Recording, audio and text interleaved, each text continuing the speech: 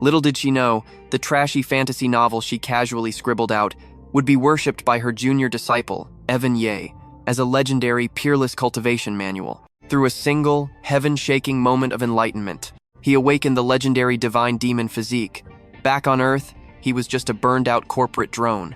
But after crossing over, he spent 18 years buried in dusty scrolls, only to realize on the eve of his imperial exams. This world possessed immortal cultivators, yet fate played a cruel, twisted joke. He turned out to be absolute trash. Born without a single trace of a spiritual root, he collapsed into the dirt, drowning in total, suffocating despair. He truly believed he was the fated protagonist of an epic saga. Turns out, he was a nobody. Young friend, do you desire to cultivate? Evan's eyes ignited with pure hope. He scrambled frantically, searching for the mysterious voice. Scene shift. Deep inside the Azure Cloud sect, Sect Master Taiwa sat with a heavy, grave expression. Sterling, your master entrusts you with a monumental mission. My precious disciple, you are my only hope. What earth-shattering crisis could possibly strike our rundown backwater sect? Sterling chuckled softly, shaking his head. Recently, the higher-ups decreed a ruthless new policy. Sects as pitiful as ours will be completely dissolved, unless we secure 8 permanent disciples within 1 year and break through to a Tier 3 sect. So, we just need one last body, right? If only it were that simple. Every sect out there is viciously fighting for new blood right now. The fierce competition has driven signing bonuses sky high. Some shameless sects are even using honeypot traps. Despite the terrifying odds, I snatched one. He possesses 0 spiritual roots, an absolute washout, but his heart seems pure. Most importantly, he is willing to toil for absolutely free. A naive boy, a fine disciple like that, is a rare treasure nowadays. My only fear is he'll flee once he discovers the truth. But your master has concocted a genuinely brilliant scheme. Have your martial siblings invent absurdly profound, fake techniques based on their own skills and teach them to the boy. If we can just stall him for 1 year, our sect survives. After that, his fate is in his own hands. And here I thought the heavens were falling, so it's just a matter of putting on an epic bluff. Master, do you know the legendary title my peers bestowed upon me? What is it? Master Taiwa frowned, practically burning with curiosity. This humble disciple is the undisputed bluff king of Greenreach Province. When it comes to faking a majestic aura, no one dares challenge my supreme throne. Master, you have found the perfect man for the job. Master Taiwa cringed so violently, his toes practically dug trenches into the wooden floorboards. When did this brat become such an arrogant fool, and why is he proud of it? Whatever, I do not care about your methods. Just chain him here for 1 single year. Since I am pulling the strings, 1 year is insultingly easy. Against a total greenhorn, I will brainwash him so thoroughly, he would reject heaven itself for Azure Cloud. He will beg to join us in his next life, too. Magnificent, truly awe-inspiring. The Bluff King absolutely lives up to the legend. Master Taiwa was completely sold, erupting into passionate applause. If I fail, I will dip my sword in soy sauce and devour it raw. Sterling thumped his chest, swearing a solemn, ridiculous oath. If that is all, this disciple takes his leave. Very well, let me fly you back on my sword. Unnecessary, Master. Things have changed. Your disciple has finally outgrown your aid. Heavens, could it actually be? Master Taiwa's eyes bulged in pure, unadulterated shock, gasping in dead silence. Sterling raised one hand toward the heavens, issuing a commanding whisper. Sword, come. Absolutely impossible. This slacker could not grasp a basic sword stance after 10 whole years. How could he possibly have mastered sword flight? A suffocating, utterly awkward silence dragged on between them. The corner of Master Taiwa's mouth twitched violently. You are still completely full of it, aren't you? Heavens, please don't let the new junior lose his sanity around you. Master Taiwa massaged his throbbing temples. Scene shift. Dead of night at the Back Mountains peak. Sterling huddled at the summit, trembling violently in the biting frost. A spot carefully calculated for maximum cinematic drama. Just as his blood nearly froze solid, the heavy, exhausted footsteps he had been waiting for echoed up the rocky trail. Target approaching. Battle stations. This mountain is absurdly high. Immortal cultivators truly exist on another level. Evan finally dragged himself to the peak, panting like a dying dog. That climb was absolute torture. For a totally ordinary mortal with 0 martial foundation, that winding, treacherous path was worse than a lifetime of grueling labor. Suddenly, a majestic silhouette seized his gaze. A man in his late 20s stood perfectly still, hands elegantly clasped behind his back. Breathtakingly handsome, crowned in flawless jade, and draped in flowing, embroidered silk, sword immortal. The legendary title exploded unbidden within Evan's awestruck mind. This ethereal figure standing just paces away was the absolute perfect embodiment of every sword immortal fantasy he had ever dreamed of. With piercing eyes and flawless features, he radiated the majestic aura of an unrivaled sword immortal. His gaze held an absolute, freezing indifference to the mortal realm, as if the entire universe was beneath his feet. Evan simply stood there, utterly spellbound. Honestly, before joining, he figured the Azure Cloud sect was complete trash. Why else would they recruit a guy with zero spiritual roots? But the absolute second Evan saw this majestic senior, everything clicked. He had been so terribly blind. This second-rate facade was just a brilliant disguise. They were obviously a legendary hidden powerhouse. Every single disciple here was a supreme master who could effortlessly carry him to ultimate glory. Take earlier today, for example. When Master Taiwa first brought him in, the crumbling buildings seemed ordinary enough. But thinking about it now, it was wildly suspicious. A true cultivation sect could not possibly be this poor. Despite the ruins, every single corner was completely spotless. It was way too deliberate to be a coincidence. If this whole crumbling aesthetic was a front to stay off the radar, then it suddenly made perfect sense. A spark of absolute reverence ignited in Evan's chest, and the words slipped from his lips like destiny. Of the 3 million sword immortals in the heavens, they must all bow their heads before me. It came straight from his very soul, the only phrase worthy of the living legend standing right there. 3 million sword immortals bowing their heads? Now that is a seriously epic quote, absolutely perfect for my aesthetic. I am stealing that line forever. Sterling cheered internally. He never expected to score such gloriously arrogant dialogue for completely free. Brilliant. This new junior brother was going to be an absolute breeze to manipulate. You flatter me, junior brother. Our master chose you, which proves your hidden potential is boundless. I have little to offer, but accept this stroke of heavenly fortune. Meditate on it. Sterling casually waved his hand. A gentle breeze brushed past. Instantly, a profound wave of clarity slammed into Evan, elevating his very soul. This wind is an incredibly rare blessing of fortune. It will massively awaken your dormant cultivation talent. A single breath of wind to drastically boost his talent? Evan's eyes practically sparkled with pure joy. Thank you so much, senior brother. In reality, the poor guy had absolutely zero clue what just happened. Coming from a totally modern world, any trick that vaguely resembled immortal magic felt like a supreme godly technique. Fortune or not, it barely mattered. This senior brother was undeniably a supreme master of extraordinary power. A heavenly fortune? It was literally just regular wind. Sterling was dying of laughter inside his own mind. He never thought this kid would be so ridiculously gullible. Junior brother, do you truly understand the path of the sword? Sterling asked, radiating an aura of profound mystery.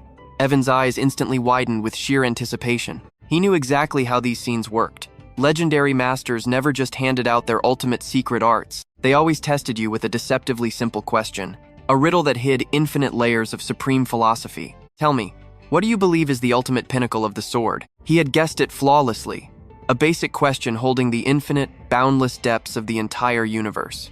Any normal guy would say it is a blade that slaughters enemies, or a reflection of a warrior's noble spirit. But a legendary master demanded an answer far beyond mortal comprehension. The ultimate pinnacle of the sword?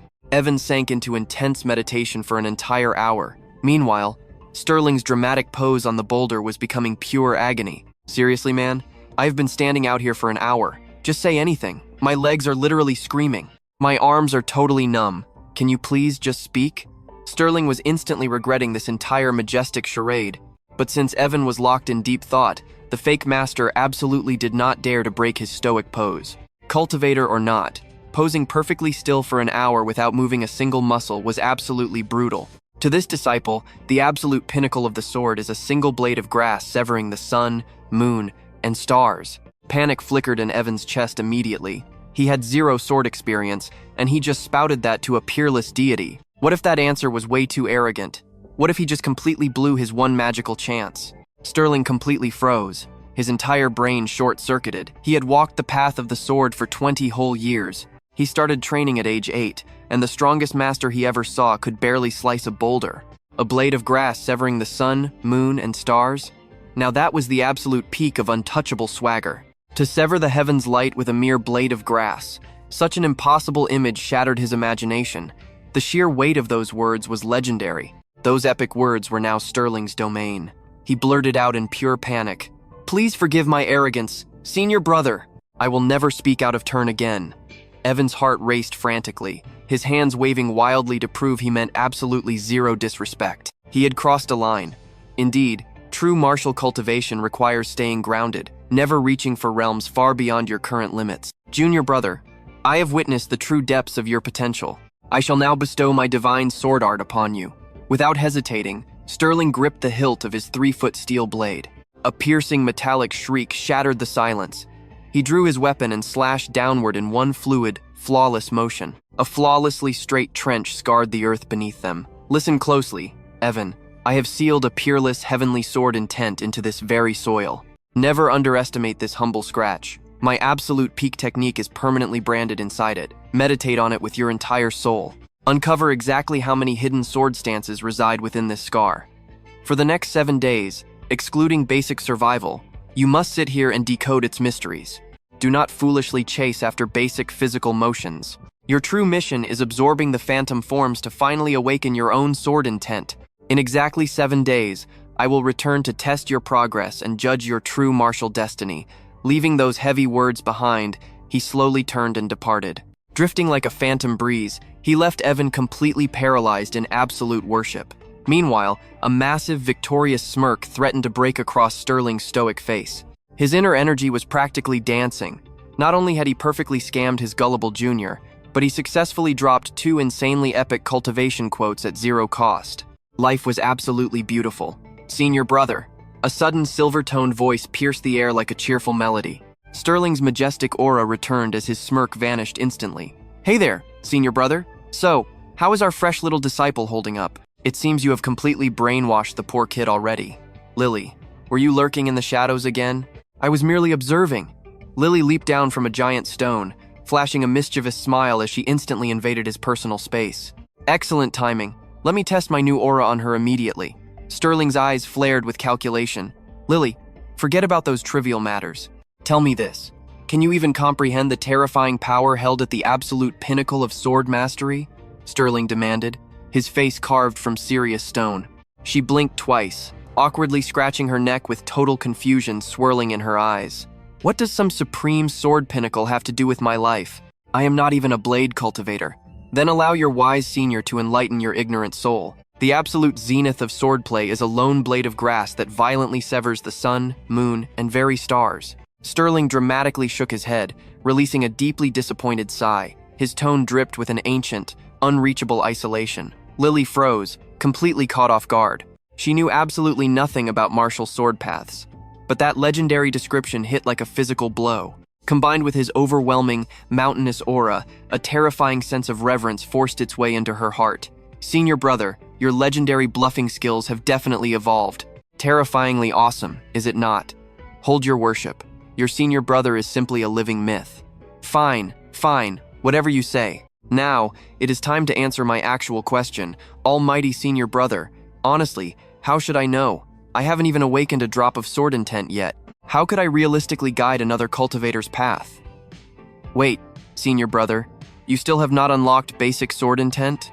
Lily shrieked in sheer disbelief before completely doubling over in hysterical laughter. "Oh, senior brother, that is absolutely brutal. 10 entire years swinging a blade, and 0 spiritual intent. The way of the sword is profoundly complex, you brat.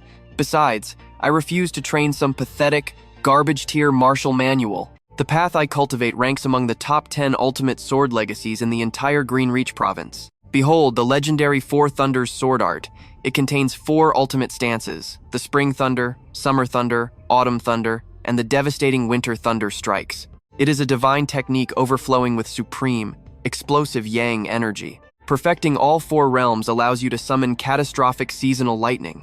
It is an absolute nightmare for demonic entities and corrupt dark cultivators. The almighty 4 Seasons Taoist violently carved his legend across Greenreach province using this exact technique, establishing the mighty 4 Thunders sword sect. Are you enlightened now? Lily possessed 0 knowledge of martial swordways, but that history sounded wildly intimidating. So, which explosive realm have you conquered so far, senior brother? I have successfully pushed the Spring Thunder Strike to the supreme tier of consummate mastery, Sterling declared with overwhelming arrogance. You are still stuck on Spring Thunder? Lily viciously shattered his arrogant aura, her face practically radiating mocking disdain. What do you mean by stuck? Do not let the basic name deceive you. Such rapid progression is deemed terrifyingly monstrous anywhere across Greenreach Province. It demanded only 10 short years to achieve consummate mastery. I swear upon my Tao, in 10 more years, I shall break through into the legendary realm of grand perfection. Before a century passes, I will violently ascend to the supreme apex realm. Then you will finally witness my true, heaven-shaking power. Senior brother, just hypothetically, if the rookie grasped sword intent alone, how monstrous is his talent? Sterling scoffed. Listen closely, Lily. Blade techniques mean absolutely nothing. Sword intent is the true core. The deeper your intent, the more a basic thrust transforms into a devastating, god-tier strike. Scaling the 3 legendary intent thresholds is practically a myth. Across all 10 kingdoms, only one supreme master has barely touched the first realm, the infinite intent. They call him the Void Sword Sovereign. Entire empires worship the ground he walks on. So if the junior awakened it, what rank is that? Totally impossible. Even Greenreach Province's top genius could not grasp infinite intent, let alone our rookie. Dawn broke. Golden sunlight bathed the mortal realm in a warm, ethereal glow. Evan had stared at that dirt groove all night. His mind remained completely blank. Frustration boiled over. His patience was wearing dangerously thin. But doubting Sterling was unthinkable. The senior brother was a walking legend. I am just too weak. Then, a random breeze hit him. Boom! Pure enlightenment flooded his soul. A phantom swordsman manifested in his consciousness, unleashing a mesmerizing dance of steel. Lightning struck his mind. An ancient bronze bell echoed through his very soul. The phantom's blade turned razor sharp. Each swing shattered his mental blocks, unraveling the universe's ultimate truths. He became completely one with the phantom warrior. A violent hurricane of steel. Exactly 12 devastating strikes. 4 distinct martial arts fused perfectly into one flawless, unstoppable technique. Those 12 slashes burned into his brain. 1, 5, 10, 50. 100 flawless loops. The speed escalated. 12 breaths became 6, then plummeted to 3. 1 hour later, a single breath executed the entire deadly combo. Each mental loop was pure physical muscle memory carved directly into his bones. His comprehension shattered all limits. The techniques began breeding within his mind. 12 forms, then 15, then 20. Infinite blade paths unraveled. Evan was utterly mind-blown.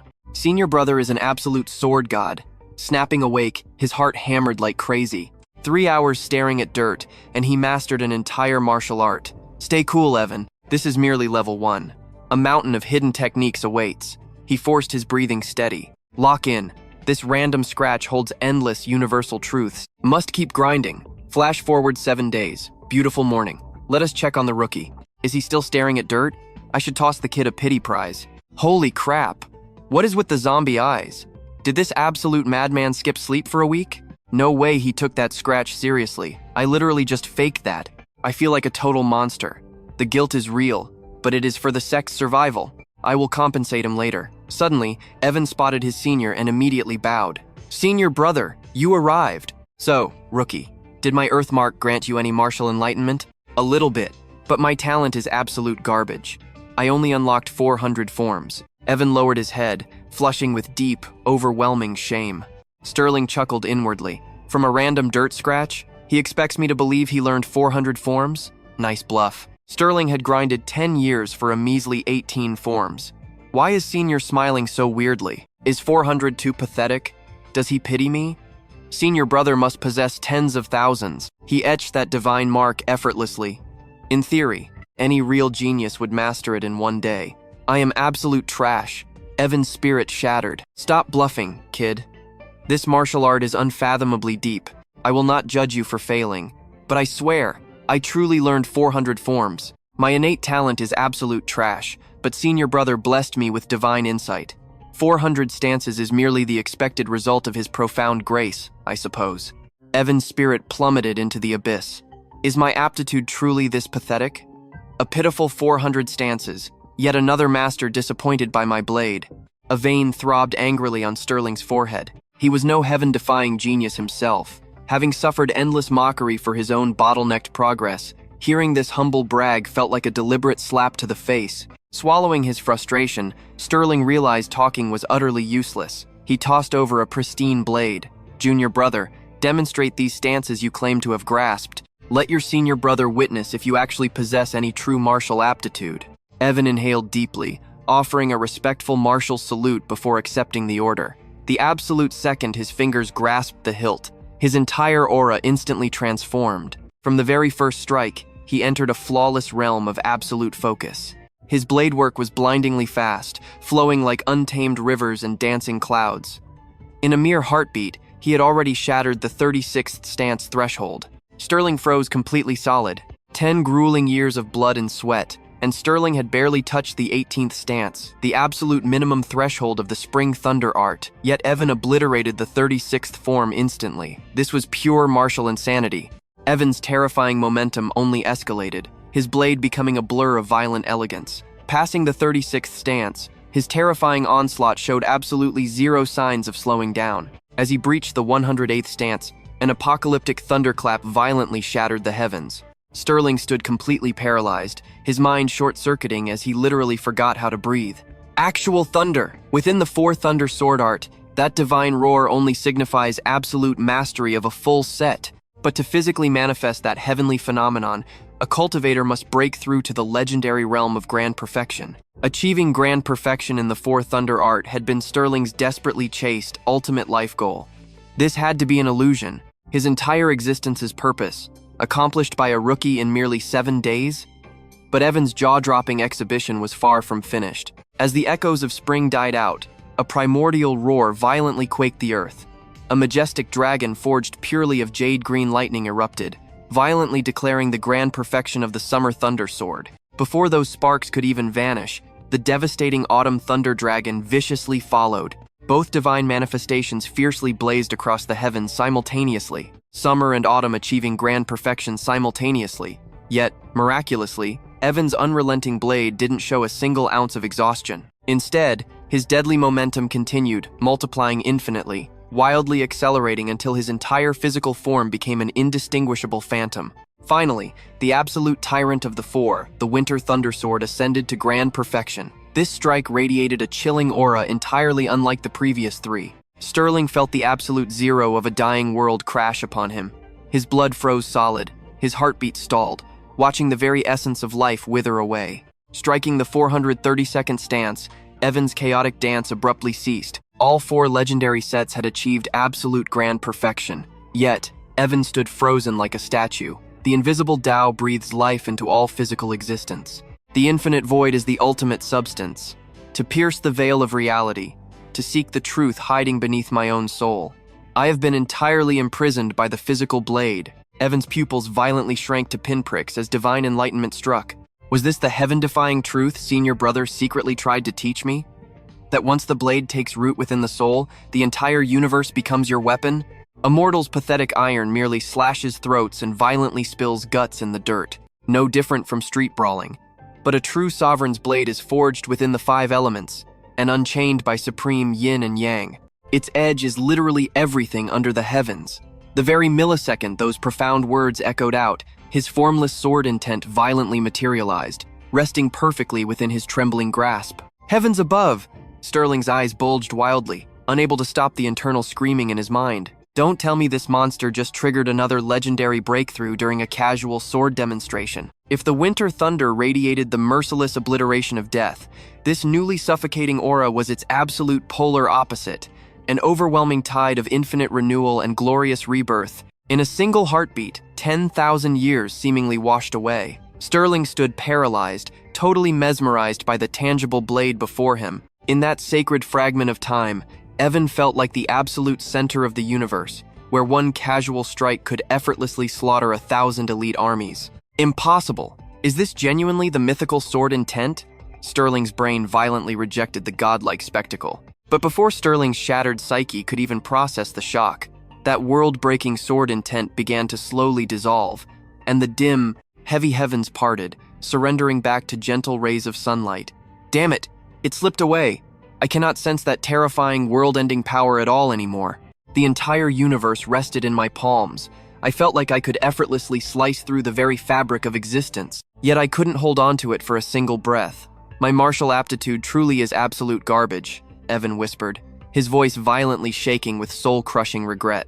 Aptitude. Absolute garbage? Sterling's mental sanity shattered, a wild stampede of vicious curses furiously rampaging through his short-circuiting brain. Back in his youth, he had been granted the unimaginably rare miracle of watching the legendary Void Sword Sovereign perform a celestial blade dance. It was that singular, heaven-defying spectacle that originally bound his very soul to the brutal path of the sword. The Sovereign used zero spiritual energy back then, yet the aura and visual phenomena perfectly matched what Evan just displayed. This was without a doubt infinite sword intent. He eclipsed any mere kingdom's top prodigy. Labeling him the 10 Kingdoms' ultimate genius? That was an absolute insult. With such terrifying weapon mastery, even lacking a single drop of aura, he could easily use mystic artifacts and spell tags to conquer the absolute peak of martial arts. Senior brother, I know my grasp of these blade techniques is pathetic, but I promise to train doubly hard. Evan's voice shook. Terrified his mentor was disappointed enough to expel him. Pathetic? Sterling's mental defenses completely pulverized. A raging herd trampled his sanity. My entire existence cannot compare to a single strand of his hair. We cannot let this once-in-a-lifetime monster slip away. Losing a god-tier genius like him would mentally destroy our entire faction. Sterling inhaled sharply, forcing down his panic, and choked out. It is acceptable, I guess. But the second those syllables dropped, Sterling wanted to openly weep. Acceptable? If that level is just acceptable, every swordsman across the 10 Kingdoms should just snap their blades. Wait, what is that? Still completely shell-shocked, Sterling spotted a tiny journal resting on a boulder and impulsively pointed. Ah, senior brother, those are merely my training observations. It is completely worthless. Would you allow your senior to inspect these records? Snatching the journal, he randomly opened it, revealing an overwhelming sea of tiny text. Within the first 50 stances of the vernal storm, senior brother demonstrated how pristine sand darkens in sludge, proving that our surroundings forge our true essence. The opening 100 moves reveal a cosmic cycle of birth and suppression. Great heights cannot exist without profound depths. Scanning the ink, Sterling experienced an awe he had not felt since his very first glimpse of the starlit heavens. He recognized every single letter scrawled on the paper. But fused together, they created a profound mystery as limitless as the universe. He grasped absolutely nothing, yet his soul violently trembled. Wait, did I actually teach that? No way. This is just my own reckless and arrogant speculation. It probably does not capture even 1/10 of the profound wisdom senior brother intended to reveal. Then why is this complete gibberish to me? How on earth did you deduce all this, you absolute lunatic? Did you literally grasp the heavenly path from absolutely nothing? What kind of monster are you? Over 10 grueling years of bone-crushing training, and Sterling had only barely scraped the surface of the vernal stormblade. Yet this new recruit mastered the 4-stage lightning art overnight, and insanely grazed the boundary of endless blade intent. I deeply apologize to the universe for existing. Sterling was paralyzed by sheer disbelief and swallowed whole by a tidal wave of jealousy. How does my devastatingly handsome self have such trash-tier martial potential, while this exceedingly average-looking kid possesses a god-level aptitude? Was I reincarnated into the wrong timeline? Junior brother, continue studying the sword marks. Do not panic. Your senior brother will never cast you out. I will return shortly. The second he finished, Sterling bolted. He had to locate the Grandmaster immediately. This revelation was way too heavy to shoulder alone. Stranded alone, Evan froze in absolute gut-wrenching panic. His senior looked completely disturbed. They were not kicking him out for zero potential, right? Please, heaven no. It took an agonizing eternity to find a faction that actually accepted me. 6 brutal months. Over 50 spiritual exams. And every single master had slammed the door in his face. Honestly, gazing at the clouds and expecting divine enlightenment was pure delusion. A suffocating void crushed Evan's chest, sucking away his final shreds of hope. No, I refuse to give up. My effort simply has not been completely absolute yet. I will cling to this chance like my life depends on it. Besides, everyone in this faction is a legendary powerhouse. Meanwhile, deep inside the Grandmaster's pavilion, Elder Taiwa lounged in absolute bliss, enjoying his premium brew. Perfect skies, fragrant tea, and blooming flora. Existence was flawless. Grandmaster, we have a massive emergency. It is a disaster. A hysterical scream violently shattered the peace, nearly launching Elder Taiwa out of his robes. Sterling, have you lost your absolute mind? You are the prime heir of our entire faction. You must project flawless majesty constantly, especially with our new recruit watching. Your grand reputation is on the line. Master Taiwa immediately began to lecture. Sterling gasped for air, his usual pristine appearance completely ruined from sprinting like a madman. Master, the heavens have blessed us. The Azure Cloud sect has finally awakened a legendary dragon. A dragon? What nonsense are you spouting, Sterling? Master Taiwa furrowed his brow in deep confusion. Our junior disciple possesses heaven-defying talent. In merely 7 days, he mastered the entire Four Thunder sword art to absolute grand perfection. Sterling's usually untouchable martial grace had completely shattered. Drenched in frantic sweat, he faced his master. Sterling, do not jest about such things. Liars suffer heavenly punishment. Master Taiwa snapped back, utterly annoyed. He assumed this foolish disciple was merely trying to prank a venerable elder. That terrifying heavenly phenomenon earlier. It was the absolute manifestation of the four-season sword reaching ultimate mastery. Did you miss it, Master? Sterling paced around frantically, his anxiety radiating like wildfire. What? I assumed a supreme elder was breaking through the mortal realm. I never dared to imagine it was our young Evan. Master Taiwa stood completely paralyzed, absolute shock shattering his composure. A peerless genius. We have nurtured a monster. The Azure Cloud sect has finally birthed a soaring dragon. Master Taiwa trembled violently, his face burning red with overwhelming ecstasy. But an instant later, Master Taiwa choked on sheer joy and crashed onto the floor. Sterling lunged forward in utter panic. Master, breathe. Do not let sudden euphoria trigger chi deviation. Master Taiwa frantically grabbed his teapot, dumping cold water over his head. I must center my chi. I almost entered the gates of hell just now, he wheezed, his ancient bones shaking wildly. Master, our junior brother is a heaven-chosen talent. Wouldn't trapping him in our humble sect destroy his boundless potential? Sterling, you fool. Our junior attended over 50 cultivation gatherings, and those blind major sects completely rejected him. I rescued him from that ocean of mortals. It was his supreme fortune, and the ultimate destiny of Azure Cloud. Where is the flaw? We walk the path of fate. Countless arrogant clans ignored his brilliance. We saw his true worth. That is heavenly destiny. Do you truly believe those hypocritical major sects would just hand him resources?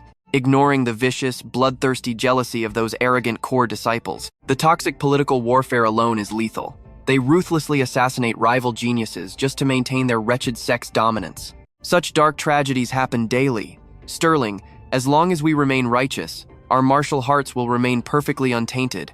Nurture his path with absolute sincerity. Bestow upon him every treasure we possess, and Azure Cloud will hold zero regrets. Crucially, we must maintain the flawless aura of peerless grandmasters to ensure his unwavering loyalty. I am no tyrant. Once we ascend to a Tier 3, no, Tier 2 sect, we shall reveal the bitter truth. Then, his destiny will be his own to forge. Master Taiwa's 50 years of cunning survival truly shone in this moment. His profound wisdom pierced through Sterling's hesitation. The senior disciple bowed deeply. I shall follow your divine guidance, Master. The next afternoon, Master Taiwa relaxed peacefully, soaking in the sunlight with his spiritual tea. Master, a disaster has fallen upon us. Sterling sprinted over, his face pale with absolute terror. What now, you rascal? Did I not instruct you to maintain your martial grace? Master, a catastrophic crisis. Intruders have breached our gates. Before Sterling could even blink, Master Taiwa bundled his earthly possessions with lightning-fast reflexes, instantly preparing to flee. Sterling desperately reached out to stop the runaway elder. Master, halt! It isn't the debt collectors. It is another nightmare. Another nightmare? Hearing the absence of debt collectors, Master Taiwa instantly deflated, his panic melting into profound relief. Then why scream like a dying banshee? You almost shattered my immortal soul. Master Taiwa barked fiercely. Speak! What brings this foolish panic? Are we being evicted? Master, it is not our creditors, but it is equally deadly. Witness this atrocity. It is an official heavenly decree from the Green Reach Province's Supreme Sect Administration. Master Taiwa snatched the cursed scroll, and with every passing syllable, a venomous darkness consumed his ancient features. To eradicate demonic deception, a ruthless disciplinary purge shall be enforced upon all unranked sects across the entire Green Reach Province. Within 2 months, Every faction must sacrifice 10 low-grade spirit stones to prove their orthodox foundation. Utter blasphemy, extorting spiritual wealth in broad daylight. This is demonic tyranny crushing the weak. I shall storm the imperial capital and demand divine justice. Master Taiwa absolutely obliterated his tea table in explosive fury. This tyrannical decree was a lethal blow to their starving faction. In this martial realm, a single copper coin bought mere survival. 10,000 coppers forged 100 taels of silver. 100 silvers formed a gold tael, and 10 golden taels manifested just one spirit stone. For the destitute Azure Cloud sect to somehow manifest 10 low-grade spirit stones from thin air. We'd all starve for 12 entire months. But hold on, Master. How many spirit stones remain in our vault? Sterling kept his face perfectly calm, playing the ultimate wise senior. Master Taiwa inhaled sharply, weakly raising 7 fingers. 70 spirit stones? Hey, that is plenty to survive. 60 left is totally manageable, just a pricey lesson. But the old man frowned. Not exactly. Taiwa grimaced awkwardly. Wait, 70 gold pieces? That is rough, but we can manage. Taiwa shook his head again. 70 silver pieces. Sterling froze, absolute disbelief shattering his calm senior facade. Yet just as he tried accepting this pathetic silver count, the master winced. 70 copper coins. You have to be kidding. We are a proper cultivation sect. Sterling thought the silver was rock bottom for Azure Cloud, but his master always found new lows. We had savings, but letting silver gather dust felt wasteful. Down in the mortal realm, I found this brilliant new scheme. A cultivation investment fund. They promised massive monthly returns just for depositing our wealth. Easy passive income, free spirit stones. So, I dumped our entire sect treasury straight into it. But while I craved those sweet interest rates, they devoured my entire principal balance. It vanished instantly. Sterling, your wise master got absolutely scammed by mortals. 70 copper coins? We are totally ruined. Just disband the sect right now. Sterling felt Azure Cloud was utterly doomed. I refuse to surrender without a fight. If desperately needed, I will gamble my life entering the purified Soul Mountain range. We finally hatched a supreme genius. I refuse to fail. Suddenly, the heavens split open. Apocalyptic thunderclouds swallowed the sun. Savage lightning dragons violently bombarded the distant peaks. Wait, that massive storm is hovering right over Junior Brother. No way. Did that monster break through again? Pure dread wiped away Sterling's composure. Evan possessed a heaven-defying talent that utterly shattered human logic. Impossible, Taiwa waved it off. Even a monstrous genius cannot ascend realms again this fast. Sterling, I am descending the mountain. I must beg for spirit stones immediately. Having bred a peerless dragon, I will save this sect at any mortal cost. Guard the mountain, protect Evan's cultivation, keep him humble, guide him well, and avoid your usual idiocy. Sterling nodded solemnly. Like shifting sand, 7 grueling days vanished in a flash. Evan perfectly absorbed the 4 Thunder Sword art. 1,460 supreme strikes, completely memorized. Only a week? How did this freak devour another legendary manual already? He will hit maximum perfection within days. A profound, icy dread gripped Sterling's soul. Am I even worthy of wielding steel? This heaven-to-earth talent gap is just absolutely crushing. Greetings, exalted senior. Evan bowed deeply upon seeing him. Please stop that. Sterling panicked internally.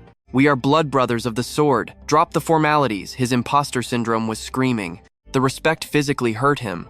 How goes your training? Evan beamed with absolute reverence. I conquered all 1,460 strikes. It was tedious, but I stumbled my way through. Those casual words brutally punched Sterling directly in his fragile ego. Consumed by bitter envy, he choked down his tears. This monster genuinely believed his god-tier speed was agonizingly slow. Meanwhile, Sterling possessed trash-tier talent, desperately faking ultimate grandmaster wisdom. Even with a shamelessly thick skin, faking enlightenment was mentally exhausting. Stay grounded, Junior. Mastering the 4 thunder forms is merely a mortal stepping stone. True ascension requires awakening your unique sword force and supreme sword intent. Forms are just flashy dances. Sword force crushes 1,000 variations into one apocalyptic strike. Without sword force, you are merely swinging metal. Evan felt instantly devastated, dazed, staring at ancient marks. Yet 0 enlightenment? I truly am absolute trash. Speaking of power, Senior, what realm are you? A sudden realization struck the disciple, forcing him to ask. The master replied softly, Your senior brother is nothing special. During my youth, I barely scratched the absolute lowest tier of the legendary Supreme Sword Tao, the Boundless Blade Intent. Sterling maintained his godlike composure. Inhaling sharply, he gritted his teeth and fully committed to this absolutely outrageous bluff. He had maintained this massive charade for days anyway. There was no turning back now. Boundless blade intent. Evan stood completely paralyzed. The profound concepts went over his head, yet radiated absolute dominance. First forms, then force, then ultimate aura. Awakening even a single thread of that legendary blade aura was considered an absolute, heaven-defying miracle. To possess boundless intent? That was an entirely different universe of power. Senior brother is a living myth. I will follow him forever. Once basic force reaches absolute perfection, a cultivator ascends. This ultimate peak holds 3 divine stages, the very first being the boundless blade aura. Warriors at this stage rule as the ultimate blade masters across all 10 kingdoms. Evan was starstruck. Boundless intent sounded epic. His idol had conquered that godlike peak years ago. Perhaps, destiny permitting, he could match him. He would rank as the absolute second strongest warrior across all 10 kingdoms, bowing exclusively to his legendary senior. The mere thought sent his pulse racing. Truthfully, reigning second across 10 massive empires felt like an unimaginable fantasy. He would gladly settle for ruling the Green Reach province. But being second in the world? Perfect. When disaster strikes, the number one bears the heaviest burden. I understand your teachings, senior brother. Fear not. I will chase your legendary shadow. I swear upon my life to awaken the boundless aura, the junior declared fiercely. Meanwhile, a suffocating wave of pure jealousy twisted Sterling's stomach into knots. Yet, remembering his role as the boy's revered master offered a tiny shred of comfort. Just yesterday, I was nobody. Now I tread this divine path alongside greatness, 2 souls hunting for eternal life side by side. Twilight painted the vast horizon, bathing the magnificent azure cloud peaks in a breathtaking, bloody crimson light. A profound, poetic silence brought the world to life. The dying sun cloaks the heavenly azure summits. These peaks burn in ribbons of flame. I seek ancient verdant truths to ride dawn's gales to the world's edge. The junior whispered the verses flawlessly, the profound poetry overflowing from his very soul without a second thought. A spark ignited in Sterling's gaze. Though entirely uncultured, even he could sense the overwhelming majesty within that heavenly poem. Little brother, Grandmaster Tawa, claimed you walked the scholar's path long before ascending this sacred peak. The boy chuckled softly. Perhaps half a scholar. I skipped the imperial trials. My true passions were merely ancient texts and inkwash art. Then capture my essence on canvas, the senior demanded smoothly. This was no empty command. He schemed silently. If the kid possessed artistic genius and achieved legendary status later, this masterpiece would become the ultimate flex. Imagine flaunting a portrait blessed by the realm's strongest blade master. Truly, the older disciple harbored few earthly desires. His absolute greatest joy was flexing his prestige. I will try, but please forgive my mortal hands if I fail, the junior agreed. Ink art was undeniably his forte, though not born from artistic fire. During his previous reincarnation, he joined an academy strictly to win over a beautiful maiden, burning 3 agonizing years to perfect his brushwork. Yet that same goddess eloped with a wealthy noble heir. That catastrophic day etched a brutal reality into his soul. Artistic genius cannot cure absolute loneliness. Meanwhile, the senior simply froze, staring into the twilight while flexing his most dangerous posture. Eventually suffocating from pure boredom, the senior peeked over his shoulder, and his pulse violently spiked, witnessing the boy's terrifyingly sharp focus.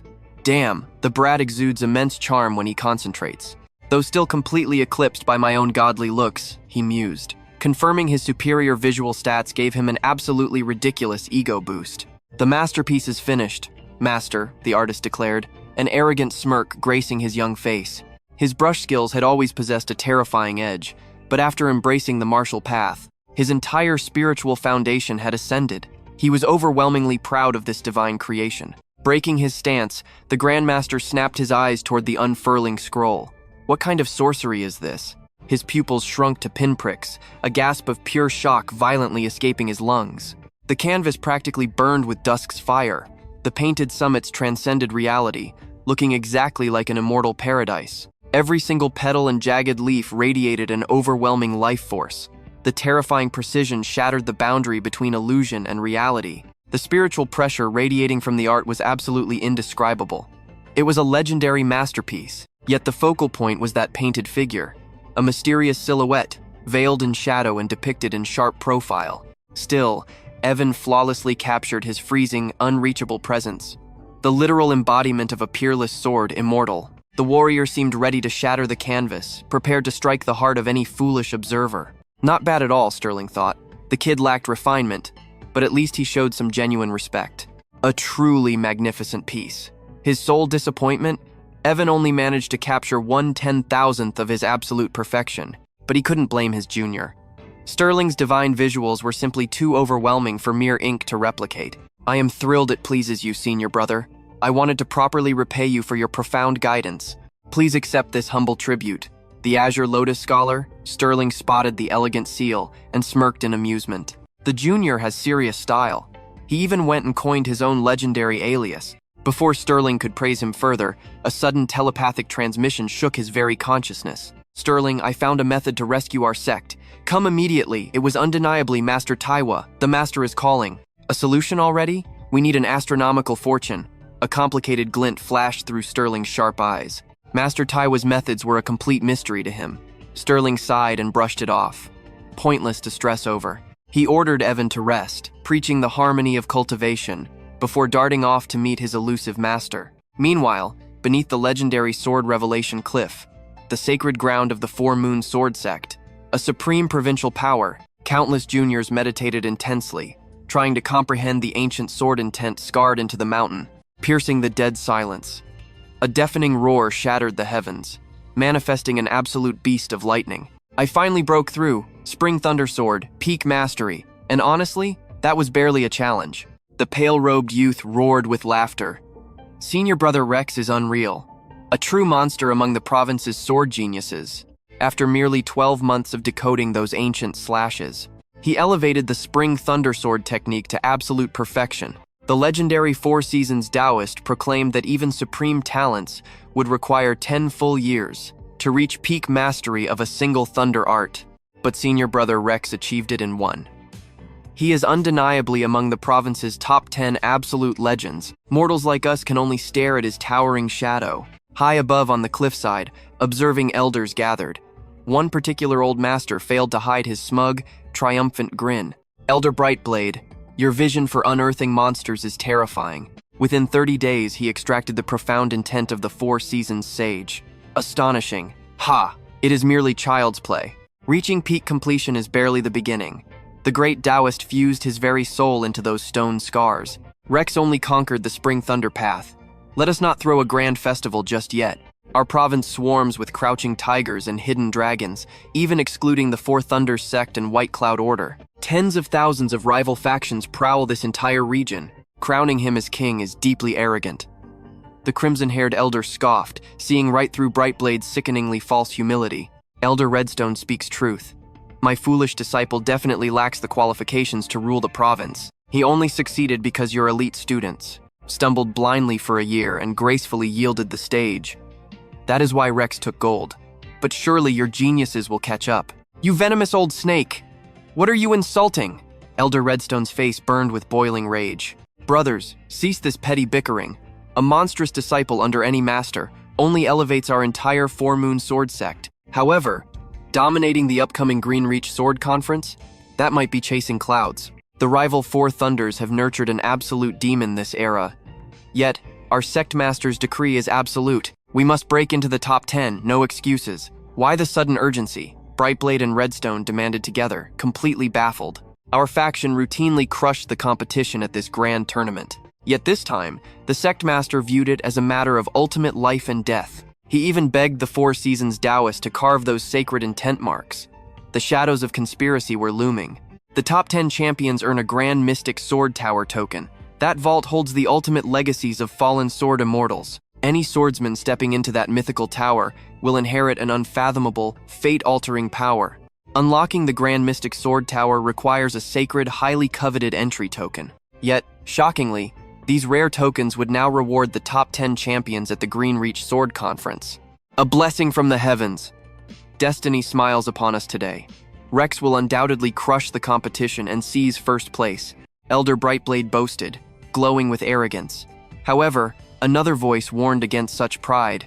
Imagine the absolute humiliation if some nameless trash from a tiny sect steals your glory.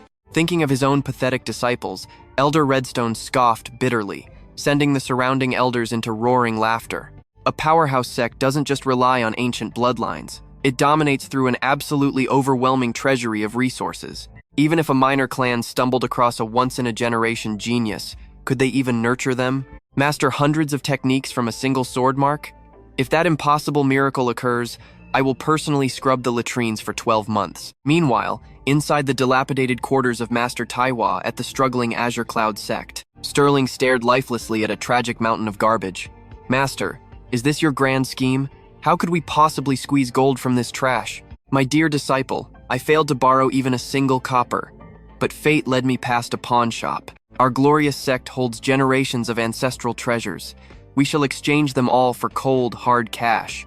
It might yield just pennies, but survival demands it. Sterling sarcastically cheered his master's desperate delusion. Sterling instantly turned to flee the madness, but Master Taihua moved like lightning, tackling him in a desperate bear hug. Please accompany your master, my precious disciple, just this once. Wait, what are you hiding in your hands? Evan painted this for me. Back off. The sect is literally crumbling to dust, and you care about a piece of art? Toss it into the pile. Every single copper matters right now. It holds zero value. Give it back immediately. Ultimately, desperate to shield his precious artwork, Sterling reluctantly dragged himself down the mountain alongside his master. They reached Fortune's Gate Pawn Shop, the premier merchant hub. A grinning shopkeeper immediately welcomed the two cultivators inside. What treasures do you esteemed cultivators bring today? A permanent trade or a temporary pledge? He asked warmly. Here is our entire fortune. Offer a generous price, and we shall return. Master Taiwa slammed his tragic bundle onto the counter with absolute confidence. But as shopkeeper Jin untied the sack, his welcoming smile completely shattered. A pathetic mountain of rusted scrap greeted him. Jin fiercely rubbed his eyes, praying he had missed a hidden treasure. He sighed heavily.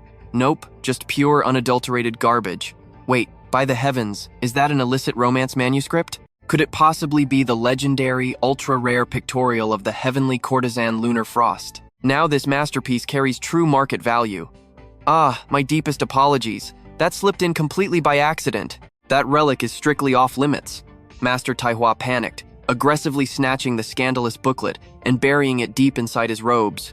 Take the rest, but never my sacred text. Even if the sect crumbles, this remains mine, Master Taiwa declared with flushed cheeks. His frantic packing had nearly cost him his most deeply cherished, highly questionable personal artifact. Shopkeeper, 10 taels of gold for the entire collection? 10 gold taels? Jin screamed in horror. For this irredeemable pile of trash? Never. Are you completely insane? Trash, you say. Behold this legendary cushion, woven from pure golden silkworm thread. This magnificent vessel dates back centuries. It is a priceless antique. Sir, please drag this nonsense to another establishment. Have a heart, merchant friend. We guarantee endless future business. 8 gold taels, and this fortune is yours. Absolutely not. 5 taels. 5 is my final offer for everything. Reject it, and I march straight to your rivals. Master Taiwa shouted, his face burning crimson as he fiercely defended his garbage. Meanwhile, Sterling watched the pathetic circus unfold, scratching his head in deep embarrassment. That subtle movement instantly locked the sharp merchant's eyes onto the scroll in Sterling's grip. Pardon me, young cultivator. May my eyes appraise that exquisite painting? Huh? Yeah, whatever. Thoroughly confused, Sterling simply nodded and surrendered the artwork over. Gentlemen, speaking frankly, your entire mountain of supposed treasures cannot rival the sheer value of the canvas holding this masterpiece. If you wield genuine Shuyang paper, why passionately beg for measly silver? This object is a gold mine. Master Taiwa froze in absolute shock, mirroring Sterling's identical disbelief. Did this random painting somehow eclipse the total net worth of the entire Azure Cloud sect? Was this a delusional dream? You genuinely fail to recognize this? This is peerless Shuyang paper, 1 gold tael per foot, measuring roughly 8 feet. The bare canvas alone demands a conservative estimate of 8 pure gold taels, Jin explained, falling into stunned silence. These impoverished fools possessed an absolute fortune, utterly blind to its overwhelming worth. But that signature at the bottom? It completely paralyzed him. Who could have guessed this piece belonged to the mythical Azure Lotus scholar? Utterly impossible. How did 2 completely average nobodies get their hands on a masterpiece from the legendary scholar? Excuse me, gentlemen, please wait right here. The immense value of this artwork is beyond staggering. Our head appraiser must see this immediately. Master Taiwa and Sterling just stood there, completely dumbfounded. Who knew this tossed-aside scroll was actually a heaven-defying treasure? If an expert appraiser couldn't price it instantly, the final payout was going to be astronomical. Jin practically sprinted back, grinning widely. It is totally authentic. If you really want to sell, state your price. You guessed wrong, Master. Evan just drew this. Shut your trap, boy. Master Taiwa hissed, smacking the back of his disciple's head before he could spill their secrets.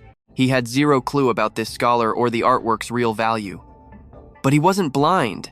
That dramatic attitude shift screamed absolute wealth. This canvas was pure gold. I will not play foolish games here. Pay this exact amount, or we walk away forever. Keeping a stone-cold poker face, he confidently raised 5 fingers. Inside, he was throwing a massive party. Audacity was key here. 50 taels was easily possible, thanks to his quick thinking. Jin frowned deeply and thought, 5,000 gold taels? That is honestly quite low. Too low. Almost insultingly low, actually. Master, you are reaching. Evan literally just sketched this for my birthday. How could it ever fetch that price? Foolish boy. The appraiser's desperate reaction gave away the entire game. This masterpiece is dripping with wealth. The raw paper alone cost 8 gold taels, so 50 is perfectly reasonable. He will obviously lowball us anyway. Starting high is basic merchant tactics. All right then, 5,000 taels accepted. Jin exhaled heavily and agreed to the staggering demand. See that, disciple? He immediately fell into my brilliant negotiation trap. You still lack decades of worldly experience. The master boasted telepathically, but suddenly, his brain entirely short-circuited. 5,000 gold taels. Their Azure Cloud sect made 20 taels annually. This single painting equaled 250 years of pure grinding. He is totally messing with us, right? Definitely. Sterling nodded, completely shell-shocked. A basic doodle costing a sect's entire fortune? Impossible. Excuse me? Our prestigious establishment never jokes about priceless artifacts. This treasure is easily worth 5,000 taels. Wait, you are actually serious? This is not a prank? Both cultivators felt their souls leave their bodies. This shock blew Evan's insane sword talent straight out of the water. A peerless sword genius was acceptable, but his casual art being this obscenely valuable? Did this monster have any limits? Time froze as they forgot to breathe. Breaking the dead silence, Master Taiwa inhaled sharply and locked eyes with Jin. I actually meant 50,000 gold taels, he declared with terrifying seriousness. Sterling turned into a stone statue. Master, please stop. 5,000 is already heaven-defying. Do not be greedy. Yet miraculously, Jin did not flip the table in furious rage. Instead, he flashed a painfully helpless smile. 50,000 gold taels? I am terribly sorry, but that is impossible. No standalone artwork reaches that tier. It would require a personal poem from the scholar himself, plus 0 human figures. Only with those godly conditions, 50,000 gold taels might actually happen. Master and disciple sat in stunned silence, their entire reality completely shattering around them. Never in their wildest dreams did they imagine a doodle fetching tens of thousands of gold. Despite the crazy conditions, Jin's casual tone made it sound entirely possible. Calm down, breathe. Something crazy is happening here. Maintain composure, act naturally, and extract more intel. Master Taiwa instantly morphed his face into a mask of total omniscience. A knowing, mysterious smirk played on his lips. Let me be perfectly honest with you. We had other experts appraise this already. You are not the only ones recognizing the Azure Lotus Scholar's divine work, an undeniable truth. After all, this mythical scholar was practically a living god in the mortal realm. Even wandering peasants whispered his legendary name. He was universally worshipped as the kingdom's ultimate genius, an unparalleled god of arts and music. Millions of noblewomen swooned endlessly over a single, beautifully crafted line of his divine poetry. Countless arrogant scholars worshipped his every brushstroke. Even the supreme ruler of the kingdom desperately coveted his masterful calligraphy. Powerful emperors from neighboring nations constantly begged him to accept the prime minister's throne. His revolutionary, heaven-defying painting style single-handedly triggered a massive artistic renaissance across the entire continent. Yet, this peerless Azure Lotus scholar treated worldly fame and golden fortunes like mere dust. He completely ditched the imperial exams. Vanishing without a single trace this year, his mysterious disappearance only fueled the fire. Now, the entire literary world practically treats him like a living god. After all, the very glory these scholars desperately craved was absolute trash to his eyes. Every scholar dreams of carving their name into history, desperately chasing a legendary sage's immortal legacy. They cultivate ultimate righteous pride. But the Azure Lotus scholar? He tossed fame and fortune aside completely. He became an absolute idol. Skipping the exam skyrocketed his legendary status. Now, every single stroke of his brush demands absolutely astronomical mountains of gold. Master Taiwa and Sterling stood completely paralyzed. Were they actually talking about their totally clueless little junior brother right now? But unfortunately, this masterpiece carries one fatal flaw. The majestic aura is captured perfectly. It is truly the Azure Lotus scholar's supreme relic. The tragedy lies in the figure. Sure, it radiates a fierce, sword immortal vibe, but frankly, slapping a mortal face on it drastically shatters the artwork's true worth. Tens of thousands of gold pieces instantly evaporated. Hearing that brutal truth, Sterling's entire world violently collapsed. His soul bled absolute agony. Why did he act so arrogant? If he had just begged Evan for a simple landscape, this nightmare would never exist. What was I thinking? Sterling wanted to bawl outright, but Master Taiwa suffered a much darker wrath. He instantly recognized that the ruined figure was actually Sterling. From the exact second that divine scroll unrolled, he knew Evan painted it specifically for his disciple. And because Sterling forced his face into it, a fortune in gold had vanished. Master Taiwa was past mourning. He was ready to swallow his disciple absolutely whole. Feeling the monstrous, suffocating aura exploding from Master Taiwa, Sterling shut his mouth and cowardly retreated into the shadows. He completely understood that one single word would earn him a slow, incredibly agonizing, and brutal death. "State your absolute final price," Master Taiwa demanded, burying his blinding rage to take a terrifyingly calm sip of tea. 10,000 gold pieces, our absolute peak offer. If it featured pure scenery and an epic poem, that wealth would multiply into a legendary fortune. "Sold. Hand the cash over right now." Master Taiwa snapped back instantly, without a second's hesitation. Greed kills. 10,000 is a solid win. Moments later, the duo practically sprinted outside, clutching a massive banknote like a lifeline. "Master, this feels so wrong. Shouldn't we mercilessly haggle at another shop? Why surrender so incredibly fast today?" Flexing an epic treasure without the terrifying power to defend it is practically a death sentence. For weaklings like us, could we actually survive if the martial world found out? Besides, this nightmare is your fault. Why infect that masterpiece with your ugly mug? We literally burned tens of thousands in gold. That equals a millennium of survival funds for the Azure Cloud sect. Who exactly is our little Evan? And what other legendary secrets is he completely hiding? Staring deeply at the heavy banknote, Master Taiwa fell into heavy contemplation. If chaos erupted, could their fragile sect honestly protect that monster? He absolutely carries hidden burdens, dark secrets he cannot share. After sharing our roof for half a month, his pure soul is undeniable. Exactly. I feel the kid's raw honesty. He is no demonic villain. Therefore, we bury this secret forever and stop our pathetic whining. When fate aligns, he will confess everything. Let us move. Evan has literally bled for our declining sect's ultimate survival. It is time to repay his grace. Soon after, the master-disciple duo faced a colossal pavilion piercing the very heavens. The arcane treasury. Sterling was utterly stunned. This legendary treasury dominated Whiteout City, famous for hoarding supreme martial manuals and incredibly devastating magical relics. Even elite third-rank sects barely dare to enter. This fortune was forged entirely through Evan's brilliance. For our glorious sect, I will buy him ultimate cultivation techniques and body-forging treasures. Since he is a heaven-defying prodigy, we are gambling our entire destiny on his rapid growth. He is the Azure Cloud sect's ultimate salvation. Ascending to a third, second, or even a legendary first-rank sect entirely depends on his incredible shoulders. Sterling deeply worshipped his master's terrifyingly sharp tactical vision. "Welcome, exalted cultivators."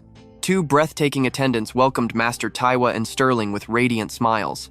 Absolutely zero arrogance, truly god-tier hospitality. "Is this your first adventure inside the arcane treasury?"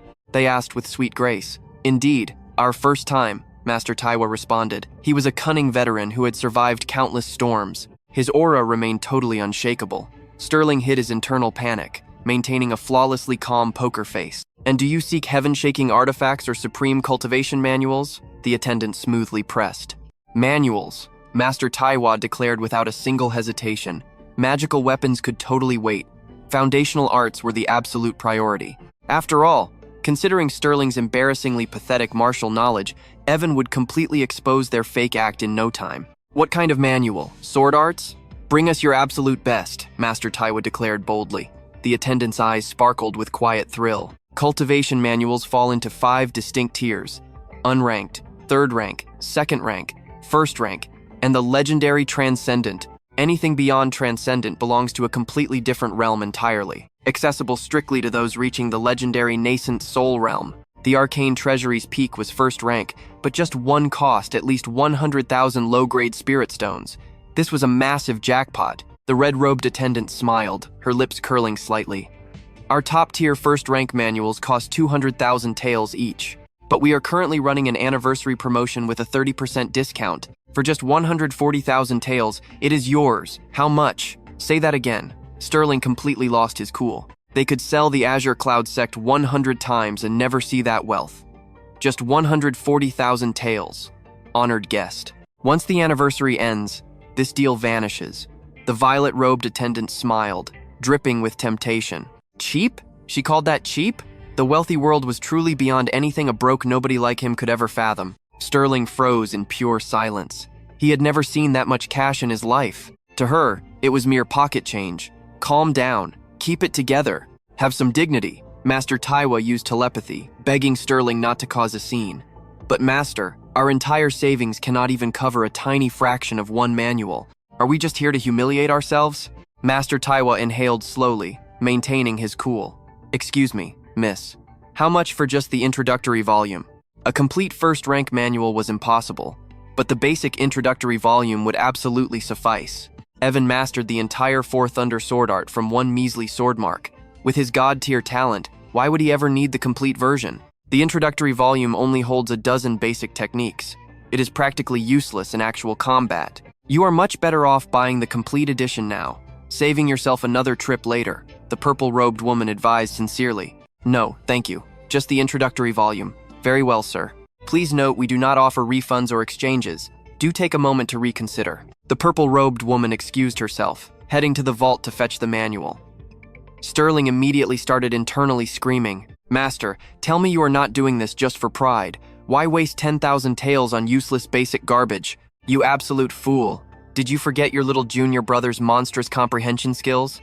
The intro volume is more than enough. Right, how could I forget? The epic realization suddenly slapped Sterling awake. That absolute freak of a junior brother maxed out the 4th Thunder sword art from a single, casual sword mark. With an actual introductory manual, that monster would probably master it even faster. Master is right. For a god-tier prodigy like him, the basic volume is absolutely perfect. The purple-robed woman quickly returned. We carry very few 1st rank sword manuals. The Arcane Treasury currently holds 3, the Triple Sun, the River Flow, and the 7-star sword arts. Among these, the River Flow sword art reigns absolutely supreme. Its sword force crushes everything, mirroring a raging river's unstoppable momentum. Truly formidable. If your disciple is insanely gifted, he might even evolve it into the legendary Spirit Sea sword art. However, it costs a staggering 9,000 gold taels. The others are 5,000 each. Master Taiwa's heart instantly shattered. He secretly wanted to buy all 3 just to look like a total boss, but these insane prices ruined everything. Wait, breakthrough to the Spirit Sea sword art? That is correct. The Riverflow sword art is actually a simplified fragment of the Transcendent rank Spirit Sea art. A true genius could unlock its higher form, one of the 3 legendary sword arts of the Jin Kingdom. Master Taiwa's eyes snapped wide open. Then we will take this one. Also, pack 50 premium chi refining pills and 200 premium chi nourishing pills.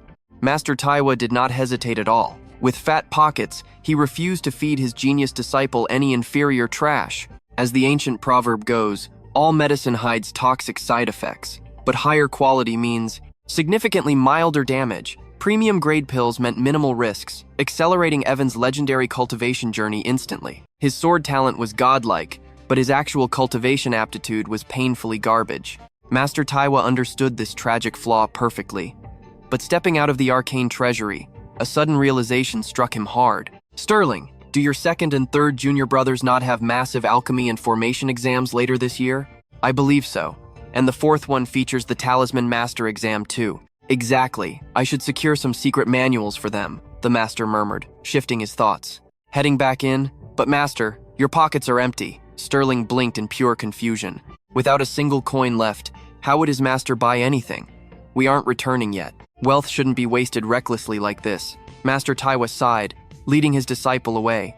At the cultivator's market, endless winding stalls overflowed with bizarre relics and ancient mystical treasures. Is this your legendary spot, master?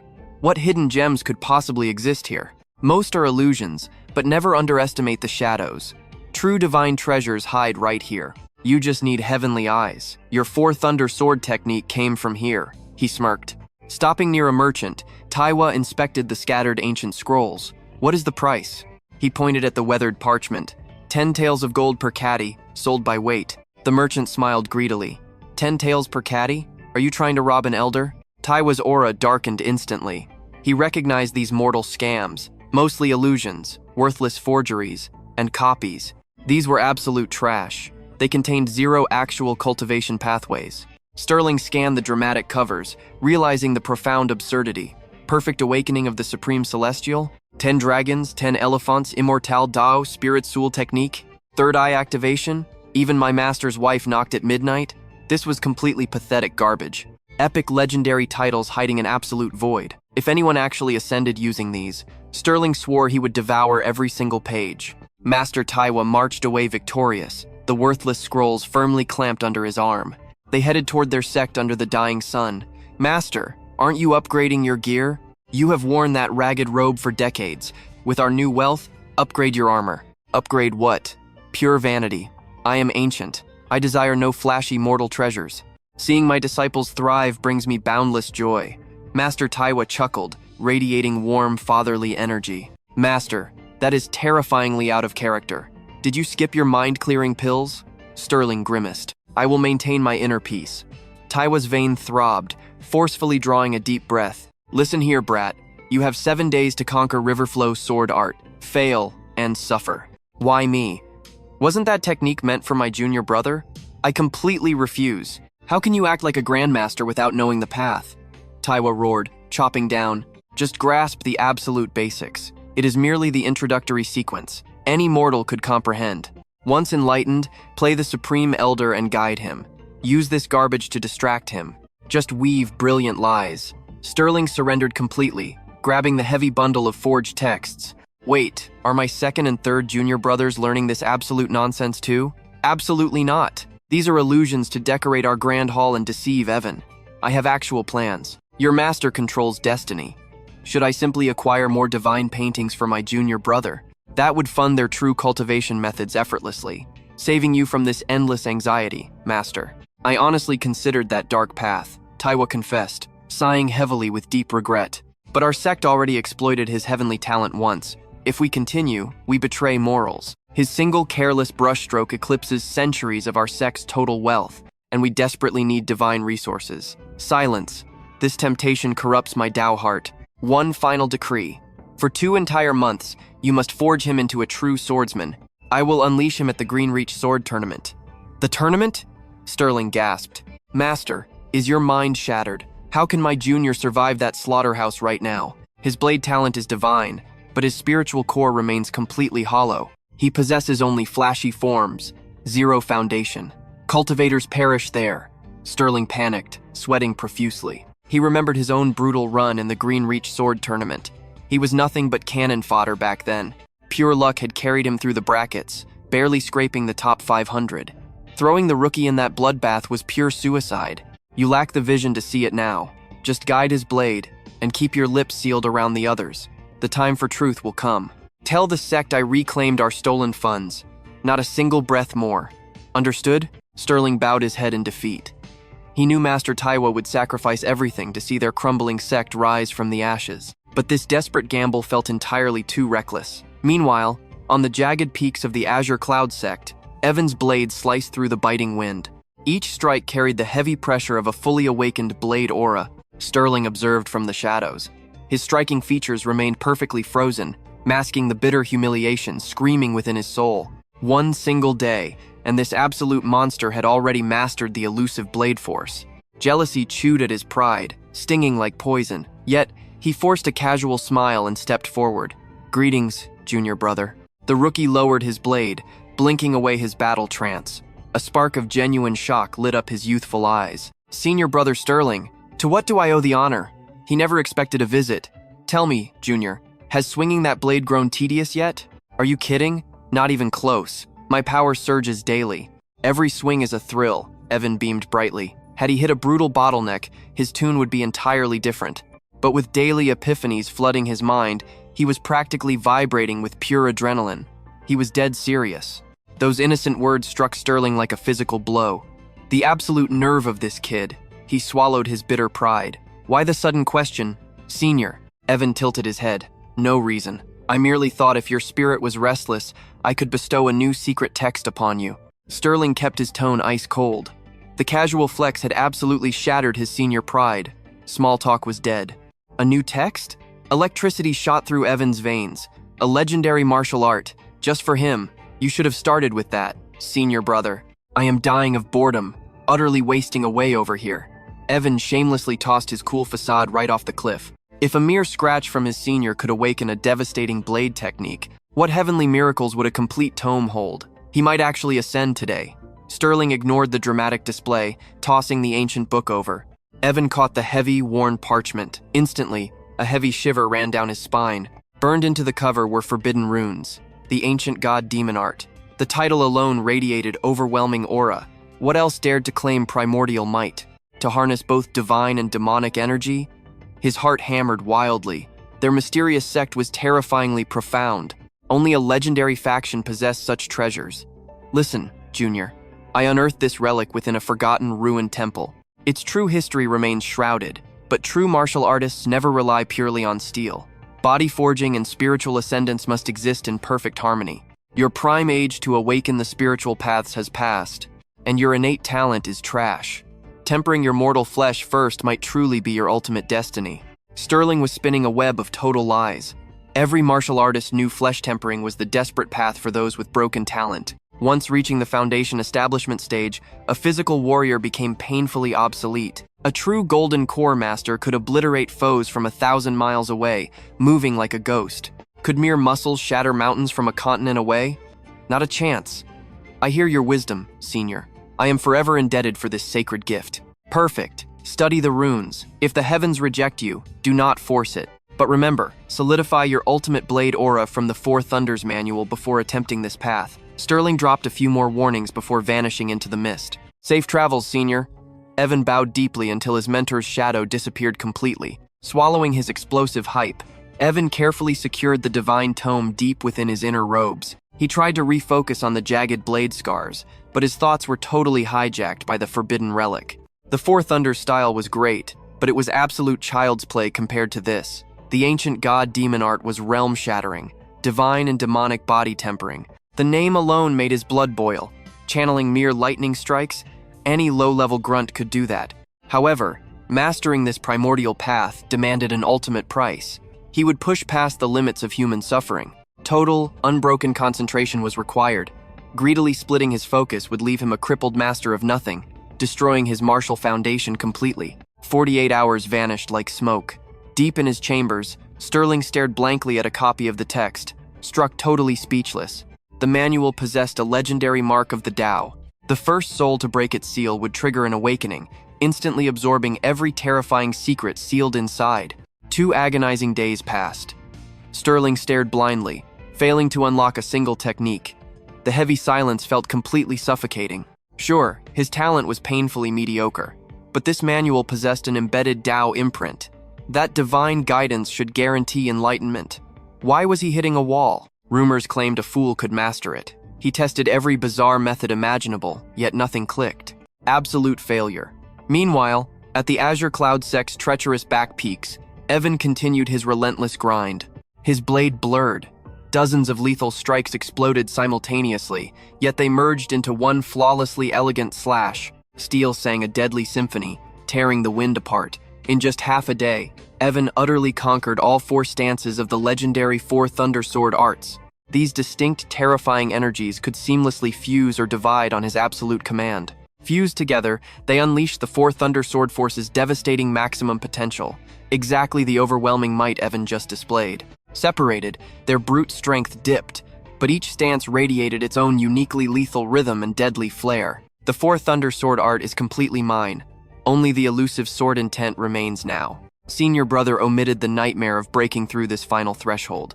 But I know the truth. Sword intent is the absolute blazing soul of any martial path. Forcing enlightenment is suicide, Evan mused silently. Failing to awaken it is bad, but cultivating a corrupted intent? That spells absolute destruction.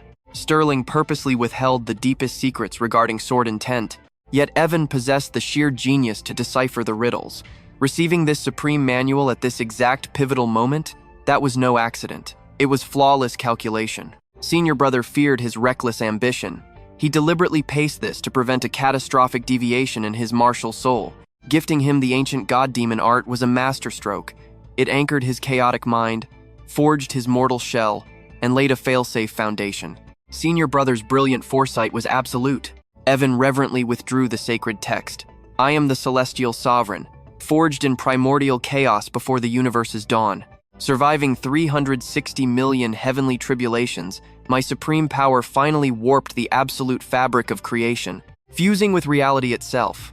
I birthed this divine technique during a miraculous communion with the starry cosmos. Mortals blindly worship spiritual energy, remaining completely ignorant to the terrifying pinnacle of supreme flesh.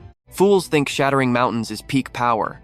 True physical gods casually crush the sun and moon within their palms, crossing endless heavenly domains with bare skin, obliterating all existence with a single, devastating punch. The absolute apex of bodily limits undeniably walks the forbidden, blood-soaked path of the god-demon, a divine soul trapped in a monstrous shell.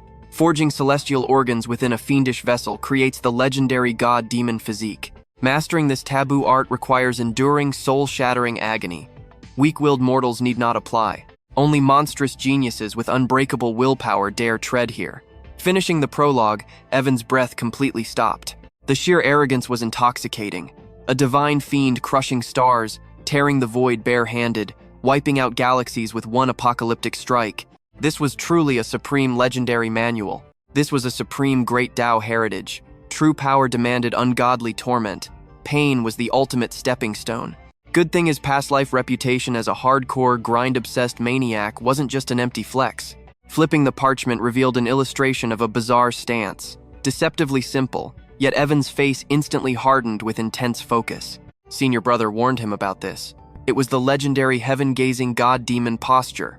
Arms thrown wide, bridging sky and soil. This awkward pose formed the supreme foundation of the ancient art. Upon mastery, the cultivator absorbs cosmic energy itself, treating the blazing sky as a mighty hammer and earth as a brutal anvil to forge a demon's physique. Fail to decipher this single image, and you remain unworthy. True peerless prodigies unlock its secrets in a heartbeat. Trash-tier talents would stare for lifetimes in vain. Yet, this specific posture was utterly humiliating. What sane person stands like a lunatic? As dawn's first light broke, Evan swallowed his crushing pride and mirrored the incredibly awkward diagram perfectly. Weakness is the ultimate disgrace. With his trash talent, missing this golden chance meant centuries of mockery dancing on his pathetic tombstone. Actually, he wouldn't even earn the luxury of insults. He'd vanish into obscurity, stop panicking, focus his aura. I will conquer this. Meanwhile, deep within Jin Kingdom's Inkwind studio, a purple-robed maiden furiously attacked the parchment. Ink Fairy, is the draft finally finished? It is almost 3 a.m. Missing this deadline means absolute disaster, a panicked voice cried out. Stop pressuring me. I know the stakes. I am writing, she fiercely snapped back, her lightning-fast brush never pausing. The middle-aged manager lingered by the door, lecturing endlessly. Your ancient god-demon art manuscript? A total disaster. We barely sold 3 copies. Ink Fairy, drop this ridiculous genre. It is way too dramatic for modern readers. No one buys it. Modern cultivators crave easy shortcuts. Want a real hit? Check out the current chart topper, maximizing your spirit stones tenfold. That absolute garbage is flying right off our bookstore shelves. Her spirit shattered. She realized her absolute masterpiece had sold 0 copies. Her blood, sweat, and tears were utterly eclipsed by brainless, trendy garbage. I am so sick of this. You want to complain? Grab a brush and write it yourself, she snapped at the nagging manager. Anyway, did you investigate that rumor for me? The 10 Kingdoms Academy officially opens their gates for enrollment next year. He chuckled lightly and walked away. Finally, I can actually attend the academy." Her eyes sparked with absolute delight, a wave of pure, fluttering joy. The most prestigious academy in the realm. It must be packed with legendary prodigies. 3 days vanished like smoke. Evan violently coughed up crimson blood yet again. 3 entire days of brutal, endless training, resulting in 3 agonizing failures. Maintaining the heaven-gazing stance for days yielded absolutely nothing. The ancient god-demon physique remained utterly out of his grasp. Frustration burned within him. The manual was explicit. True geniuses instantly comprehend the heaven-gazing god-demon diagram upon sight, while the untalented will never grasp its profound mysteries before death. Yet Evan fiercely refused to yield. Out of every 12 hours, he devoted 11 strictly to bone-crushing cultivation. Even his single hour of rest was pure agony.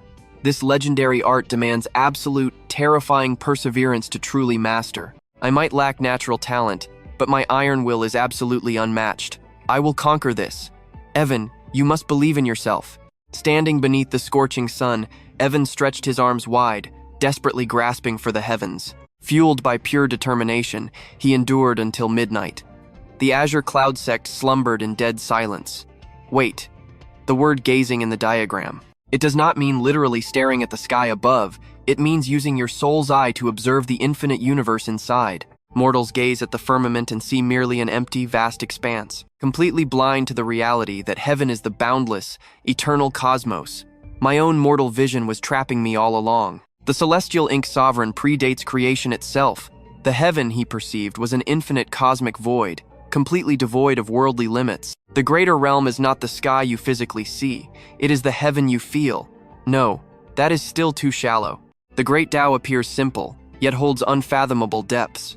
What is the true hidden essence? A forgotten text sparked in his mind. The ancient philosophy of 3 eyes and 6 insights. The celestial eye entirely transcends physical senses, piercing directly through worldly illusions to reveal what ordinary eyes cannot. While the Dharma eye reaches an even higher realm, instantly perceiving the fundamental laws and absolute nature governing reality. I must break free from this pathetic, literal way of thinking. I need to dive deeper into the soul, uncovering the ultimate truth and higher cosmic laws, understanding those divine patterns at a higher stage. As dawn broke, a gentle breeze caressed his face like a comforting mother. The warm, golden morning light completely washed away the heavy, suffocating tension from Evan's brow. The final puzzle piece. I understand. Evan's eyes shot wide open, his voice trembling in sheer awe. My failure to break through was born from a completely flawed perspective. Gods and demons observe the exact same world, yet they perceive it entirely differently due to their conflicting inner hearts. The ultimate secret of this legendary art? Everyone already harbors a dormant god demon deep within their soul. You merely need to gaze inward to awaken it. Evan, you absolute fool. You almost remained blind to the truth. He cursed his own thick-headedness. He had completely failed to grasp the profound mystery hidden behind the words, gazing and heaven. Taking a deep, centering breath, Evan firmly assumed the heaven-gazing god-demon stance again. But this time, he completely ignored the physical sky. Closing his eyes, he transformed his beating heart into his absolute vision, gazing deeply into the boundless heaven and earth within his own soul. Instantly, spiritual winds howled. A breathtaking infinite cosmos violently bloomed wide open inside Evan's mind. Countless brilliant galaxies manifested, immeasurable and eternal. Suddenly, a majestic god-demon, as terrifyingly massive as the blazing sun, erupted from the void. Is this my personal god-demon? In that precise second, the actual night sky trembled violently. The heavens quaked, every single star ignited with searing, blinding brilliance. A dazzling meteor aggressively ripped right through the silent, dark firmament. Deep in the mountains guarding the 10 Kingdoms Academy, the realm's absolute strongest cultivators simultaneously snapped their heads up in sheer disbelief. As the celestial bodies blazed, a red-haired master stared with wide eyes, unable to contain a wildly ecstatic grin. A divine core has finally descended upon our world. The heavens have not abandoned the righteous path. Junior brother, cease that mad cackling. How many times must I remind you? Maintain your sex dignity. You look exactly like a deranged demon cultist right now. The white-robed senior scolded, his brows knitting in pure disapproval. Why lose your composure entirely? These celestial omens are incredibly fickle. Besides, if our noble sect relied solely on shifting stars to survive, we would have crumbled to dust ages ago. The red-haired junior finally swallowed his blazing, wild excitement, completely unconvinced by the lecture, and pushed back. I know your thoughts, but there is zero need to panic. Let us simply observe the heavens patiently. True supreme treasures never remain buried. Meanwhile, deep within the great Xia dynasty's imperial palace, the absolute sovereign rested upon his grand golden throne. The shifting heavens had not escaped his terrifying notice. Your Majesty, if a legendary divine core has actually manifested, what if it falls entirely outside our empire's borders? A green-robed consort whispered, delicately tasting a glowing spirit fruit. Then we conquer it. The Emperor's eyes snapped open, a chilling, absolute dominance flashing across his terrifying crimson gold irises. Everything beneath the heavens belongs to Xia. A mere divine core will not break my absolute rule. Meanwhile, across the savage beast wastelands, a blazing meteor violently shattered the dead silence of the frozen sky. Down on the frozen tundra, a scarred, white-haired warrior casually dragged a slaughtered beast behind him, a colossal monster practically as massive as an entire mountain range. Sensing the celestial shift, he tilted his head upward. A divine core has descended. It seems our mighty demon clan must awaken for war. The scarred beast slayer declared with a feral, bloodthirsty laugh. Before his savage laughter even faded, he drew his massive greatsword and lunged toward another colossal shadow lurking nearby. The scene abruptly shifted to Sterling's dark room. Sterling had practically coughed up blood from studying, yet comprehended absolutely nothing. It was soul-crushing. If he had been totally alone, he would never have considered himself absolute trash. But with Evan's monstrous talent shining, the terrifying gap was suffocating. Yet, his profound frustration right now was not regarding innate talent. He had never expected supreme greatness there. What was slowly destroying his sanity was this wretched cultivation manual. If Master Taiwa discovered he could not even grasp the absolute basics, the old man would definitely hunt him down with a drawn sword. 9,000 taels of gold. That was the entire Azure Cloud Sect's hoarded wealth over several thousand years, and he had learned utterly nothing. Honestly, if he were in Master Taiwa's position, he would have strangled himself too. Sterling sat in miserable isolation, staring blankly at the dark heavens, completely oblivious to the legendary celestial anomaly that currently had every supreme cultivator worldwide frozen in absolute awe. In his heavily depressed mind, the starlight simply felt a tiny bit more blinding than on any normal night. A suffocating wave of pure teenage melancholy crashed over him without any real warning. He possessed zero clue why his heart felt so incredibly heavy lately. Every single midnight, this devastating sense of existential gloom would strike his soul, and the encroaching darkness was only growing stronger. Stray moonlight slipped through broken clouds, drowning within the silent depths of the darkest ocean. I am so incredibly sorry for even being born. That pathetic, heart-wrenching thought bubbled up from absolute nowhere. Meanwhile, just a short distance away, Drew and Lily observed Sterling's depressing solo pity party. Second brother, what in the heavens is troubling our senior brother these days? Every night he isolates himself to stare blankly at the sky. Do you think a heavy burden is crushing his spirit? Lily whispered softly. I have absolutely no idea, Drew replied, slowly shaking his head. Could it be that our youngest junior's cultivation talent is so complete garbage that teaching him is ruining his sanity? That is entirely possible. The sword path simply rejects some. Well, I will personally handle the junior's training in a few days. If this horrible depression continues, our senior brother's Tao heart might completely shatter. Plus, it will finally give our senior brother a chance to witness true, flawless martial arts instruction. At that exact moment, a majestic vision of the universe exploded across Evan's inner consciousness. Boundless and infinite, this was the heaven and earth forged within his very soul. Space across all 6 directions forms the boundless universe. All time, both past and present, creates the eternal cosmos. This cosmic inner realm was infinitely vast, yet unbelievably compact simultaneously. Within Evan's spiritual void, a heaven-defying god-demon materialized. Its suffocating presence was pure terror given physical form. Just a tiny fraction of its aura made the stars tremble. It stood proudly at the very center of creation, firmly holding the supreme great Tao. The 5 elements and yin-yang swirled beneath its crushing feet, its divine gaze piercing reality. Is this the legendary physical art destined solely for me? Evan slowly opened his eyes, his deep voice echoing like a distant thunderclap. His mortal soul shook violently as he locked his spiritual gaze upon the god-demon. In a flash, endless profound martial insights flooded his brain. It was the supreme heaven-shaking method to initiate the god-demon body forging. Heaven as the mighty hammer, earth as the blazing forge. Devour all things, be utterly reborn. A primordial voice boomed across Evan's mind. In that split second, the ultimate secret of the god-demon body forging shattered his final bottleneck. Fully realized, completely his to command. 1 hour later, Evan awakened. He finally understood the forbidden cultivation path of the ancient god-demon art.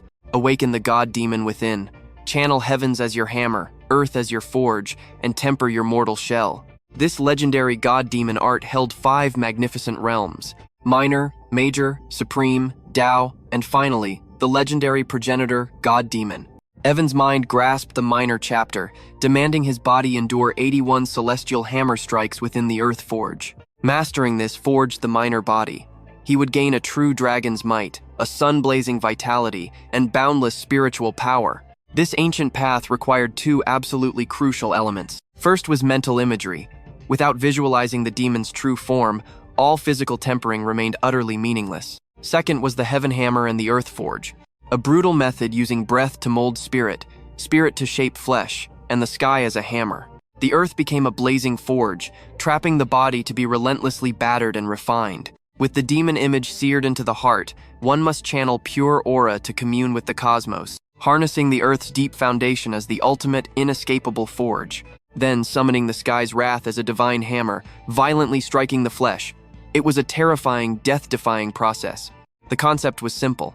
With enough spiritual energy, one could ignite a single brutal tempering session. Yet without an unyielding, iron will, the soul would shatter and flesh collapse into dust. I thought breaking through was the real challenge. I never imagined the actual training would be this hellish. But honestly, it made total sense. Legendary arts demand agonizing trials. If it were easy, every peasant would be a soaring cultivator. Evan sat in pure awe of this terrifying path. Summoning the hammer and forge demanded a massive aura ocean. The problem? His aura pool was completely dry. Having never formally cultivated, he possessed absolutely zero spiritual energy to channel. This monstrous art would only demand more energy later. Plus, his trash-tier talent remained his most agonizing obstacle. This is a massive problem. What now? Evan rubbed his aching temples. Should I beg senior brother Sterling for help? He considered it, but immediately crushed the desperate thought. No, my talent is already garbage. If I expose my utter lack of progress, he might just resent my uselessness. But without senior brother's guidance, I am completely stuck. No cultivation means no god-demon art. Evan's brow furrowed heavily. Wait, didn't he toss me some chi refining pills? Those might be my lifeline, but pills hold hidden poisons, and I haven't even touched the true refinement realm. Consuming them blindly could trigger a horrific, deadly backlash. Master Taiwa once mentioned that second senior brother was an absolute alchemy fanatic. Maybe I can extract some wisdom from him. Meanwhile, across the sprawling sect, Drew held a glowing pill. A blazing mass of crimson gold flame exploded from his palm with terrifying, ferocious power. The scorching heat violently warped the air itself. Another success. I must maintain absolute composure, neither arrogant in victory, nor shattered by bitter defeat. Tomorrow, I will show our senior brother the true art of teaching. The scene violently cut to Sterling's messy quarters. After gifting Evan the demon art, Sterling spent 3 agonizing days grinding the Riverflow sword technique. But raw effort was useless. 3 sleepless nights yielded zero comprehension. It was utterly soul-crushing. The 4 Thunder sword art cost him decades to master. Now this Riverflow technique mocked him. Sure, it ranked a tier below the 4 Thunder, but that hardly softened the blow. He was simply a talentless hack. Frustration boiled his blood. Why was he cursed to teach sword arts? Couldn't Evan study literally any other discipline? Forget this nonsense, I quit. He collapsed flat onto the cold floor. My brain is fried. If I stop trying entirely, failure can't possibly touch me. Geniuses are fools. We all eventually turn to ash anyway. None of this cosmic struggle even matters. Effort and success mean absolutely nothing. Sterling withered on the ground, heart completely hollowed out, ready to just let the universe rot him away. I'm a pathetic, talentless waste. The true agony is not my utter lack of talent, nor my junior's overwhelming genius. It is suffering this profound humiliation in absolute silence. Master Taiwa expected him to pass down the legendary Riverflow sword art to Evan. Should the master discover his utter failure, death would be a mercy. Suddenly, approaching footsteps shattered his thoughts, followed by that dreaded familiar voice. Sterling, how goes your cultivation? Have you finally grasped the essence of the river flow sword art? The technique that drained 9,000 tails. Master, does true comprehension truly matter in the end? One must sever all earthly attachments to achieve inner peace. A blinding golden aura erupted from his very soul. It was as if he were ascending to divine enlightenment right then and there. What madness is this? What forbidden profound art have you cultivated? Are you ascending to the heavens right now? Master Taiwa shielded his vision against the blinding glare. I have cultivated absolutely nothing, Master. I have simply surrendered all earthly cares. Sterling had truly transcended. He existed entirely beyond mortal desires. A heavy silence fell before the Master chuckled, shaking his head in sheer disbelief. I knew it would come to this pathetic display. On your feet, we depart for the purified soul range. A true dance with death might force your breakthrough and forge your weak spirit. Fear not, I shall personally escort you. Sterling's heart plummeted into the abyss. Eyes wide with raw terror, he audibly gulped. You must be joking, Master. Not the cursed purified soul range. That treacherous mountain range was Greenreach Province's deadliest forbidden zone. Overflowing with dense spiritual energy, it birthed endless hordes of monstrous beasts. Even peerless geniuses from the province's supreme sects met gruesome, untimely ends within those shadows. Ignoring his disciples' utter panic, Master Taiwa spoke with chilling calm. While you fight for survival, I will hunt low-tier beasts. We desperately need the coin to fund your Marshall Brothers cultivation manuals. I refuse to step foot in that hellscape. My survival is paramount. Without a shred of hesitation, Sterling turned and sprinted for his life. Cultivation might break the spirit, but death is permanent. Halt your steps, you ungrateful brat. Did you not just claim to have severed all earthly ties? Master Taiwa roared curses, erupting with aura as he chased his runaway disciple. Boundless azure skies stretched over the vast Greenreach province, a martial realm firmly ruled by three titanic sects. The Four Thunders Sword Sect, established by the legendary Four Seasons Taoist, reigned supreme at the very pinnacle, rivaled only by the White Cloud Tao Order and the Four Moon Sword Sect. Meanwhile, deep within the Four Thunders sect grounds, a brutal martial trial had just ended. 10 victorious prodigies stood tall before the roaring masses. Outstanding, truly magnificent. 7 disciples had achieved perfect mastery of the Spring Thunder sword art, while 2 monstrous geniuses pushed it to its absolute zenith. However, the impending Greenreach Sword Tournament will be a bloodbath unlike any other. Just 2 months remain. You cannot afford a single moment of weakness. To ensure our dominance, the sect master himself will personally forge you in the fires of hell. Understood? As the elder's voice thundered out, thousands of martial disciples erupted into absolute pandemonium. The great Four Seasons Taoist was the founding patriarch of their divine sword art and the undisputed supreme swordmaster of the entire province. A living legend for centuries. Despite maintaining his absolute authority as sect master in recent times, he had become a phantom recluse, existing only in martial myths. For him to personally instruct the inner court was an unfathomable honor. Do not question the heavens. Your only duty is to bleed, sweat, and fight your way into the top 10. Our intelligence confirms a terrifying truth. Several ancient hidden recluse sects are unleashing their phantom disciples into this tournament. Do you grasp the gravity of this? The elder's booming declaration sent shockwaves through the courtyard, sparking a deafening uproar. The mere mention of hidden recluse sects crushed the disciples' spirits like a suffocating mountain. Though most had never stepped beyond the province borders, the sheer terror of that title was universally understood. Above their province ruled the Jin Kingdom, and above that, the Supreme 10 Kingdoms. Ancient lore spoke of a cataclysmic war that utterly shattered numerous invincible sects.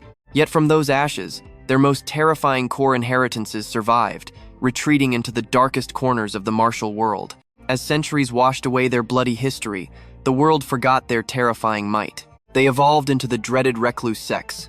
Even more terrifying were the single lineage inheritors, monsters carrying transcendent, heavens-defying power. Comparing their proud Four Thunders sword sect to a true recluse lineage, Mina was nothing short of a supreme insult to those ancient monsters. Meanwhile, within the majestic, towering grand hall of the Four Thunders sword sect, we offer our deepest respects to the sect master. Dozens of powerful elders bowed in perfect unison, as suffocating, solemn tension flooded the grand chamber. Stand, the ancient master commanded, sweeping his hand through the air. I gathered you all today for an event that will truly shake the heavens. What crisis brings us here, sect master? Is this about the Grand Mystic Sword Tower token? The great Four Seasons Taoist slowly shook his head. If this were simply about that token, I would never have summoned you all in such absolute panic. His voice dropped to a grave whisper. Have you heard of the 10 Kingdoms Academy? The 10 Kingdoms Academy? Are those legendary gates finally reopening? The elders froze instantly, their eyes stretching wide with sheer absolute shock. The 10 Kingdoms Academy stood as the absolute pinnacle across all 10 realms. It accepted only the most monstrous prodigies in existence. And by talent, that meant a terrifying standard the absolute peak geniuses of Greenreach Province could never dream of touching. Legends claimed a mere outer disciple from those sacred halls would be worshipped as a generational prodigy in their home nation. The great Four Seasons Taoist swept his calm gaze across the trembling room. Exactly. And I have uncovered the special envoy's true identity.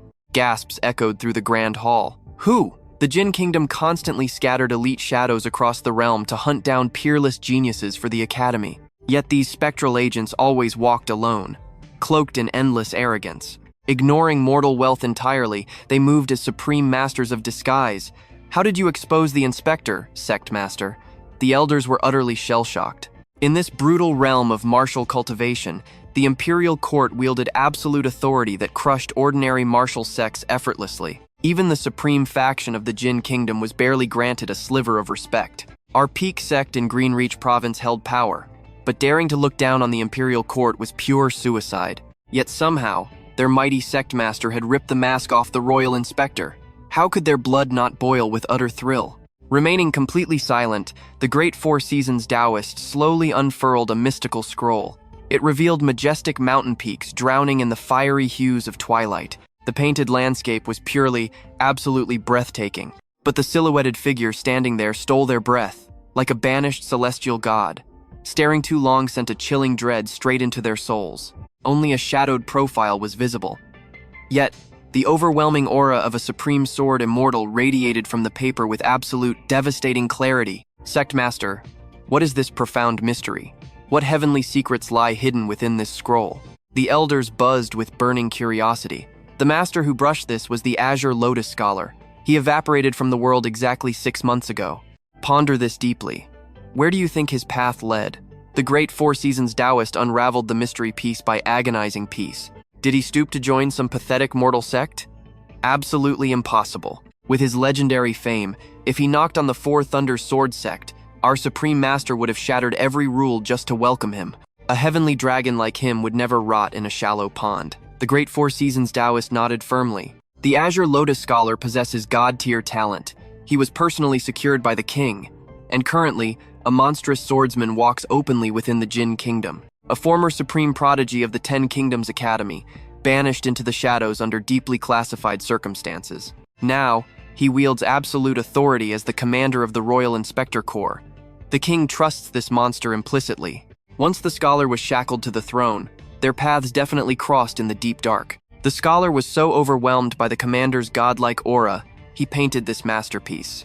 Or perhaps the king himself ordered it forged. Regardless of origin, the Taoists sliced through theories with precision. Sect Master, these are all still just baseless, wild illusions. We absolutely cannot accept this as reality. A defiant voice slashed through the tension as a white-haired elder completely lost his patience. An unnerving instinct warned them this puzzle was flawed. The great Four Seasons Taoist merely sneered coldly, then ruthlessly slammed his palm onto the canvas. Boom! A catastrophic burst of pure sword intent exploded outwards, instantly drowning the entire grand hall. Yet, this was absolutely not the Four Thunders art. It was an ancient malice bleeding directly from the ink. The soul-crushing gravity it radiated snatched the very breath from everyone's helpless lungs. A heartbeat later, the Taoist sealed his spiritual energy away, and the apocalyptic sword pressure evaporated like a fading illusion. "Still dare to doubt me?" he whispered. The grand hall immediately plunged into absolute suffocating silence. You could literally hear a single pin strike the floor. Nobody dared to breathe another question. For pure sword intent to be trapped inside painted ink, the first terrifying possibility was that the artist himself had achieved the absolute highest realm of sword mastery. But the Azure Lotus Scholar was a mere mortal, so that heaven-defying theory was instantly shattered. The second truth was that the painted subject possessed such transcendent, monstrous sword intent that it physically bled right through the canvas. The elders surrendered completely. Waves of genuine awe and frantic flattery quickly flooded the breathless room. "Sect Master, your divine insight is absolutely peerless. Only you could extract heavenly truths from such invisible clues. You are truly a supreme legend. Yet the great Four Seasons Taoist displayed absolutely zero arrogance. Instead, his commanding presence grew even more terrifyingly composed. But the real kicker? This legendary figure wanders wherever the wind blows. He drifts through mortal realms seeking simple worldly pleasures. Rumor has it he will toss away heaven-defying artifacts just to buy a quick drink and a hot meal. I actually stumbled upon this very painting in Whiteroot City. The merchant swore the seller's face matched this portrait perfectly, which proves the absolute commander of the Inspector Corps is hiding right here in Greenreach Province. That completely matches his unpredictable vibe.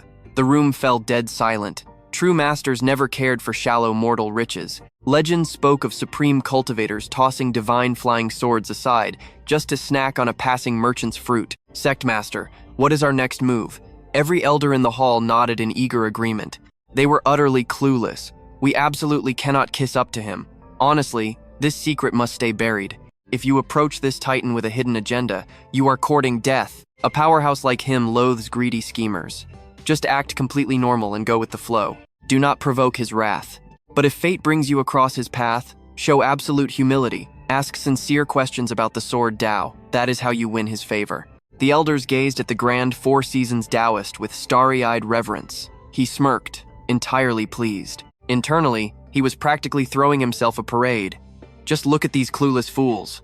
This entire sect would crumble to dust without my genius. Meanwhile, at the Azure Cloud Sect's forbidden Backcliff, junior brother Evan Ye intensely studied the terrifying sword slashes scarring the rock face. His ancient god-demon technique was paused for now. His spiritual energy reserves were completely tapped out. He debated popping a chi condensing pill to break through. Asking his eldest martial brother felt way too embarrassing, though. Suddenly, a smooth voice shattered his deep concentration. "Little junior brother!" A flawlessly composed young man strolled into view, beating Evan to the punch. "I am your second senior brother, Drew Shu." Drew is fine. Evan's eyes lit up instantly. Talk about perfect timing. Here stood the exact lifeline he desperately needed, an alchemy master. "Greetings, second senior brother." Evan scrambled up and bowed deeply. Drew lacked Sterling's dazzling aura, but radiated pure scholarly elegance. His pale blue robes fluttered gently. "Skip the formalities, kid." He possessed a comforting warmth and the grounded vibe of a true sage. "Eldest brother is swamped with sect business right now. He sent me to teach you the heavenly art of alchemy. Brother Drew, did Senior Sterling ditch me because my sword talent is utter garbage?" The insecurity slipped right out. Sterling's sudden disappearance had Evan spiraling into pure self-doubt. Drew paused, flashing a deeply reassuring smile. "Listen, your sword talent might be painfully average, but our eldest brother would never abandon you. You are his first real student. He is just figuring out his own teaching style. Do not sweat it. Today, we conquer pill refinement. Nobody masters the entire Tao. Sure, your swordsmanship might be completely mediocre, but your hidden destiny might lie in the alchemy furnace. I get it now. Thanks for believing in me. I swear I will grind my sword skills until I finally earn his respect." Instead of breaking, Evan's martial flame burned hotter than ever. "All right, chatter is over. Let us forge some pills." Seeing the kid's unshakable grit, Drew quietly breathed a sigh of relief. He summoned a massive four-legged jade cauldron. Instantly, a heavy, earth-shattering vibration rippled through the air. Among the 10,000 Taos, no single path is supreme. But the alchemy path? It literally contains the ultimate secrets of the cosmos. "Tell me, Junior, what defines an absolute god-tier alchemist to you?" Evan froze. That specific phrasing triggered a massive case of déjà vu. Was Drew another terrifying hidden expert? The Azure Cloud Sect always gave off crazy hidden dragon vibes. Yet his martial siblings remained a total mystery. Besides Sterling being an absolute monster, obviously, but staring at Drew right now, he radiated that exact same untouchable divine energy. Evan pondered deeply before answering. "Brother Drew, a supreme pill master looks down upon the entire world. A single legendary pill can make apex predators slaughter each other in pure frenzy. Physical strength always hits a ceiling, no matter your heaven-defying talent. Alchemists shatter mortal limits. They rewrite destiny itself." This was Evan's absolute conviction. In every legendary tale, pill masters demanded absolute reverence. Even unrivaled martial gods bowed before a grand master of alchemy. The martial realm overflowed with experts. Yet when the Grim Reaper arrived, pure power became utterly worthless. A single supreme elixir grants centuries of borrowed time. Facing that miracle, Who truly holds the absolute power? Too shallow, Drew sighed, shaking his head. His profound gaze hinted at unfathomable secrets. That is mere mortal medicine. Broaden your horizons, Junior.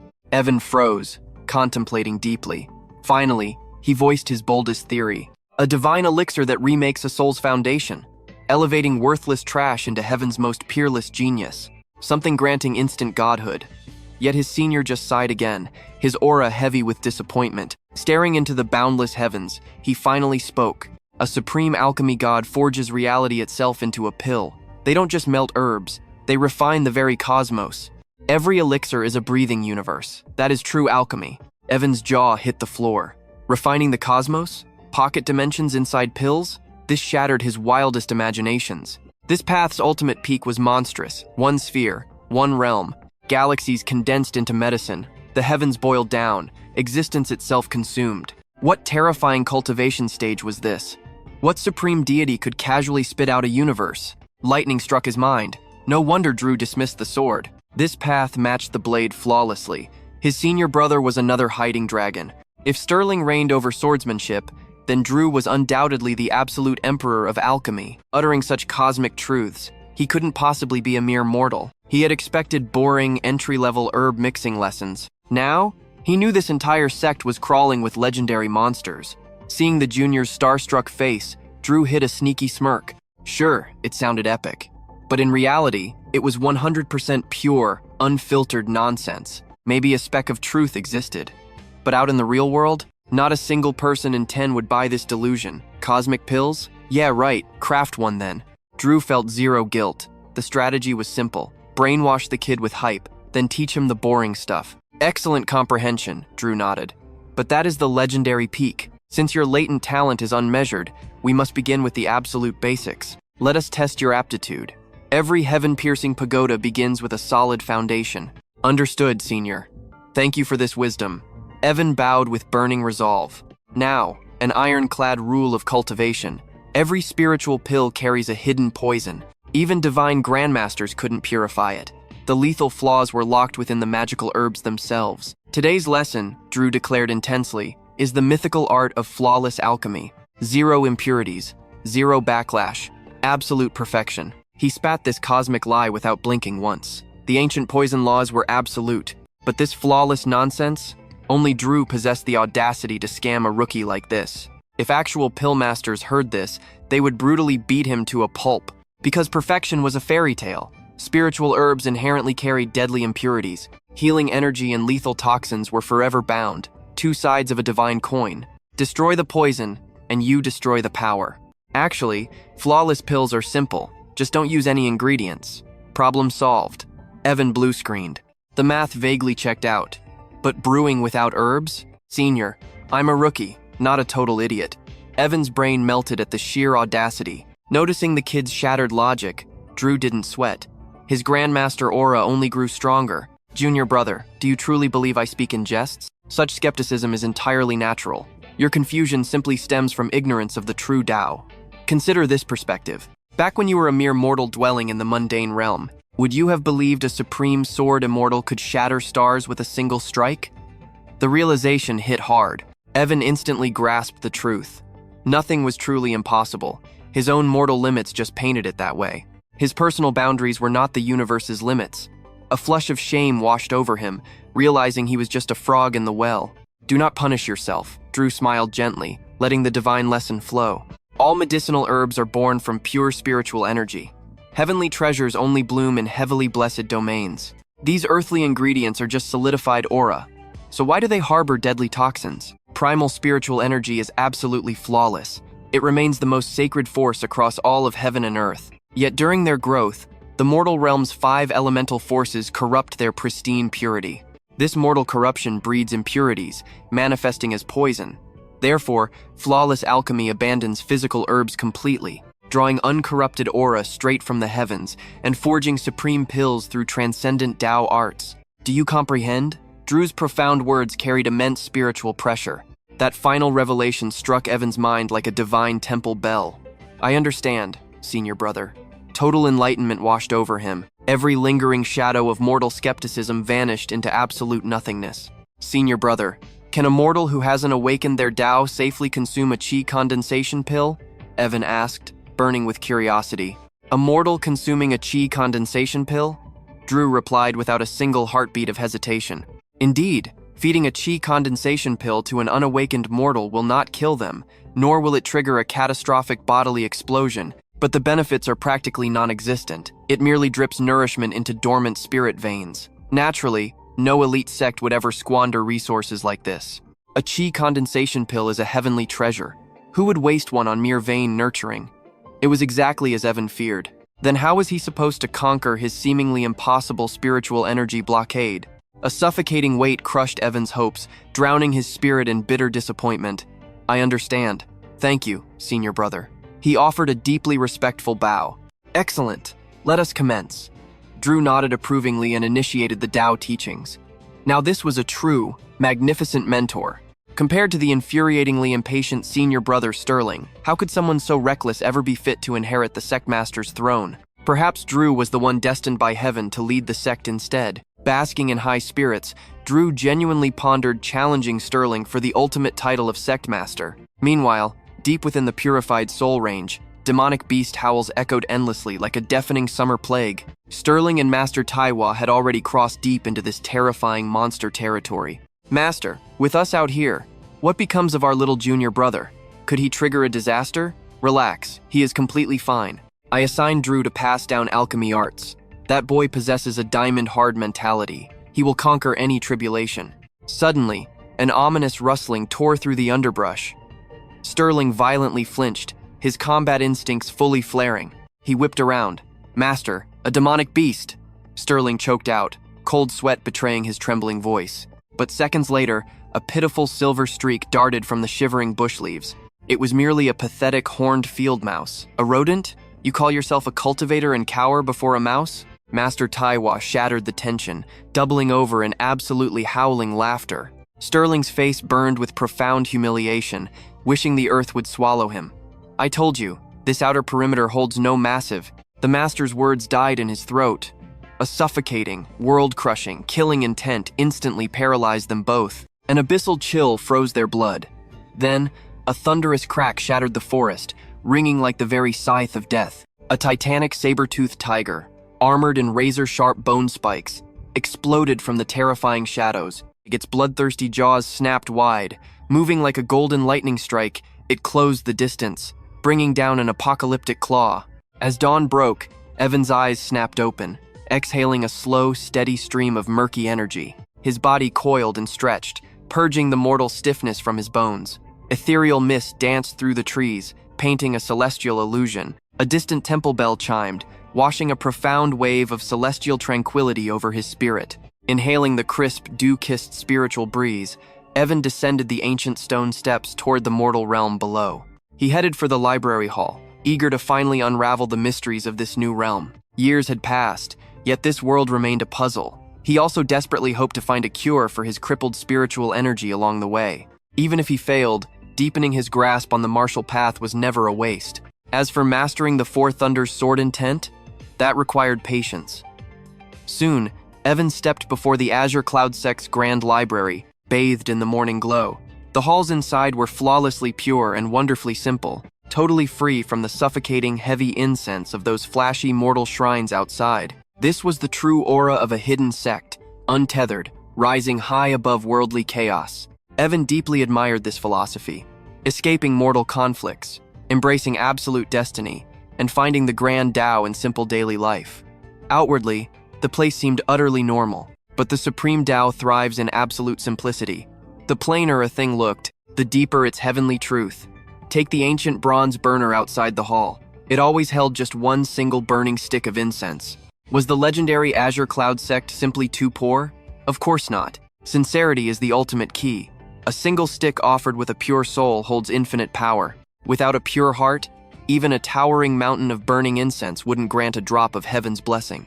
Evan gazed intensely at that lone ember, his entire soul overflowing with deep, quiet awe. Such a tiny detail, yet bursting with cosmic truth. A true hidden sect is simply extraordinary. Calming his racing mind, Evan finally entered. The Azure Cloud Sect's collection seemed shockingly small, just 4 shelves, but each brimmed with ancient scrolls. He didn't dare breathe too loudly. He stepped with absolute caution, touching nothing.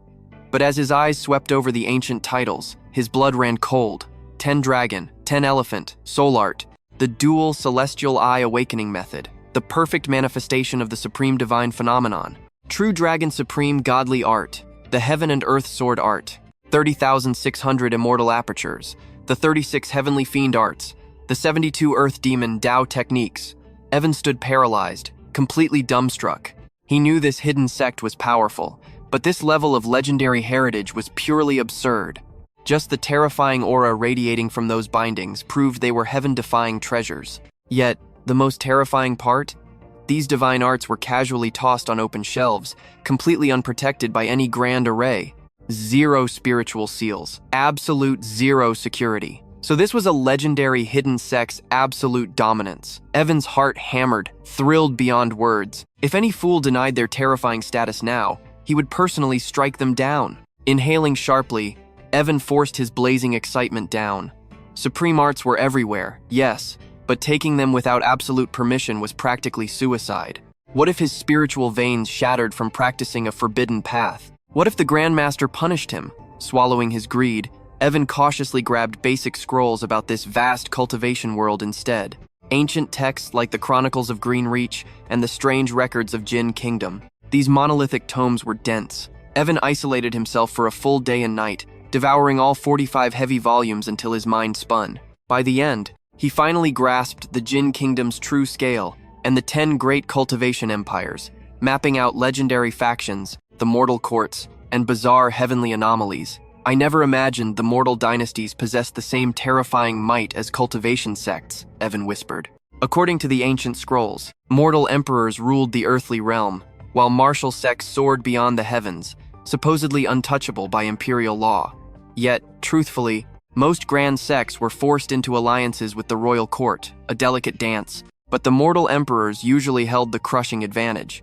This terrifying realization hit Evan like a lightning strike, fueling deep frustration. Had he known this secret, why bleed through 50 brutal ascension tournaments? He could have crushed the imperial exams, seized the prime scholar rank, and marched straight into royal power. Who dared claim government officials couldn't cultivate immortality? He silently cursed those trashy Earth novels for making mortal kings look weak.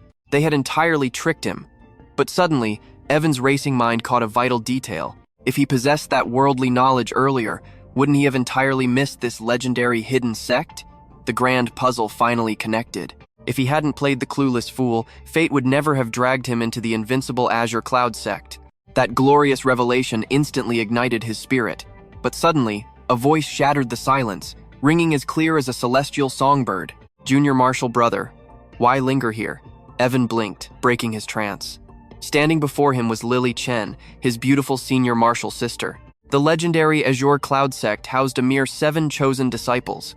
Until this moment, our hero had crossed paths with just 3. First senior brother Sterling Su, alchemist Drew Shu, and finally Lily. Legend spoke of 5 martial brothers and 2 sisters. Yet, gazing at Lily, one undeniable truth remained: her breathtaking, ethereal beauty. Though her youthful features defied logic, her earlier initiation bound Evan to ironclad sect rules. She was officially his senior sister. Junior brother, shouldn't you be deciphering the ancient sword scars at the back cliff? Lily approached, an innocent smile gracing her lips. Pure-hearted and sheltered, she blossomed solely within the sect's secluded walls. Even during rare mortal realm visits, she completely avoided outsiders. Naturally, Evan's sudden arrival ignited an unprecedented spark of joyful excitement within her solitary, peaceful world. Senior sister, brother Drew, guided me to this sacred archive. I needed to comprehend the vast foundation of our mortal realm. Evan instinctively retreated a cautious, defensive half-step backward. Not from aversion, but her sudden proximity was intoxicating. He could easily detect the sweet, lotus-like aroma clinging to her robes. Facing such overwhelming beauty at this range, whose Tao heart wouldn't tremble? Junior brother, you must cultivate diligently. Soon, I shall bestow the supreme Tao upon you. Completely oblivious to his inner turmoil, Lily enthusiastically clapped his trembling shoulder. The supreme Tao? Evan offered a wry, completely helpless smile. He knew this hidden sect harbored legendary monsters, yet imagining this naive girl as an unparalleled master felt slightly absurd. Her innate talent surely dwarfed his, but a supreme sovereign? Unlikely. Regardless, Evan harbored nothing but profound respect for her. Truthfully, her gentle aura had already won him over. She was the absolute embodiment of radiant, unwavering sect hospitality. Besides, with divine beauty like hers, who dared complain? Senior sister, may I genuinely attempt to comprehend this ancient text? Evan carefully grasped the wondrous method of 3,600 immortal apertures. Absolutely. Enlighten yourself with whatever calls to you. Lily barely skimmed the legendary cover, waving dismissively. Truly, Evan hesitated, terrified that forbidden arts might trigger fatal chi deviation. Such absolute freedom was unimaginable. These are mere foundational scrolls. How could anyone face demonic backlash from such simple truths? Lily laughed it off, displaying zero concern for the potential dangers. Every artifact in this pavilion is beginner tier. Honestly, facing a spiritual deviation here is basically impossible. Those careless words struck Evan like thunder. If this miraculous scripture was basic, what divine tier were the core teachings? More crucially, his crippled spiritual meridian crisis might finally find an ultimate resolution. Observing Evan frozen like a stone statue, Lily tilted her head. Junior Marshall brother, are you unwell? Is your chi disturbed? Evan frantically shook off the shock. I am unharmed, just incredibly overwhelmed discovering an art that perfectly aligns with my destiny. Thank you, senior sister. Utter sincerity laced his voice. Think nothing of it. Forge your core and trust your potential. Also, drop the formal title. Lily is perfectly fine. She beamed with radiant joy, her ethereal charm suddenly multiplying tenfold. I am eternally grateful, Sister Lily. Evan respectfully bowed. With a graceful twirl, she glided right out of the grand pavilion. Though eager to chat, she wisely retreated to protect the sect's deepest secrets. A warm welcome was exactly what he needed. Left alone in the silence, Evan unrolled the ancient parchment. Endless rows of glowing, mystical runes immediately flooded his vision. Mankind reigns supreme among all creation. Within the mortal vessel slumbers a divine golden treasury, 3,600 sealed immortal gates. The core ancient philosophy was shockingly simple to grasp. It detailed how boundless cosmic treasures slumbered within our mortal frames, heavily locked behind specific chakra points. Shattering these profound barriers allowed a cultivator to devour raw spiritual essence straight from the heavens. It violently nourished the physical body, exponentially multiplying cultivation speed. Shattering every single spiritual gate unconditionally doubled one's cultivation velocity. Awakening all 3,600 meant advancing 30,600 times faster. No wonder Evan's very soul was trembling. His ultimate fatal flaw was his catastrophically trash-tier spiritual aptitude. But conquering the wondrous method of 30,600 immortal apertures would utterly erase that curse. He already grasped the legendary 4 Thunder Sword art basics. He secretly possessed the ancient god-demon art, alongside Brother Drew's flawless, toxin-free alchemy techniques. Yet everything remained hopelessly sealed. Without a drop of raw spiritual energy, his martial path was entirely dead in the water. If he finally channeled heaven's breath, his raw power would become absolutely monstrous. Just visualizing that apocalyptic potential made his blood boil. With blazing determination, Evan etched the divine method into his mind, immediately dashing toward the forbidden back cliff of Azure Cloud Sect. Meanwhile, hidden deep inside the ominous Purified Soul mountain range, Master Taiwa slammed into the earth. A heavy spray of crimson painted the dirt. His ribs were completely shattered. The monstrous saber-toothed tiger closed in. Its bloodlust suffocated them like a mountain. Death was taking its sweet time. Curse it all! Bitter regret washed over the old master. He never should have brought Sterling here. In a heartbeat, his mind was made up. I have one last Earth Escape talisman left. Sterling, you have to run. If you stay, we both die today. Are you crazy, old man? You want me to just leave you behind? We still have cards left to play. The old master's vision swam.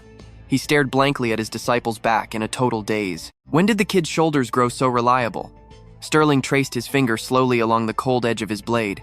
Blinding lightning erupted from the steel. His robes danced wildly without a breeze. He looked ready to slice the heavens apart. Master Taiwa sat frozen in absolute shock. Did their humble sect actually harbor a peerless genius? Was Sterling suppressing a monstrous power? A profound sense of safety suddenly washed over him. Die! Sterling roared into the heavens. His blade struck out like a blazing sun, aimed straight for the beast. But reality was cruel. The beast casually swatted him away with one paw. Sterling slammed mercilessly into the dirt. Hold on. After all that epic posturing, he got swatted like a pesky fly? Sterling brushed the dirt off his clothes with a proud smirk. Well, I looked awesome doing that. I am ready to die now. Are you actually kidding me right now? The monstrous beast unhinged its jaws. A sphere of crackling purple energy gathered deep within its throat.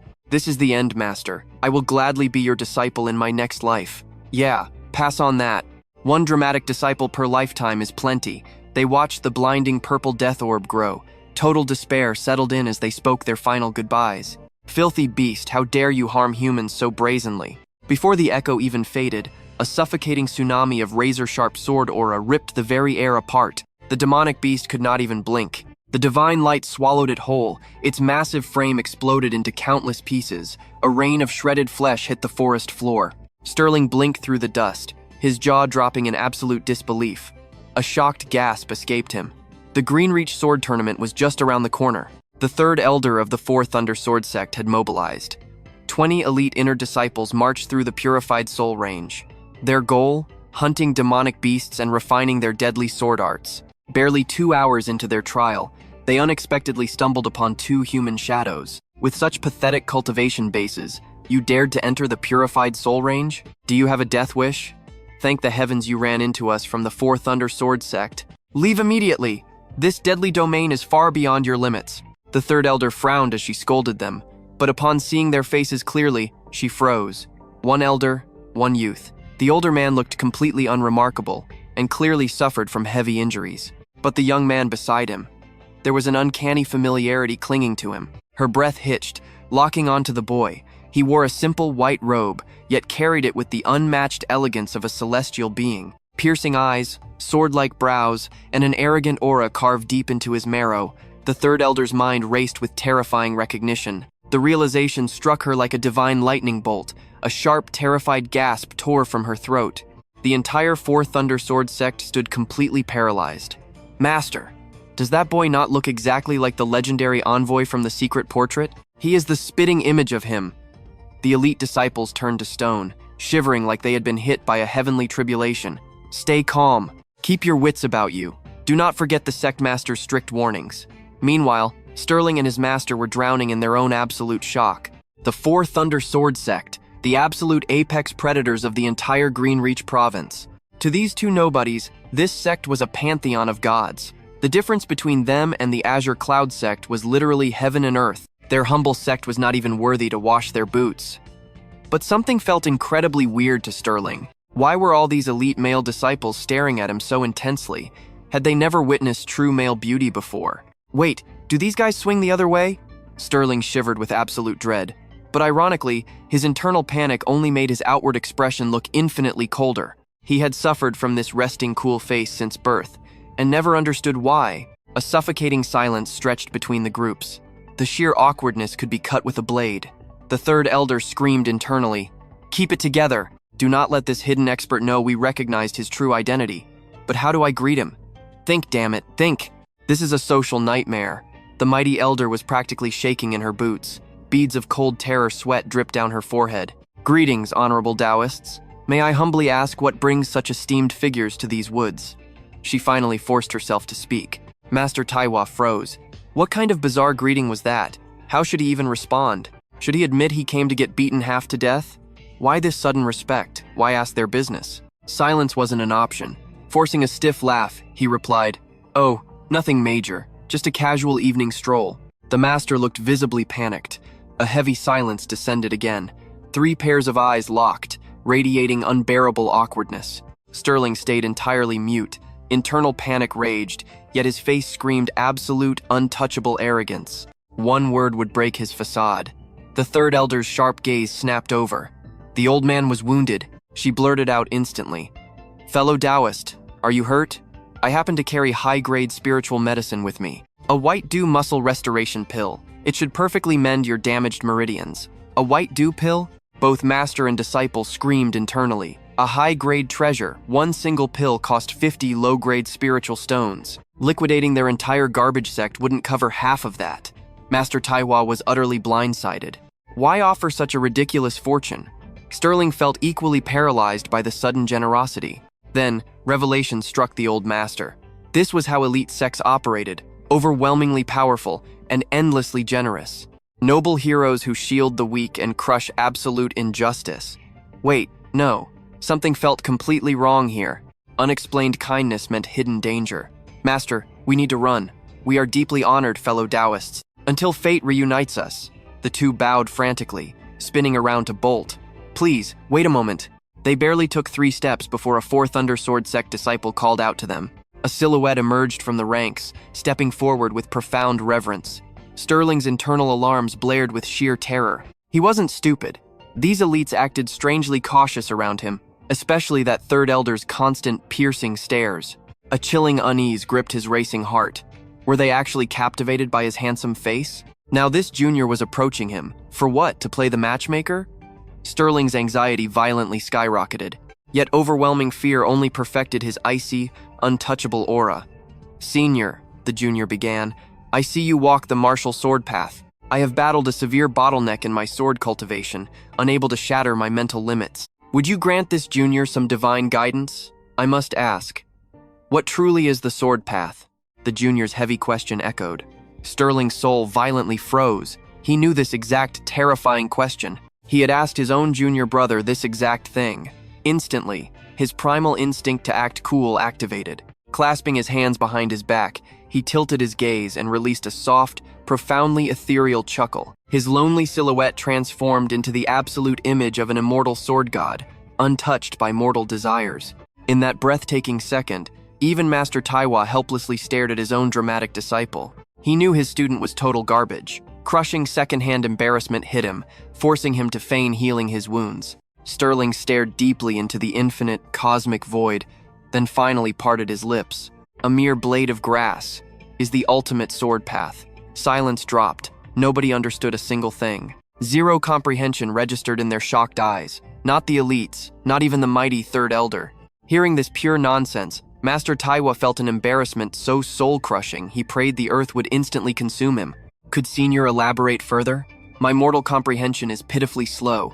The earnest disciple desperately begged for more. Sterling deliberately released a heavy, profoundly disappointed sigh. Evading the question, he chanted mysteriously, the sword's true way resides within. Where the heart commands, the blade follows. He maintained that perfect heavenly gaze, radiating the overwhelming pressure of a peerless, legendary grandmaster. This was his personally perfected rendition of the legendary one sword to shatter the heavens bluff. After countless mental simulations, he unlocked the ultimate scammer's secret. Just speak absolute, incomprehensible, mystical nonsense. They will never expose your fraud.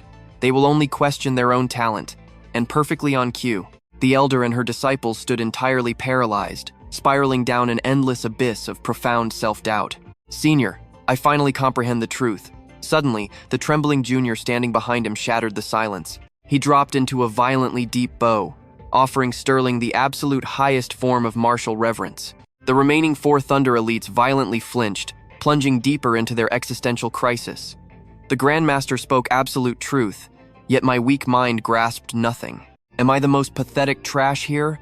It matters not. I must take this dark secret to my grave. Every single disciple of the 4th Undersword sect forced stiff smiles, shouting loudly that they had grasped his profound teachings.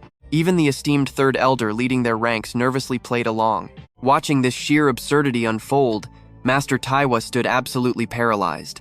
Sterling's sheer audacity to claim a mere grass blade held the ultimate sword path was shocking enough. But seeing these clueless disciples actually faking enlightenment, that completely shattered Taiwa's mind. What kind of grand illusion did you fools comprehend? Have you all gone completely mad? Yet Sterling remained utterly unfazed. His profound gaze stayed as placid and unreadable as an ancient, undisturbed well. He radiated the overwhelming aura of an absolute master. I have spoken all the truths I intend to share. Your enlightenment depends entirely on your own destiny. Sterling stood cool and unbothered, casting his profound gaze toward the distant horizon. The crowd gasped in absolute awe. He truly deserves the legendary title of Supreme Grandmaster. Their sect leader was completely right. The Jin Kingdom's Inspector General stood far above petty fame and mortal wealth. He lived completely free, surrendering his entire soul to the pinnacle of swordsmanship. Meanwhile, hidden behind the Azar Cloud sect cliffs, the youngest disciple Evan pushed through agonizing training. He slowly cracked his eyes open, exhaling a heavy, exhausted breath. He stared deeply into the boundless, glittering cosmos, yet his suffocating frustration refused to fade. Honestly, the despair was only growing. He had perfectly memorized the forbidden manual and pinpointed every hidden martial aperture within his flesh. But he quickly collided with a deeply crushing wall. He lacked the faintest clue how to absorb worldly aura, let alone command those surging tides to violently blast open his inner core. Worse yet, Evan realized a terrifying truth. Those basic breathing cycles, supposedly the easiest foundational steps, were actually mind-numbingly complex mysteries. I must step directly into the shoes of the world's very first martial ancestor, he pondered. The absolute pioneer who first conquered aura refinement. How did they achieve the impossible? I have to mimic their exact mindset. That is my only path to the truth. Evan resolved internally, aggressively diving back into the maddening puzzle. Swallowing the world's spiritual essence sounded incredibly simple, yet modern cultivators were just blindly walking a trail blazed by ancient ghosts. It felt exactly like mathematics from his past life. A 3-year-old toddler easily memorizes that 1 + 1 makes 2, blindly accepting it without ever questioning why it could not be 3. If he could just decode the 1 + 1 formula of worldly cultivation aura, he would finally earn the absolute right to carve out his own legendary destiny. Victory or defeat, his journey would shatter every known boundary. I am already lagging so far behind the others. Time is a luxury I lack. If this method fails, I will invent a new one. I swear I will crack this mystery. Time slipped away like sand, and soon 7 whole days vanished. Yet Evan remained hopelessly stuck, failing to absorb a single drop of aura. The suffocating weight crushed his spirit. He grew increasingly convinced his innate talent was simply absolute trash. Almost 20 full days wasted without crossing the starting line. He was truly a lost cause. Yet swallowing his bitter complaints, Evan relentlessly ground forward. After all, unless you shatter your absolute limits, how can you ever discover your true, boundless potential? Forget this. I will paint instead. Who knows? Maybe divine inspiration will suddenly strike. Evan reasoned internally, praying that artistic flow might purify his cluttered mind. Inhaling the sharp, dew-soaked morning breeze, he felt his tense muscles and chaotic thoughts finally begin to loosen. He stood silently, admiring the endlessly overlapping mountain peaks. They were drenched in glorious morning sunlight. Suddenly, reality itself seemed to dissolve into a striking, monochromatic ink-wash painting. Evan instantly resolved to capture this pure scenery on canvas. But without warning, a shadowy presence materialized directly behind his back. It was Drew Shu, his second senior brother. Spotting the unrolled canvas, Drew leaned over with intense curiosity. "Are you drafting a masterpiece? Could you possibly sketch one for me as well?" "Absolutely," Evan agreed with a gentle nod. It really mattered little to him. Art was just his mental escape right now. "Do you prefer sweeping scenery?" Drew tilted his head thoughtfully. "Why would I want boring mountains? Just paint my portrait. Ensure it looks incredibly handsome and brimming with deep soul. Feel completely free to exaggerate. I can definitely manage that." "Consider it done," Evan nodded calmly. This felt like the perfect chance to repay his senior for those alchemy lessons. 1 hour passed. Drew stretched his stiff neck, practically buzzing with excitement as he approached the canvas. The painted face fell slightly short of his own delusional beauty standards, but the majestic quality was undeniably solid. Truly magnificent. Just spectacular. "Junior brother, your artistic hands are blessed by the heavens." Utterly breathtaking, Drew praised with swelling pride. "It was merely practice. Shall I brush a poetic verse alongside it, Drew?" Evan offered politely. "Absolutely not. This masterpiece is already flawless." Drew despised boring poetry anyway. Why ruin perfection with words? The masterpiece was a pure flex. Forcing verses onto it would just ruin the vibe. Tucking away the unstamped scroll, Drew threw him a quick cheer before bouncing out to carve his own path. Walking back, he smirked. Master and Sterling are totally seeing this later, even if they lack artistic taste. Regardless, my flawless looks will stun them. Wait, maybe some poetic drip is needed. Whatever, I will forge my own verses later. Evan watched his buddy fade into a tiny speck across the horizon. Grabbing a pristine sheet of mystical canvas, he armed himself with his brush, starving for another masterpiece. That sketch for his friend ignited a bizarre, shocking surge of total focus inside his mind. Chasing that high, he tackled a breathtaking scenic view, his absolute specialty. Channeling brutal brushwork and delicate drops, he bled his deepest angst straight onto the parchment. The result was a gloomy realm of towering peaks and deep, creeping rivers. Its pitch-black aura radiated an invisible gravity that choked the breath. He had captured its very essence. Achieving the legendary artistic soul stage, he merged his spirit with ink. One glance would trigger pure, agonizing dread. Suddenly, a gentle phantom wind danced across his skin. Instantly, that toxic knot of anxiety inside him just melted away completely. Dropping the tool, he stared deeply into the heavens. Silence reigned. Reality paused. Humanity obeys the ground beneath. The ground bows to the heavens. Heavens bow to the Tao. Tao mirrors nature. These ancient truths flooded his consciousness. Right then, reality fractured. He froze like a statue, lost in profound meditation for what felt like eternity. Gradually, a confident smirk broke through his expression. He finally cracked the code. Cosmic galaxies rearranged into majestic formations in his mind. The grandest was a divine, roaring serpent dominating the core. He finally mastered the ultimate cheat code for absorbing worldly ki. His past desperate attempts to devour cosmic power were totally wrong. The real method was shockingly basic. Surrender control entirely. Invite the divine worldly essence to flow naturally into his mortal vessel. This was pure harmony. This was the true path. Immediately, rampant ki across 100 miles erupted into total frenzy. It twisted into a chaotic, apocalyptic cyclone of power. Swallowing endless ki, the tempest slammed into his core like a tsunami. A hidden spiritual barrier inside violently shattered. Within his soul, a constellation of 36 stars exploded with blinding radiance. From the glare, a mythic worm materialized. Its massive, godlike scale made the entire galaxy look tiny. Exhaling could annihilate reality. Its open eyes birthed the dawn, while blinking plunged existence into absolute darkness. An absolute ruler of dimensions and eras, its stare radiated apocalyptic horror. Just looking at it invited insanity. A beastly shockwave blasted his mind, nearly tearing his fragile spirit into pieces. Torch Dragon Divine Core. As the phantom vanished, ancient data crashed into his brain. He realized every human possessed hidden mystical gates. However, these cosmic gates were entirely unique. Absorbing this sacred intel, he realized his core housed the mythical beast. Awakening it meant claiming its devastating ancient godhood.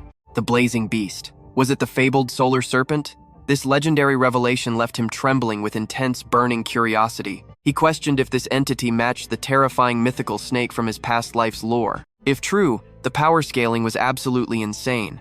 That serpent was the ultimate apex predator in ancient mythological records. Sacred Eastern scrolls literally crowned it as the supreme creator of the universe itself, a cosmic tyrant bending history and dimensions, casually walking between forgotten yesterdays and unwritten tomorrows, an all-knowing entity. Its golden gaze birthed the blazing sun, while closing its eyelids summoned the pitch-black void, a limitless, unstoppable god. Honestly, whether it was that exact mythical snake was irrelevant now. His divine gate was shattered wide open. Time to grind the supreme demonic deity technique that was his only mission. But pausing for a second, he caught the golden dawn breaking beautifully across the skyline. Shifting focus to his gloomy canvas, he quickly stroked bright, piercing sunbeams tearing through the pitch-black painted clouds. A tiny edit, yet the whole masterpiece erupted with sudden, brilliant hope. The crushing abyss finally shattered. Radiant light pierced the suffocating dark, parting heavy clouds to reveal a breathtaking dawn. Evan had finally grasped his ultimate truth. His inner burdens vanished, breathing miraculous life into the painting. Far away, Drew remained in deep meditative silence. A howling gale broke his focus. His brow furrowed, dread creeping over his face with every gust. "Oh crap," Drew gasped, his eyes flying open. He completely forgot to grab Sterling's precious laundry. Panic instantly struck him, leaving his nerves wound absolutely tight. His senior brother's prized robe was out there. If the wind claimed it, Sterling would absolutely murder him. At Azure Cloud Sec's rear cliffs, Evan achieved perfect energy gathering. The secret wasn't forceful pulling. It was a mutual bond. Worldly energy was a living, breathing entity. Let the willing spiritual forces flow in naturally. And those unwilling, leave them be. Let destiny make the ultimate choice. Evan surrendered his mortal tension. He abandoned absolute control, letting the heavens and earth freely decide his path. The first immortal aperture shattered open. A legendary, overwhelming sensation completely flooded his very soul. Pure spiritual energy roared into him like a raging tsunami. His awakened core devoured it like a bottomless abyss. Evan had forged his own legendary path to power. Normal cultivators desperately struggled to refine energy before absorbing it. Because every spirit, vein, and energy strand varied, tedious processing was always strictly required. That was the core of chi refinement. But Evan simply allowed the heavens to govern themselves. Destined energy would rush in. The rest would simply drift away into the void. Bypassing refinement entirely, he awakened a divine skill reserved for nascent soul legends. Autonomous cultivation. Furthermore, his terrifying absorption rate absolutely defied all logic and heavenly reason. In merely 2 hours, he devoured more spiritual power than Sterling gained in years of bitter training. This monumental breakthrough marked Evan's very first step onto his own unrivaled martial destiny. Yet, a brutal flaw remained. Awakening immortal apertures demanded an impossibly massive ocean of spiritual power. He drained the vital aura for hundreds of miles, but the second aperture remained stubbornly sealed. His body was a catastrophic void, but Evan was humble enough to appreciate his extraordinary gains. If the second seal held firm, so be it. It was time to master the terrifying ancient god-demon art. Exhaling worldly desires, he closed his eyes. He channeled the demonic divine entity slumbering within his soul. Raising one hand to the heavens, blinding solar fury violently converged within his open palm. He ruthlessly smashed it into the earth, harnessing the explosive subterranean power beneath his feet. The legendary Heaven, Hammer, and Earth Forge materialized. The cosmos forged a world-shattering divine weapon of absolute ruin. An ancient, colossal cauldron manifested before him, entirely wreathed in majestic golden dragons. Crimson gold hellfire instantly engulfed his entire vision. The apocalyptic heat threatened to melt the very world into slag. High above, the apocalyptic divine hammer fiercely crackled with infinite destructive lightning. Its deafening roar mirrored the absolute end of days. Yet, Evan's heart practically exploded with euphoric joy. A wicked grin slashed across his face. Using spiritual aura as the catalyst, it was an absolute success. But instantly, the divine hammer unleashed a cataclysmic shockwave that completely swallowed the heavens and earth. The earth violently quaked. Violent lightning ripped the sky apart as celestial darkness signaled true doom. Evan's pupils shrank to pinpricks. A cold sweat broke out. Wait, something is terribly wrong. This terrifying power is way too massive. It completely exceeds my mortal limits. Before he could react, the heavenly hammer plummeted. It crashed toward him with the devastating speed of an apocalyptic comet. Unstoppable tremors shattered the earth. The very atmosphere warped, brutally torn apart by raging electrical storms. Evan violently vomited crimson blood. The catastrophic impact instantly pulverized half his body into sheer nothingness. Deadly arcs of residual electricity fiercely flickered across his mangled, shattered remains. The ancient god-demon art mandates absolute destruction for true rebirth. Only those possessing an iron will can survive this hell. Evan suffered a soul-crushing blow. Half of his mortal vessel was brutally reduced to scattered, floating ash. But impossibly, no blood spilled from the wound. Instead, a foul, pitch-black sludge purged from his veins like toxic syrup. The sheer agony was absolute, looping past torment into a terrifying, deadened numbness. One violent tremor wrecked Evan's body, then dead silence. Jaw clenched, his soul roared with absolute defiance. Is this the end? No! I haven't even mastered the fourth thunderstorm intent. I must walk Sterling's legendary path.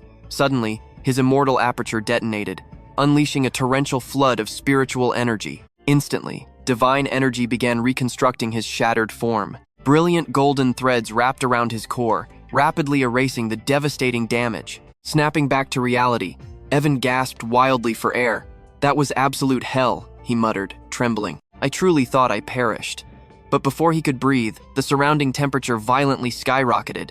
The legendary Earthforge had fully awakened its wrath. Crimson gold infernos erupted, swallowing the very heavens, threatening to refine heaven and earth into ashes. The purged toxic sludge was instantly vaporized, leaving nothing but fading wisps of demonic black smoke.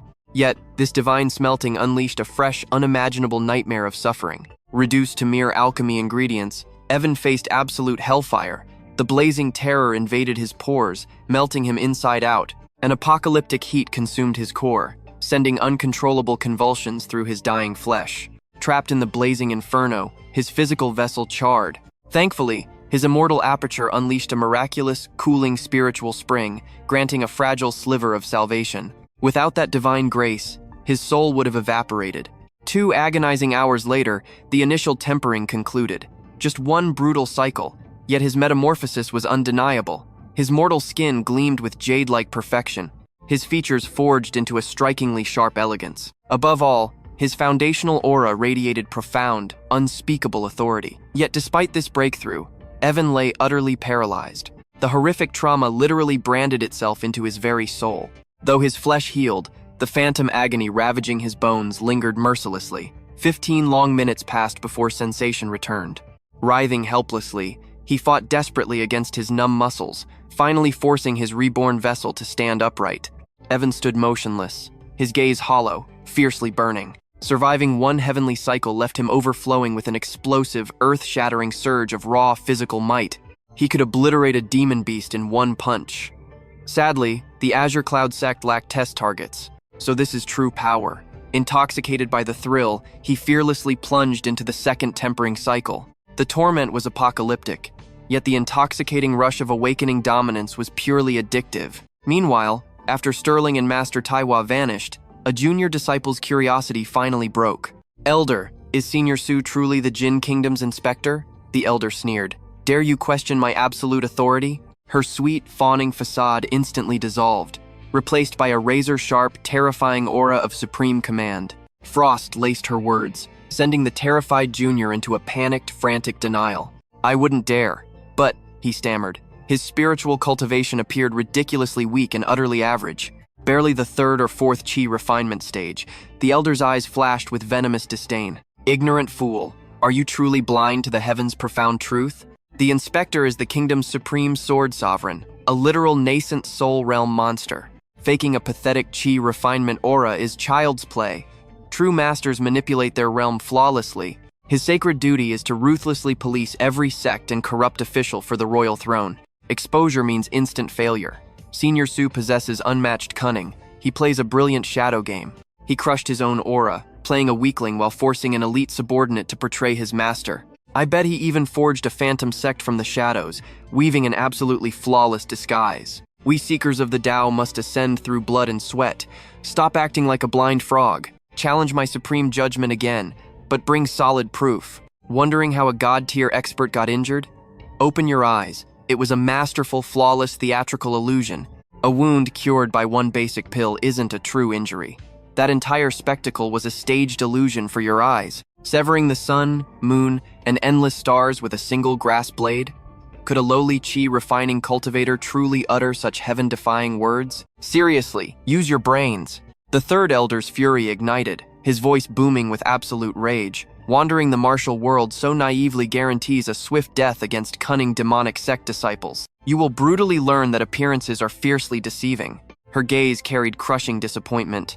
We were unbelievably foolish. Elder, please, show us mercy. Utterly convinced, the disciples bowed deeply, instantly confessing their arrogant mistakes. Meanwhile, escaping the purified soul range, Master Taiwa and Sterling stared back at the suffocating, pitch-black abyss they had just survived. Speechless, master and disciple furiously embraced, sobbing uncontrollably.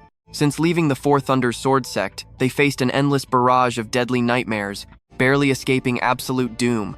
Without those supreme healing pills from the Sword Elder, Master Taiwa would have undoubtedly perished. Master Taiwa crumpled completely, melting into the dirt. Crushing fatigue devoured his senses. Stripped of all willpower, he let out a pathetic groan. This tiny purified soul range. I expected a casual walk, but I nearly sacrificed my entire soul inside.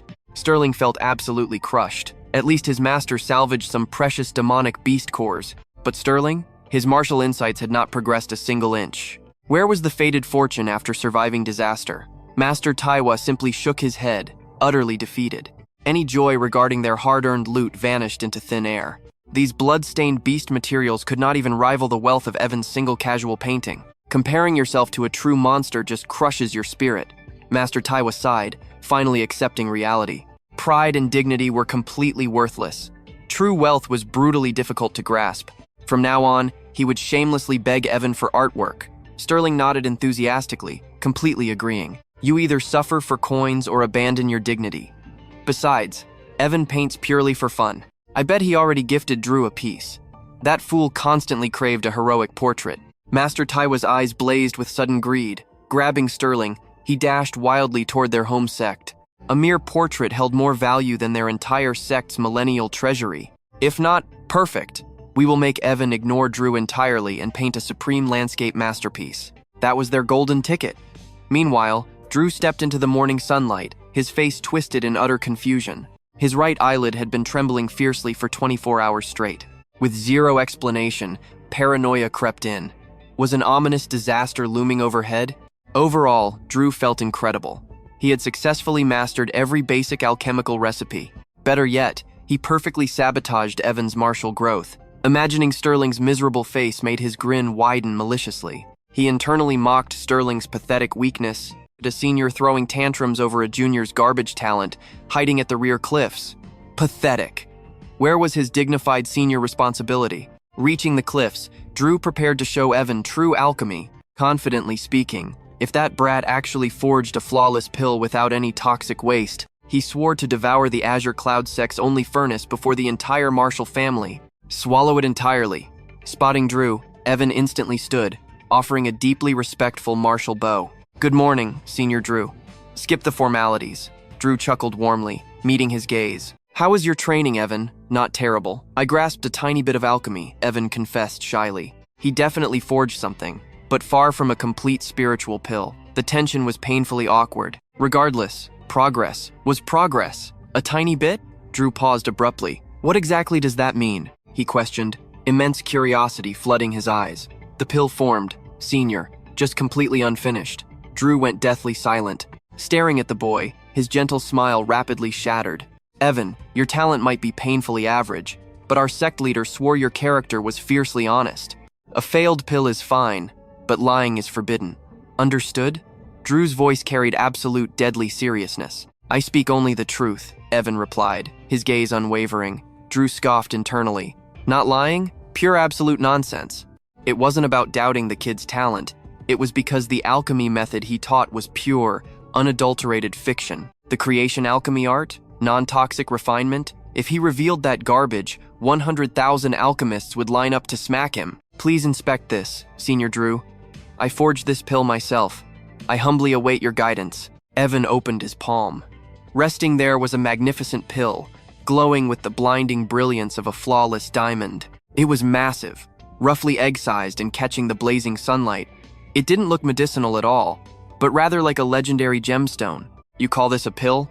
Drew stared, completely dumbfounded. Normal medicinal pills were tiny, barely the size of rice grains, yet its sheer scale and the terrifying spiritual energy pulsating deep within it. Yes, it was undeniably a spirit-gathering pill, the most basic item in the cultivation world. Suddenly, everything made perfect sense. Evan was blatantly lying. He had definitely bought this monstrous pill and claimed it as his own creation. Drew usually brushed things off, but this crossed the line. He decided right then to ruthlessly expose this charade. Taking a deep breath, he locked eyes with his junior. Then demonstrate your forging process for me, little brother. I wish to offer guidance. His face was a mask of calm. Let's see how this brat lies his way out now. Understood, though the refinement takes several hours. Do you have the time, Senior? Evan asked with pure, innocent sincerity. His internal spiritual reserves were low, requiring a lengthy refinement. But to Drew's ears, this was just a pathetic stalling tactic. Worry not, my time is limitless. A cold, knowing smirk played on his lips as he watched the boy. Today, the mask falls. He had already drafted the perfect, soul-crushing lecture in his mind. Deceivers deserve to swallow 1,000 agonizing needles. A true martial artist never speaks falsehoods. A scholar's honor is like flawless jade. Suddenly, Evan sat cross-legged on the earth. Pure spiritual energy roared to life. Massive waves of invisible power converged between his palms, emitting a subtle, high-pitched hum. Drew raised an eyebrow, mildly intrigued. But as a blinding pillar of light erupted from Evan's hands, mild intrigue turned into utter disbelief. 8 grueling hours vanished. Drew's eyes burned fiercely, his legs completely paralyzed. Yet, he remained frozen, staring at the absolute spectacle before him. Suddenly, a catastrophic explosion of white light blinded the world. For a heart-stopping second, reality vanished. As his vision cleared, Evan knelt there, drenched in sweat, looking like he had survived a grueling, death-defying war. But seeing that monstrous, gem-like pill glowing in Evan's palm, Drew's soul left his body. His mind went entirely, agonizingly blank. It actually worked. This was absolute madness. Was heaven playing a joke on him? He finally understood Sterling's crushing despair. Evan wasn't talentless. His monstrous potential defied the very laws of reality. Senior Drew, Evan whispered, breaking the suffocating silence. Drew was paralyzed, lacking the vocabulary to process this sheer absurdity. This fake method forged a pill? Are you kidding me? This brat was a peerless genius. No, it was far beyond genius. He existed in a divine realm alone, condensing raw, chaotic energy directly into a heaven-defying masterpiece of a pill. Calm down. How do I bluff through this? How? My mind is totally empty. I have zero fake theories left. If word of this heaven-defying absurdity leaked, every grandmaster alchemist alive would wage brutal wars just to claim this monster. Senior, I understand. I failed to produce a perfect pill. I know I fall short, but please do not worry. I will train harder. As the ancient proverb says, relentless diligence and sweat can overcome a pathetic lack of talent. I will never rest. To Drew, every innocent word struck his fragile ego like a brutal, agonizing dagger. Overcome a lack of talent? Is he mocking me? Is this brat looking down on my existence? Drew felt spiritually crushed. His heart bled invisibly, but he couldn't explode at the kid. He desperately craved isolation. Your talent is acceptable, Junior. Keep pushing your limits. I believe in you. Drew tried forcing a master's confident smile, but his facial muscles completely rebelled. It was as if the physical concept of joy had abandoned his soul. No, impossible. Something must be fundamentally flawed here. Non-toxic refinement violates the laws of heaven, and this monstrous pill, despite its terrifying energy, different pill grades always look distinct. Legends state that absolute supreme quality items radiate with incredibly rich, multi-layered cosmic colors. The mythical, peak-grade artifacts supposedly flash with 4 or 5 awe-inspiring heavenly hues. Yet this anomaly possesses a spirit-gathering signature, but its body is terrifyingly transparent. It's practically invisible. And more horrifyingly, it is colossal. Even a legendary god-tier spirit-gathering pill could never mutate to this gigantic size. I just need to absorb it. This fake pill will crumble instantly. I know I am right. Drew's sanity was slipping away as he glared at the glowing sphere, his expression completely unhinged. But the very second his core ignited to absorb this supposedly impossible creation, a tidal wave of impossibly pure aura detonated inside him, shattering limits and flooding his meridians without resistance. In mere seconds, he gained what took Senior Sterling hours of grueling, heavily focused cultivation. Impossible! This is a spirit-gathering pill. A legendary, peerless, absolute supreme-grade spiritual treasure. Crystal clear because it transcended mortal limits. Drew fiercely wanted to scream at the heavens for this cruel injustice. He wanted to violently collapse, to weep until his soul ran totally dry. The inner agony was suffocating. He needed absolute isolation. He desperately needed to bawl in the shadows. But Master Taiwa's stern warnings constantly echoed relentlessly within his breaking mind. Show absolutely nothing. Drew locked his jaw tight, aggressively burying his shattered pride. He refused to break down in front of his junior. Empty your mind. Block it all out. One stray thought, and my sanity will totally shatter. I am a total clown. Keep cultivating, junior brother. Your senior has some urgent sect matters to handle. Lingering was absolute torture, and he refused to stay. Tossing out a flimsy excuse, Drew fled the courtyard like a coward. Evan blinked in total confusion. Was he not here to guide my alchemy? Why vanish into thin air like that? The profound mystery escaped him. Shrugging it off, Evan returned to a lotus position, eyes burning with sheer alchemical resolve. He swore to forge a flawless spirit-gathering pill as fast as humanly possible. Wait, I never mentioned my body tempering and breathing technique awakenings. If Senior Drew knew the truth, I wonder how overwhelmingly shocked he would be. Evan's eyes sparkled with boyish hope. He hungered for his senior brother's glorious praise, desperate to finally earn true recognition. But a sudden wave of sheer embarrassment washed over him. He was getting arrogant over mere scraps of progress. True cultivators walked the painful path of absolute humility to grow. Besides, his seniors were unfathomable, hidden dragons of deep mastery. In their majestic eyes, what did this tiny awakening truly mean? Focus. Keep pushing forward. Evan exhaled a long breath, forcing his chaotic thoughts into a state of zen. He inhaled the very essence of heaven and earth, readying his crucible. Meanwhile, absolute darkness descended upon Drew's deeply lonely quarters. Clutching his tattered beginner's alchemy manual, Drew stood completely paralyzed as hot tears violently streamed down his face. 10 agonizing years. A decade of bleeding for alchemy, failing to forge even basic trash. And then comes the anomalous Evan. Less than 30 days, and he miraculously condensed pure aura into a godly vessel. Drew. Oh, pathetic little Drew. How dare you call yourself a cultivator? You should just end it. The The vicious inner demons tore his fragile mind apart. This reality check was lethal. He never dreamed the Azure Cloud sect harbored such an unfathomable, heaven-defying monster. Genius falls entirely short. Evan was a defiance of heaven, a freak mastering a completely fake alchemy method into divine reality. What kind of divine beast is he? Drew's final thread snapped, collapsing and wailing into the bitter night. He sobbed not out of sheer frailty, but because he had stubbornly endured far beyond what any normal mortal could ever stomach. Since his earliest childhood memories, he had sacrificed his entire existence to the merciless art of alchemy.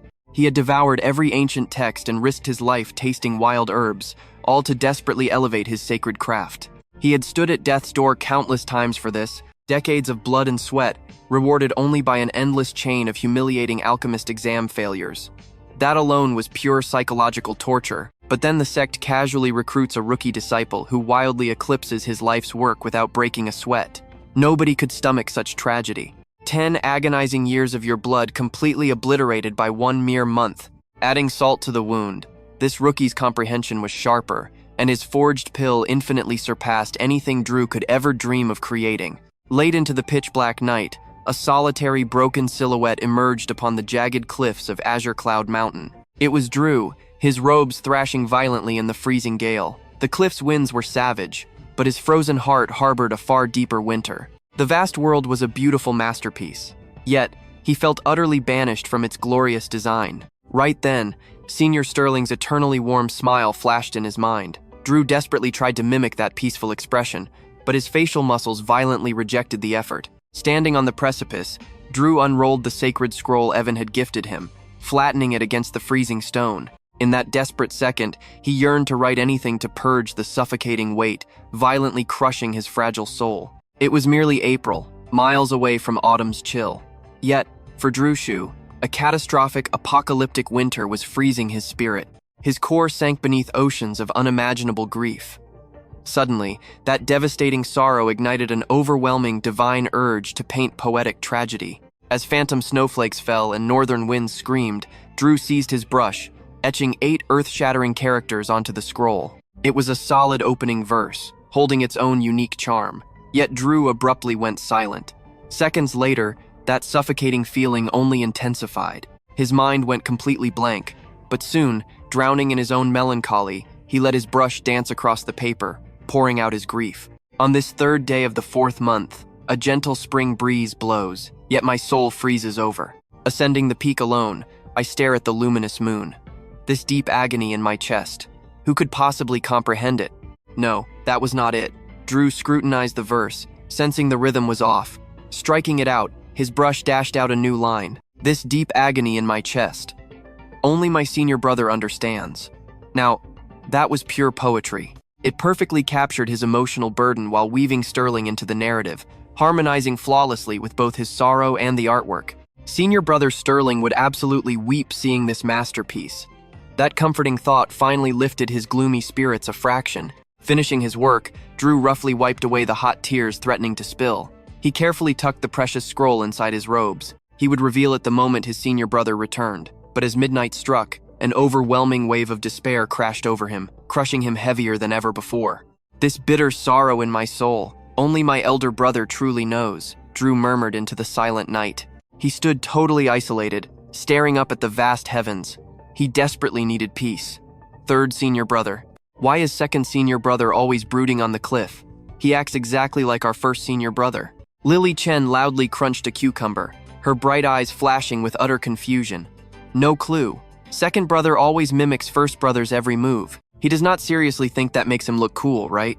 Marcus Wang sighed, shaking his head from the nearby shadows. Highly doubt it.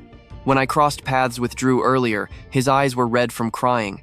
It is probably about our newest junior brother, Lily observed. Something regarding our youngest junior? That makes absolutely no sense. Is his cultivation aptitude really that hopeless? Drew holds the most saintly patience among all of us.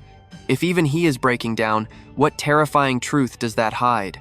Marcus's curiosity flared intensely. Hard to say, but probably. 3rd brother, why do you not teach our little junior the way of formations? Lily casually suggested. Absolutely not. My grand formation master examination is rapidly approaching. I have 0 time to spare. What about 4th or 5th brother?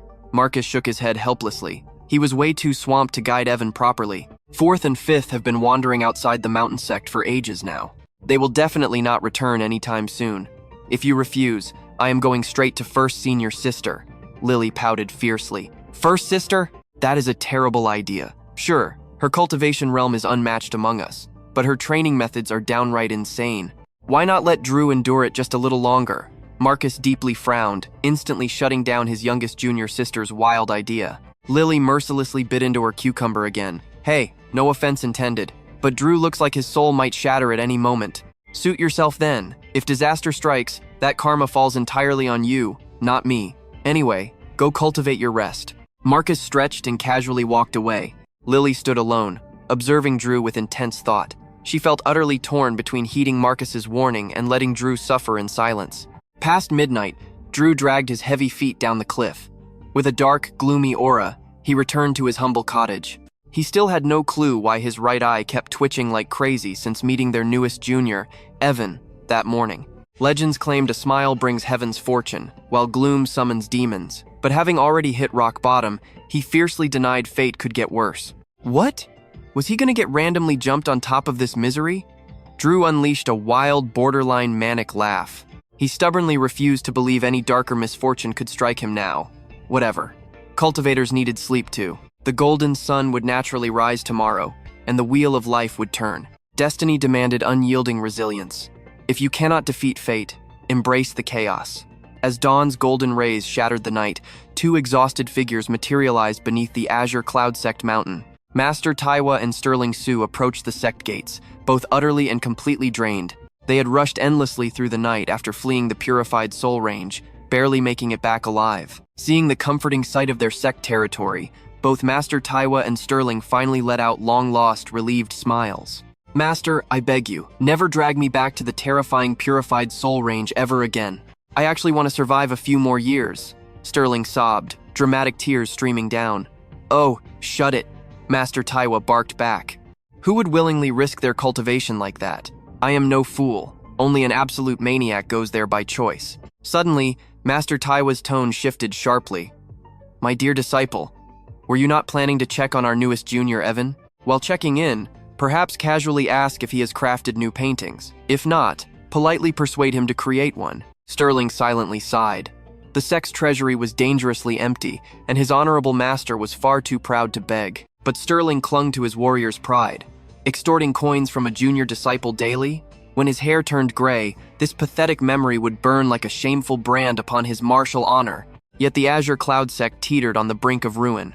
Without Evan's resources, they would crumble. Purchasing advanced cultivation scrolls? A mere pipe dream. At this pathetic rate, starvation would claim them first. Sterling gave a heavy, silent nod. Very well. To protect my junior martial siblings, I shall bear this burden. Spoken like my most cherished disciple. Such flawless loyalty. Master Taiwa beamed with a wicked grin. Now, scram. Sterling glared fiercely. The view dissolved to a humble thatched cabin deep within the sect's sacred grounds, where a youthful maiden emerged from the shadows. Looking around 25 or 26, her silhouette flowed like water. Her breathtaking features radiated an intoxicating, deadly aura. This was no cheap, worldly seduction. She was an absolute goddess. Her mesmerizing gaze held oceanic depths, possessing the terrifying power to shatter any man's composure with one sweeping look. Naming her a realm-toppling beauty was stating absolute facts. Behold Scarlet Shia, the legendary eldest senior sister of the Azure Cloud sect. For several long months, she had vanished into deep, isolated cultivation. She surfaced briefly for one grand assembly, her true power level remaining an utter mystery. Senior sister, Lily's cheerful voice suddenly pierced the air. Scarlet pivoted gracefully, a warm smile blooming across her flawless face, as little Lily rushed over, radiating pure joy. Eldest sister, your grand seclusion is finally over. Ah, my sweet Lily, step closer and let your big sister inspect your progress. Have those curves grown at all? Scarlet chuckled teasingly, lacking zero shame. Hearing this scandalous remark, Lily instantly retreated in panic. Senior sister, why must you constantly mock me? Lily whined, utterly defeated. Scarlet was the sect's wildest card, her brazen tongue fearing absolutely nothing. Oh, stop blushing like a frightened rabbit. It is not like I am lacking in assets myself. But look at your tiny frame. Your future Tao companion will surely weep at this tragedy. Scarlet giggled softly, summoning a mystic wine gourd from nowhere and downing a massive, rebellious gulp. Eldest sister, hitting the bottle again? Master strictly banned alcohol. If the old man spots you, you face a brutal 12-month confinement. Does his wrath truly not terrify you? Lily pressed, trembling between sheer awe and absolute dread. Master Taiwa's furious warnings regarding her liquor habit were legendary. Why should a tiny sip invoke my fear towards that old fool? My precious junior, divine nectar cures the mortal spirit. Care for a magical drop? Scarlet smirked, thrusting the gourd forward. Absolutely not. Lily scrambled backward, shivering with tension. Surviving Master Taiwa's earth-shattering lectures was completely off her agenda. One sip, and her martial journey would tragically end before her next birthday. Scarlet merely threw her head back, drinking fiercely and exhaling pure, unrestrained bliss. Tell me, Lily, has chaos graced our peaceful sect recently? Has our pathetic eldest brother finally mastered the spring thundersword aura? She casually inquired. I cannot sense it. But honestly, first brother remains as hopeless as always, Lily replied, shaking her head sadly. However, during your deep meditation, our brand new junior brother has pushed both first and second brother to the absolute brink of madness. The brink of madness, you say? Spill the tea. Scarlet's posture straightened, a wicked, gossip-starved fire igniting within her captivating eyes. Do not hold back. Well, upon the rookie's arrival, first brother initiated his blade training, only to discover his talent was disastrously abysmal. Despite grueling, blood-sweating sessions, the poor boy grasped absolutely nothing. Their spirits shattered entirely. Every midnight, first brother stood atop the desolate peak, a tragic figure bearing the heavens' crushing weight upon his mortal shoulders. Second, brother Drew then assumed command. Yet yesterday evening, he mirrored that exact tragedy. Staring into the midnight abyss from that cursed cliff, Lily recounted with deep sorrow. Senior sister, even if the rookie's spiritual roots are pure trash, must our esteemed brothers completely lose their minds over such trivialities? If the patriarch ever hands them the sect leader's seal, would our glorious legacy not face instant, catastrophic ruin? Lily concluded, her delicate features twisted in genuine dread. Scarlet, however, could not care less about the impending doom. She erupted into fierce, unburdened laughter. That is incredibly entertaining. I must witness this legendary disaster with my own two eyes. Sweet Lily, ensure you perfectly master the divine techniques I bestowed upon you, and heavily avoid walking the pathetic path of your foolish brothers. Scarlet patted the girl's head, spinning gracefully toward the horizon. Banish your anxieties. I shall personally evaluate this chaotic new rookie. Watching the stunning senior vanish into the ether, Lily mumbled anxiously. Big sister is too wild. She will not murder him, right? The scenery warped instantly. Standing afar, Scarlet locked her piercing gaze onto Evan. Immersed in profound meditation, his aura stabilized with intense focus. Scarlet's mesmerizing eyes practically ignited at the astonishing sight. His striking facial features commanded attention. Evan's entire presence had undergone a heaven-defying transformation. The once delicate and ordinary Evan was gone. The young man standing before her now? An absolute masterpiece. But it was not just his looks. He radiated a pure, celestial aura that effortlessly pulled people into his orbit. My, who knew our master would bring home such a breathtaking junior disciple? He is absolutely my perfect match. There is no way I am letting another woman steal this prize, Scarlet whispered, a dangerous, captivating smile spreading across her face. But suddenly, Scarlet froze. She stood rooted to the spot, her eyes widening in absolute earth-shattering disbelief. Shaking off her trance, she furiously rubbed her eyes, leaning in for a closer, much more intense inspection of the boy. A sharp gasp escaped her lips. This divine body, it actually exists. Her mind reeled from the sheer shock of it. Even from afar, she could feel it. The spiritual energy flowing through Evan was anything but mortal. She had dismissed it at first, but looking closely now, the revelation hit her like a tidal wave. Absolutely unbelievable. How did our cursed, desperately unlucky master manage to recruit a generational prodigy? This is nothing short of a miracle. A mythical physique brought to life. I never dreamed our humble Azure Cloud sect would harbor two legendary, once-in-a-generation talents at the exact same time. My instincts were spot on. There really is a monster hiding here, carrying a fate that defies the very heavens. Hold on. Scarlet stiffened once more. The legendary physique was merely the tip of this terrifying iceberg. Evan also boasted monstrous, unrivaled mastery in both the blade and alchemy. Would a rising dragon like him even tolerate the advances of a seductive older sister? It did not matter. Even if she could not steal his heart, she was going to milk this golden opportunity dry. An intoxicating, dangerously sweet perfume washed over the room. Evan groggily opened his eyes. He awoke to a face full of soft, snowy cleavage, while thousands of ancient runes violently crashed into his consciousness. Evan was completely paralyzed. A dangerously soft, teasing whisper tickled his ear. "Enjoying the view, my sweet little junior?" Reality hit him like a lightning bolt. In a flash, he bolted backward by dozens of meters, his face twisted in absolute panic. But as his gaze finally locked onto the woman, he froze again. Her curves were dangerously perfect, completely out of this world. "Let Big Sister give you a thorough examination," Scarlet purred, a wicked smile on her lips. She glided forward, her spiritual senses scanning every inch of his body. What she found left her utterly speechless. The mythical physique is real. His meridians were not just wide, they were flawlessly pure and completely free of any earthly impurities. His natural cultivation speed would effortlessly crush an ordinary mortal by dozens of times. But wait, was not this divine body totally exclusive to her monstrous father? It was supposed to be lost to ancient history. Evan desperately backed away, fighting a losing battle to keep his cool. "Why so terrified, my precious little junior?" Scarlet pouted with fake innocence. "Senior sister, the ancient sages clearly commanded that men and women maintain a respectable distance. If you have business with me, just speak. There is absolutely no need to press yourself against me. Oh, but darling, you joined the Azure Cloud sect, which makes us family. I am your senior sister and your loving older sister. What could possibly be inappropriate about family? Unless you are harboring some wicked, naughty thoughts about your big sister?" Scarlet playfully narrowed her eyes. Evan was sweating bullets now. Despite having lived 2 whole lifetimes, he was still painfully helpless against assertive women. His awkward, innocent nature made his heart race out of his chest around them. And this devastating temptress was his very own senior sister. He was rapidly losing the holy battle of pure thoughts. "Oh, my little junior is blushing like a tomato. How utterly adorable." Scarlet let her wicked desires run wild. She grabbed his head and aggressively ruffled his hair. Evan instantly turned as stiff as a board, completely trapped.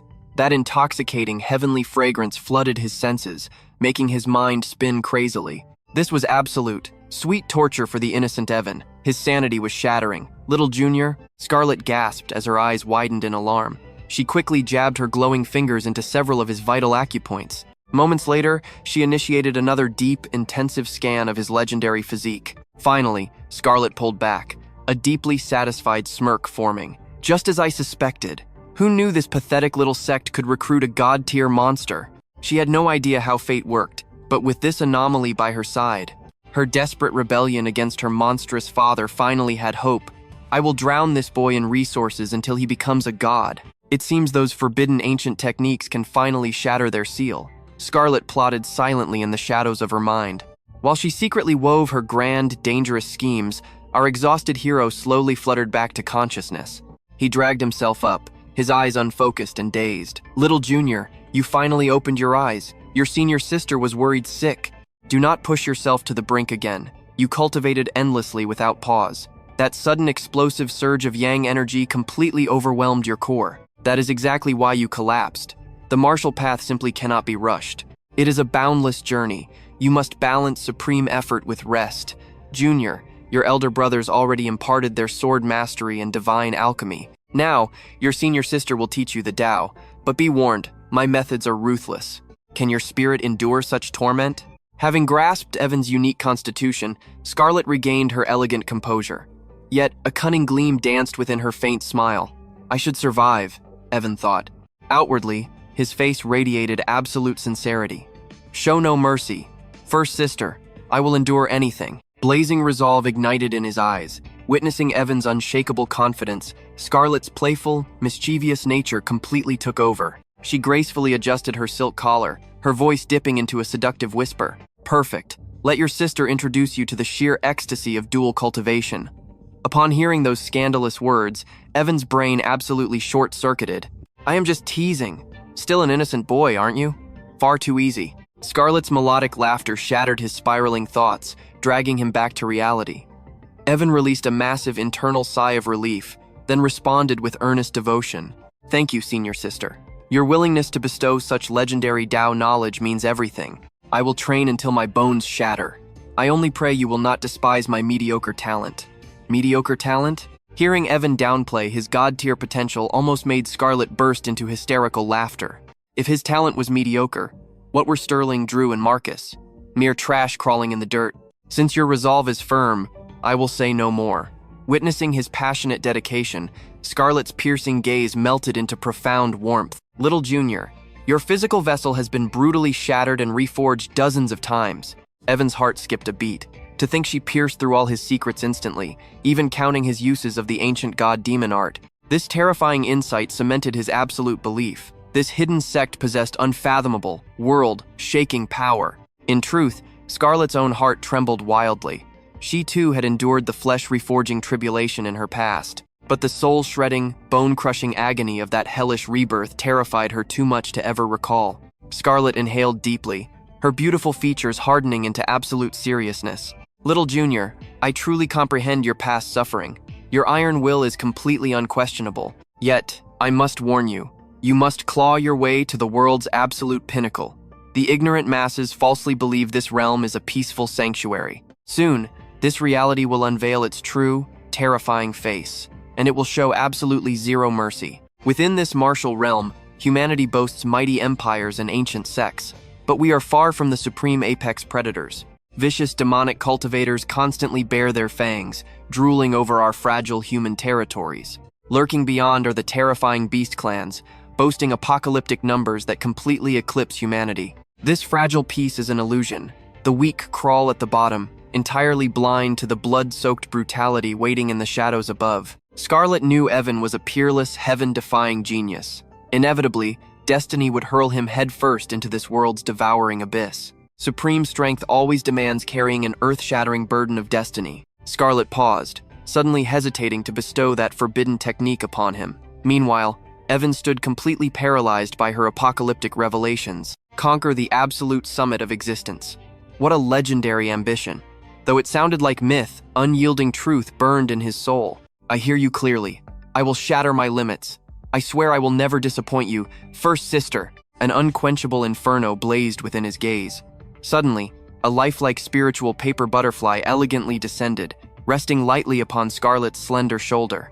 A dark, enigmatic whisper instantly resonated from its perfectly still, glowing wings. Hearing the transmission, Scarlett's beautiful face instantly froze into a glacial mask, murderous frost erupting from her chilling gaze. The demon god Palace strikes again, she sneered venomously. Perfect timing.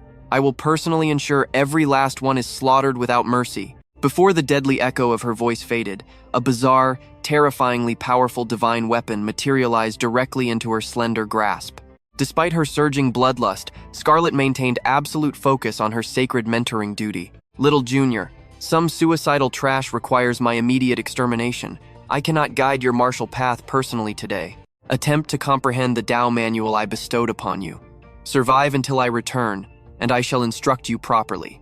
Scarlett gracefully extended her jade-like hand, gently pressing one glowing fingertip directly against Evan's trembling forehead, forcing the profound martial technique straight into his very soul. The Supreme Chi art stood as the absolute pinnacle of energy methods, yet its training path was a total nightmare. The initial threshold was brutal, and the journey only escalated into pure suffering.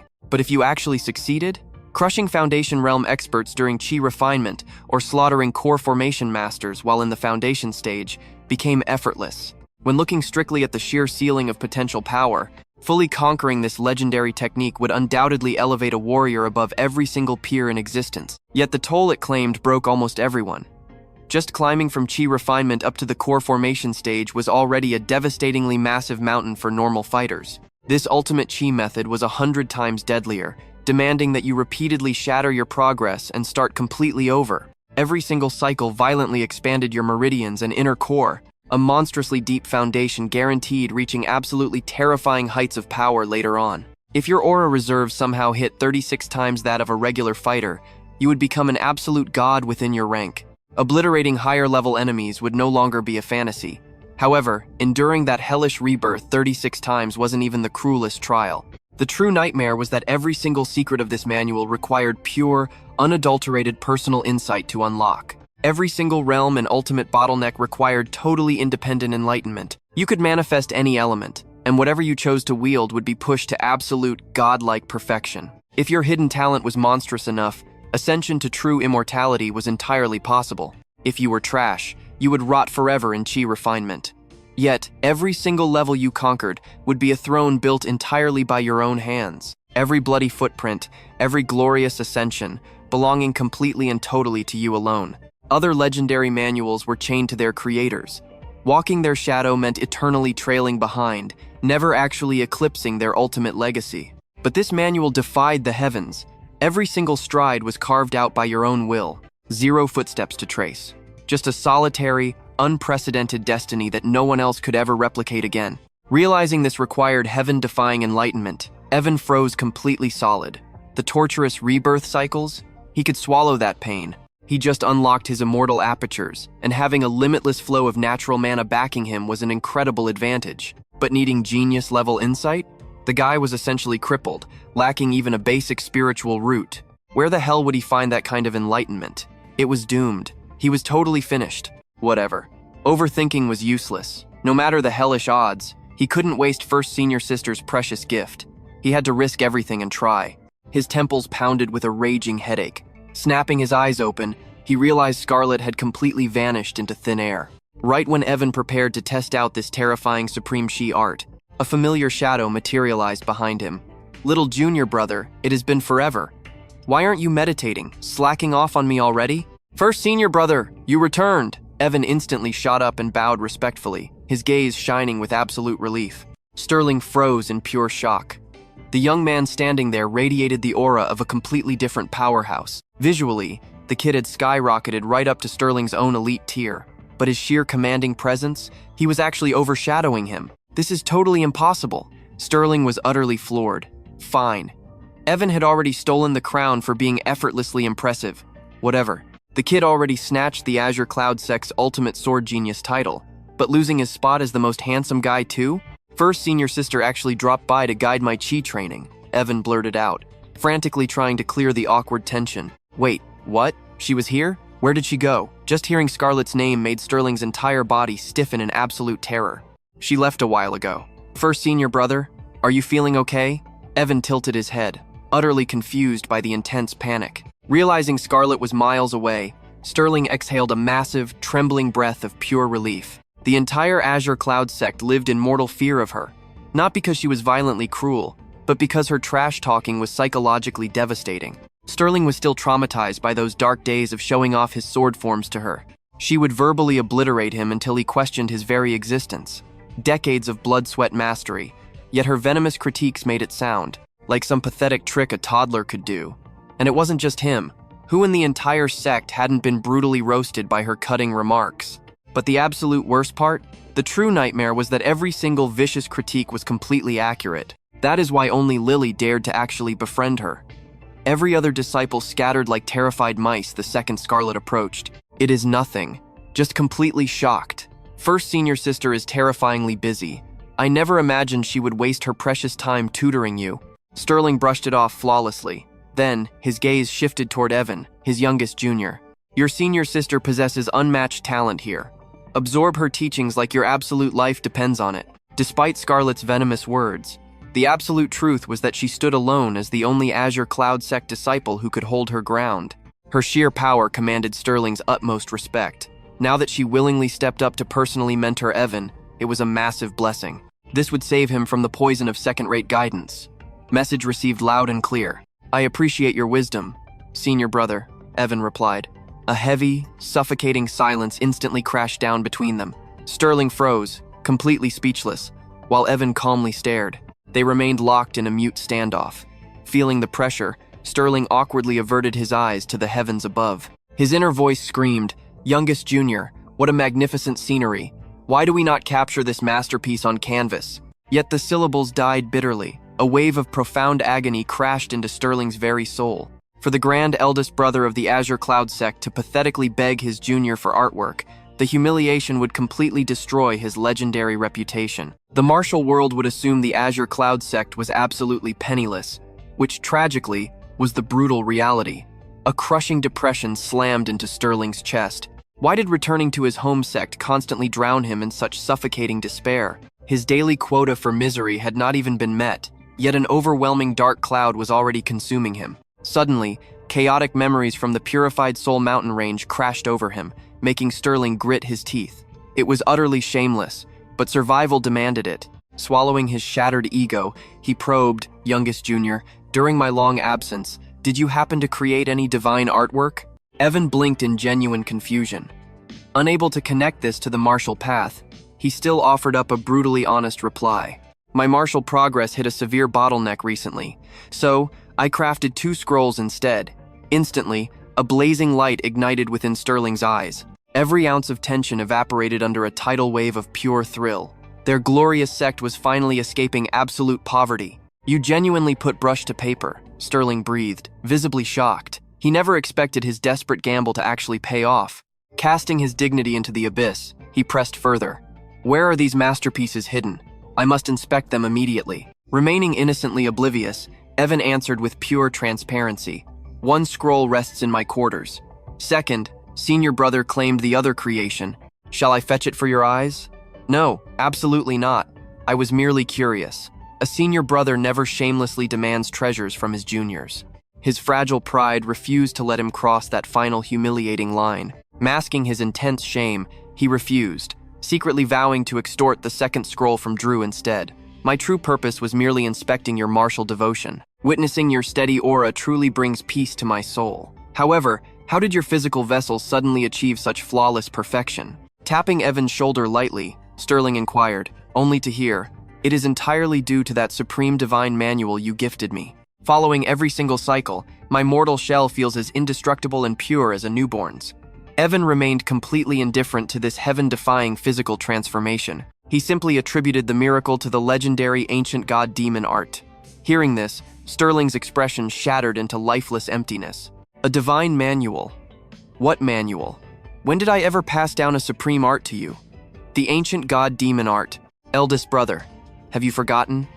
Evan frowned in pure confusion, yet profound shock rippled through his core. A cultivation method holding such terrifying might, yet it meant absolutely nothing to Sterling. Just how monstrous was the realm he inhabited? To think such supreme power was mere trash in his eyes.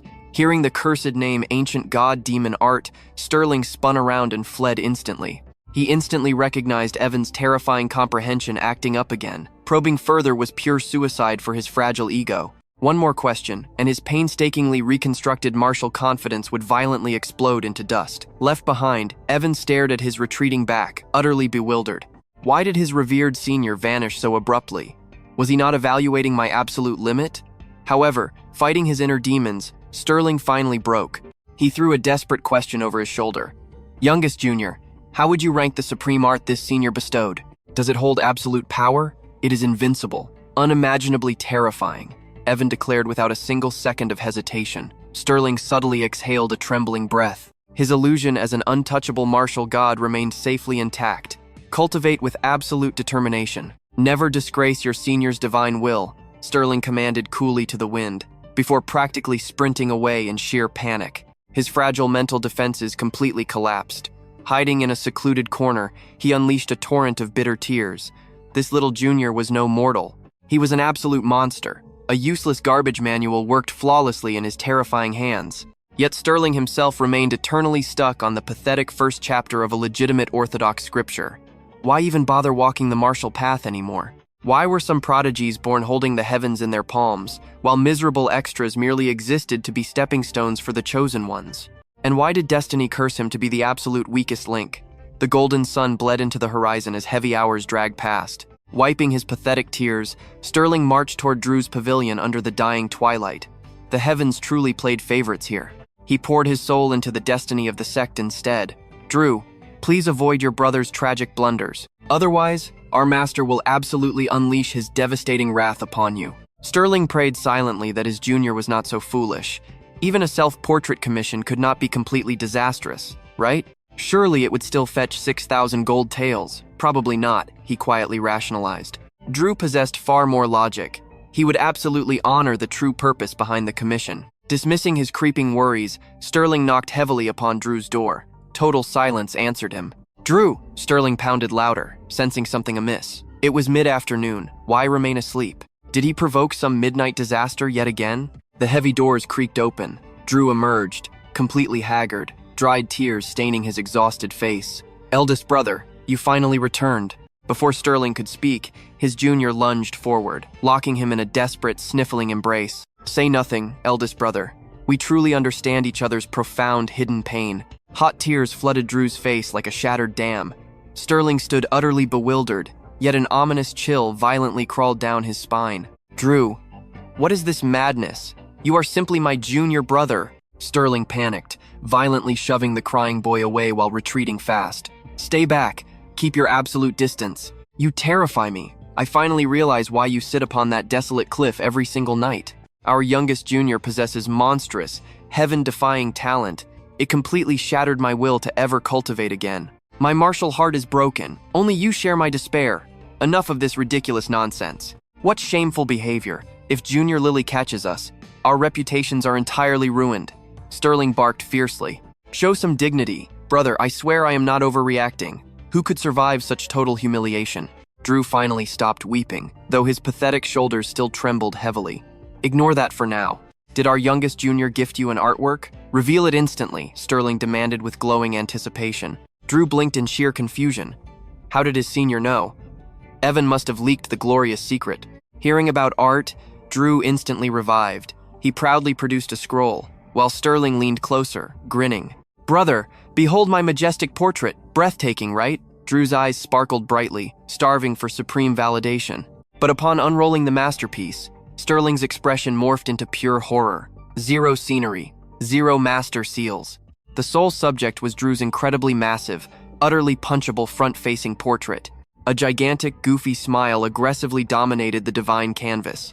Yet, something far worse paralyzed Sterling entirely. Cringy calligraphy plagued the sacred paper. Third day, fourth month, warm winds blow, yet my soul freezes. I ascend the lonely cliff, gazing upon moonlight. This hollow agony, who could ever fathom it? Only my eldest brother understands. The previous sorrowful lament was violently scribbled over. The gigantic, sloppy characters bled pure melodrama, leaking chaotic ink stains everywhere. Most catastrophically, deep, aggressive scratches physically ruined the priceless parchment. Sterling gasped thrice, his brain utterly short-circuiting. He stood completely petrified. Meanwhile, clueless Drew radiated absolutely lethal levels of ignorant, shameless pride. My calligraphy lacks divine grace, brother, though it undeniably dominates the entire Azure Cloud sect. Still, I remain deeply humble. Please, judge my legendary brushwork harshly. Spare no feelings just because I am younger. Strike me with your brutal critique, Drew beamed arrogantly, while Sterling remained frozen in catatonic despair. Lost for words, brother? Okay, I flexed my heaven-defying literary talent slightly. Do not act so mesmerized. My glorious peak has not even arrived. Seriously, though, this tragic poetry channels my darkest depression, obviously moving you. Behold the grand finale. Only my brother truly understands. That immortalized bond is us. Drew boasted with an obnoxiously thick skin, heavily praising his own cringe-inducing vandalism. Unfortunately, the idiot completely missed Sterling unsheathing his spirit sword, aiming the cold steel directly at his throat. Murderous intent bled from Sterling's crimson eyes. He swung the heavy blade down with earth-shattering fury. By pure miracle, Drew sensed the killing aura and desperately rolled away from impending death. Sterling's demonic gaze tracked him, visibly aching to slice his foolish junior into symmetrical halves. Drew remained totally clueless about his impending execution.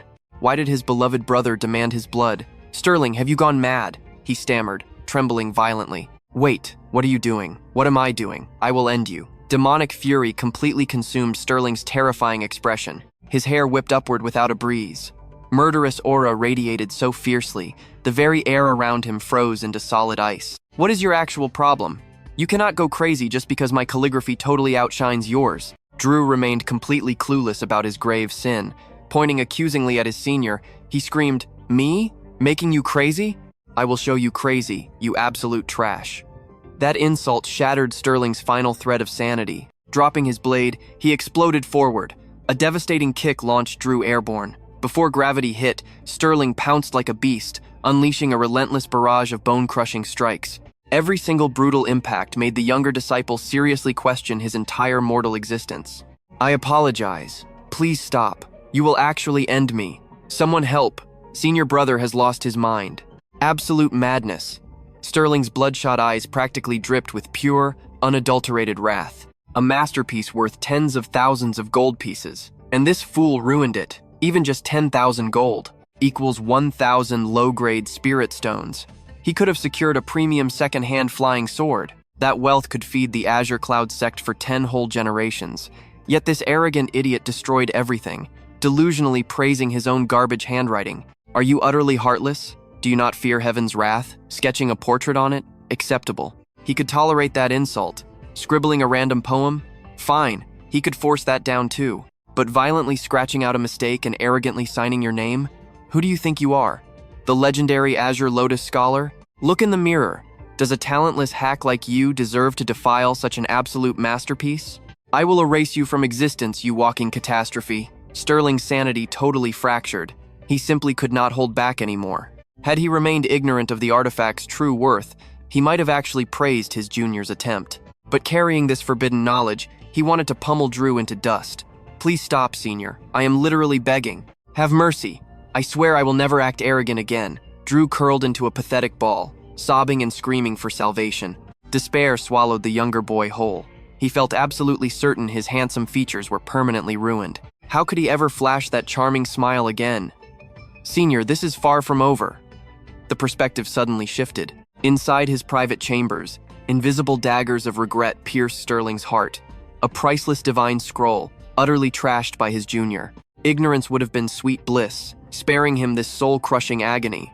But alas, he knew its secret. A treasure worth tens of thousands of gold pieces, reduced to absolute trash.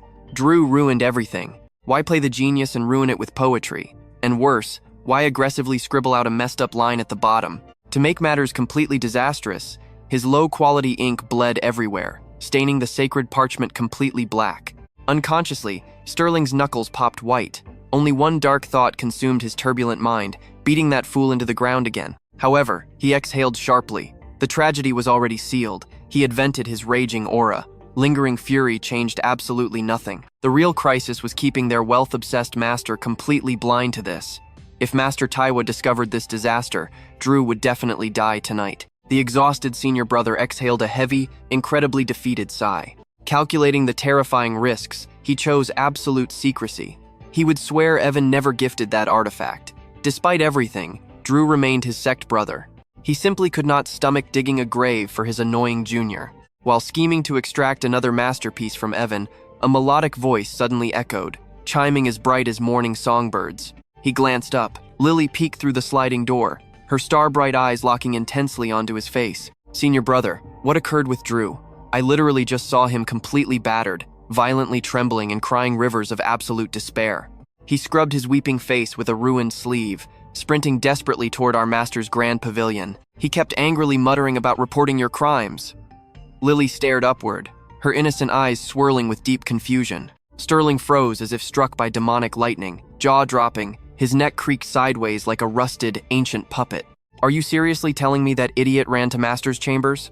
Lily blinked, completely lost in the escalating tension. Clueless about the approaching doom, she nodded honestly. Yes, Senior. Is something terribly wrong with that? A suffocating, deathly silence filled the room. Finally, he exhaled a broken sigh.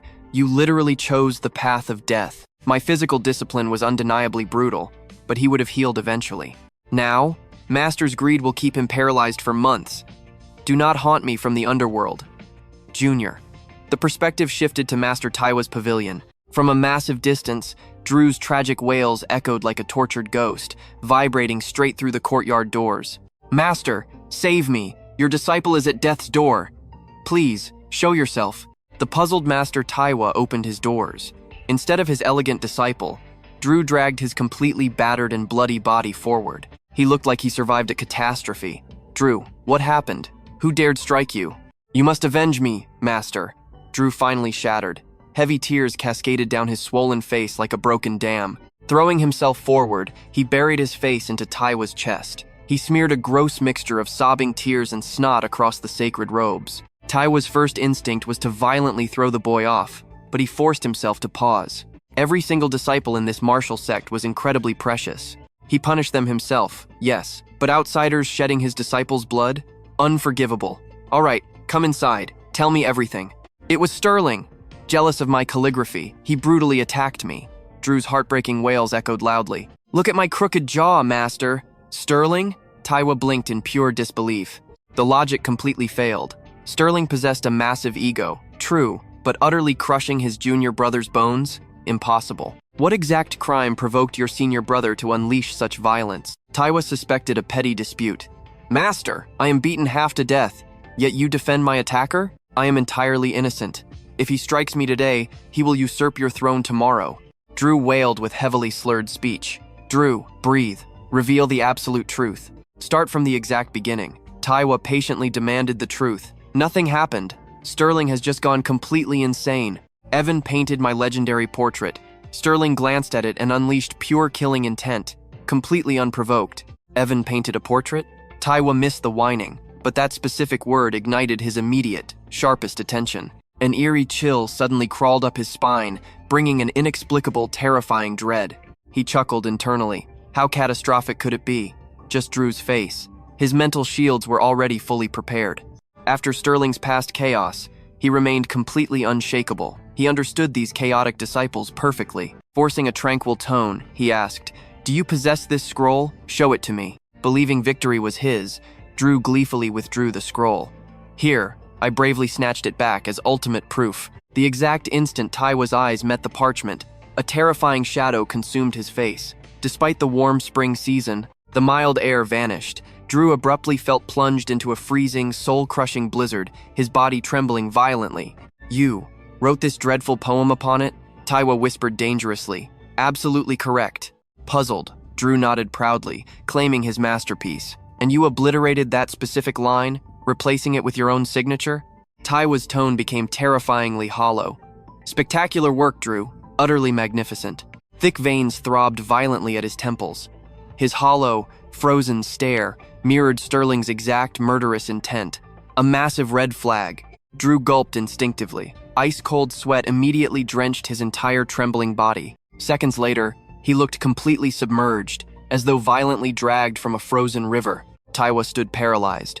Burning eyes locked onto the desecrated treasure, his shaking fingers obsessively tracing every ruined, stained inch, triple-checking the tragic evidence of Drew's absolute guilt. Suffocating wrath choked the room. A bowstring stretched to its absolute breaking point. Wordlessly, Taiwa marched toward the massive doors. Boom! The giant wooden gates violently sealed them inside. Dead silence reigned, pierced only by heavy breathing. A terrible doom approached. Drew desperately opened his mouth to beg. Taiwa suddenly reached into his void sleeve, materializing a gigantic, brutal, spiked club. The lethal steel gleamed. His master's demonic eyes radiated a furious, all-consuming aura. "Master, what are you doing? I am terrified. Murder. My own master wants my life. Spare me. I will die. Someone help." He has gone mad too. 15 brutal minutes later, Drew collapsed face down. His shattered soul had fully evacuated his ruined body. A pitiful cocktail of tears and bloody snot pooled across the freezing stones. Without his weak, occasional twitching, he perfectly resembled a freshly beaten corpse. Drew's shattered consciousness violently teetered on the very edge of total darkness. Taiwa's demonic roar still violently blasted his eardrums. "You absolute piece of trash. Do you realize Sterling and I nearly suffered horrific violation by a massive male bear demon?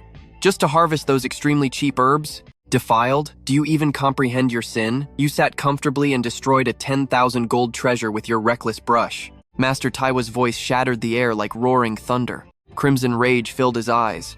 Baring his teeth like a starving beast, he flashed a savage grin and advanced. "I am not finished. My rage demands one more strike. Master, have mercy. I repent." Drew jolted from his corpse-like state, scrambling wildly into the hall's darkest corner. Just then, Sterling burst through the doors. A single glance revealed the absolute carnage. Drew lay bathed in blood, his body entirely broken like a crushed serpent. Towering with bloodshot eyes, Master Taiwa raised his spiked club, ready to obliterate Drew into absolute dust. "Master, cease! You will slaughter him."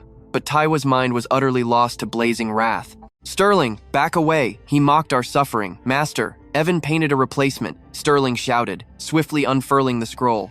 A landscape masterpiece, utterly priceless. The sacred parchment unrolled under the twilight, unveiling a desolate mystical nighttime realm. Pale moonlight cascaded over ancient pines and distant peaks. The azure cloud sect's nocturnal soul was magically sealed within. Hearing of the new masterpiece, Master Taiwa instantly froze. His deadly club crashed against the floor. My brilliant Evan. This brings tears to my eyes. Master Taiwa's rough hands trembled wildly, shaking like fragile leaves in a fierce storm. Boiling tears of absolute awe pooled in his fierce eyes. He reached out. The second his fingertips grazed the parchment, he jolted back like striking lightning. Reaching again, he cradled the ordinary paper like a fragile, heaven-defying artifact. Magnificent. Our disciples are saved. We can finally secure high-grade cultivation arts. Barely clinging to life, Drew watched in pure disbelief. A mere painting? Was this madness justified? Was some ink truly worth more than his own life? Drew glared, his wounded pride shattering. Hearing they would trade it for supreme cultivation arts, Drew decided they were completely insane. Evan's painting was completely unremarkable. How could it hold such value? Pure absurdity. Noticing Drew's glaring confusion, Taiwa scoffed coldly. For Evan's honor, your life is spared, but never defile another's creation again. Your junior brother's art is a supreme treasure. Gritting his teeth, Drew stood upright. Though utterly battered, he sneered like a cornered beast, eyes blazing with defiant fury. If you want my blood, just take it. Stop forging fake crimes. I see the truth. You despise that my calligraphy eclipses yours. What mortal painting demands tens of thousands in gold? If you must lie, try harder. Drew's trembling finger furiously aimed at Taiwa's cherished divine relic. Master, your absolute favoritism for Sterling. I refuse to accept this twisted injustice. Drew's voice cracked with deep sorrow. Abandoning all remaining pride, he collapsed into miserable, heaving sobs. Bitter tears violently mixed with his blood-stained face. It was a perfectly pathetic, tragic display. Enough, Drew. Master granted you mercy. Sterling sighed heavily, his anxious gaze darting between the two. He understood Drew's dark nature. Once his stubbornness ignited, reason vanished. Yet, Sterling was the senior. He refused to watch his junior be beaten to death. No! I demand absolute justice. Drop the righteous hero act. Sterling. Drew's eyes radiated pure venom, his voice slashing like daggers. You will pay for striking me too. Bursting with spite, Drew violently launched a desperate punch. Drew, control your aura! Sterling pleaded patiently, groaning internally. Evan's artwork truly holds supreme value. Nonsense. No canvas demands tens of thousands in gold. Am I some ignorant backwater peasant? If your confidence is real, accept a life or death wager. If its worth is true, I will cripple my own face. But if false, I strike you both. Deal? Sterling gasped in disbelief. His furrowed brow radiated deep concern and dark resignation. Master Taiwa slowly shook his head, heavy pity lacing his chilling tone. Some fools court their own destruction. Absolutely, without a single doubt. Drew's voice echoed with fierce conviction, every syllable dripping with shattered pride and unyielding fury. Then, defying all respect, he threw up his middle finger. Bulging veins pulsed across his forehead, proving his absolute loss of control. Drew, you won't accept reality until it breaks you, the master barked. We are heading down this mountain, right now. Master Taiwa's fists had been trembling to strike the boy again, desperately waiting for a solid excuse. And Drew just served it on a silver platter. Sunset bathed the azure cloud sect's ancient stone steps in fading gold. Hauling his battered frame, Drew limped toward the grand mountain gates. His lonely shadow stretched endlessly into the twilight. Somewhere beyond that fading light, an unwavering face lingered in his mind, locked forever in the unforgiving past. 7 fleeting days vanished. Deep within the mystic peaks, Master Taiwa practically skipped down the winding trail, clutching a packed storage pouch. Inside rested legendary treasures, enough wealth to completely resurrect the falling azure cloud sect. A single masterpiece from Evan bought them supreme cultivation manuals. Every disciple now had a limitless supply of divine training resources. Sterling, meanwhile, crept forward like prey, dreading a deadly ambush. Shadowing his master by 3 precise steps, his hawk-like gaze scanned the haunting woods. Every shifting leaf sent ice through his veins. Master, I am terrified, he whispered. There are no monstrous demon beasts lurking here, right? Taiwa whipped around, rolling his eyes with heavy disdain. What are you shaking for? This isn't the cursed purified soul range. The world-shattering titans were slaughtered by supreme human cultivators ages ago. It is perfectly safe. Only brainless boars and wildcats remain. Seeing Sterling's tense, battle-ready stance made Taiwa's brow twitch with absolute disbelief. He simply could not fathom how his usually calm and collected, highly dependable top disciple was acting like such a coward. Focus on our legendary haul. Let that erase your childish fears. Sterling froze. A brilliant spark ignited in his eyes, and a massive, triumphant grin stretched across his face. Evan is an absolute god, he blurted out, overflowing with awe. One brushstroke secured supreme cultivation arts for our entire sect. With this kind of power, our sect's destiny is limitless. Just as they basked in their glorious future, a venomous, calculating female voice sliced through the serene air like a striking viper. The duo spun around instantly. A sharp-eyed woman dripping in luxurious violet robes glided from the deep forest shadows. Freckles dusted her face like pale stars in the gloom, but they only amplified the arrogant, piercing sneer burning in her eyes. A squad of naive junior disciples marched closely behind her, acting like fragile fledglings desperately trying to project a tough, forced aura of absolute superiority. Halting her steps, her gaze slashed toward Taiwa like a drawn blade. A nasty, mocking smirk slowly twisted across her lips. Decades have passed, yet you remain a pathetic beggar. Look at those patched robes. Master Taiwa's expression instantly froze over. He never expected this ghost from his past to appear here. What are you vipers doing in this territory? Do not tell me you are bound for the great sword tournament. Before Taiwa spoke, the violet-robed woman erupted into venomous, self-satisfied laughter. Oh, apologies. I forgot your pathetic sect still has not reached the 3rd tier. She stretched every spiteful syllable with pure delight. At this miserable pace? Dream on about the sword tournament. Your garbage sect will likely face total destruction within days. Her face hardened with a deadly, venomous glare. Thank the heavens our martial sister ignored Master's advice, avoiding chaining her fate to a total failure like you. Her new partner holds 10 times your worth. Her piercing gaze shifted onto Sterling, absolutely dripping with heavy condescension. Sterling, no offense, but what good is a pretty face? Good looks will never fill an empty stomach. Pour that wasted energy into your sword path. Stop being an absolute embarrassment to your master. Love him or hate him, Taiwa was once a legendary, rising star within the Greenreach province's sword mastery realm. She flawlessly delivered this backhanded lecture to Sterling, effortlessly weaving in yet another brutal, calculated strike against Taiwa's pride.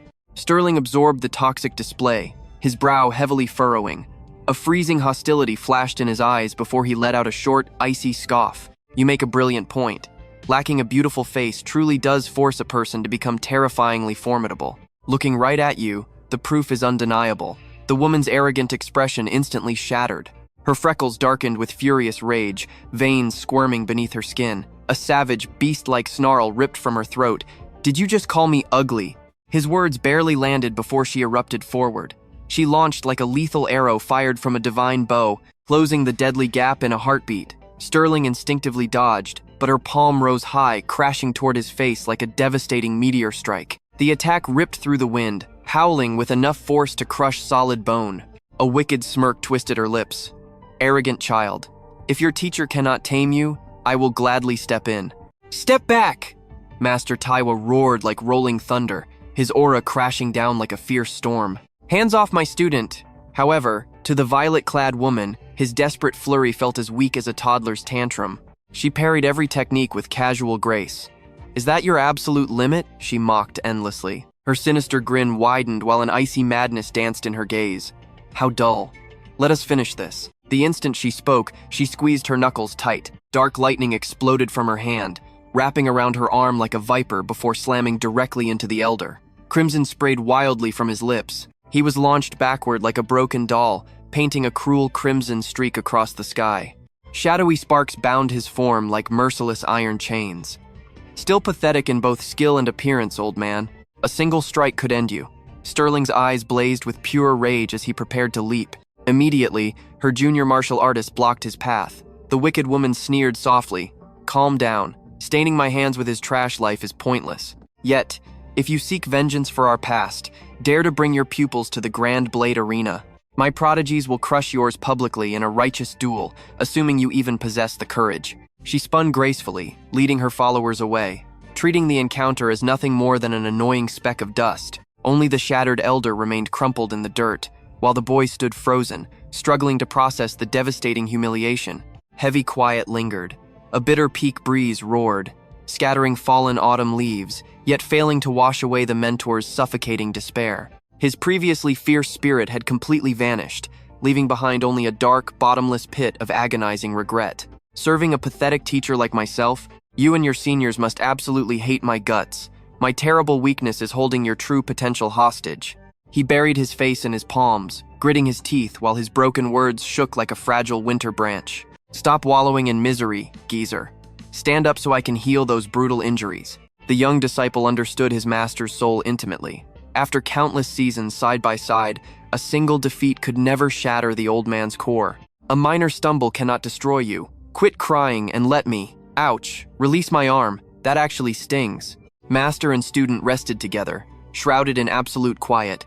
Twilight cast eternal shadows across the courtyard, while haunting raven calls only amplified the heavy, lingering stillness. Gripping his worn lapel, the youth swallowed his hesitation and broke the quiet.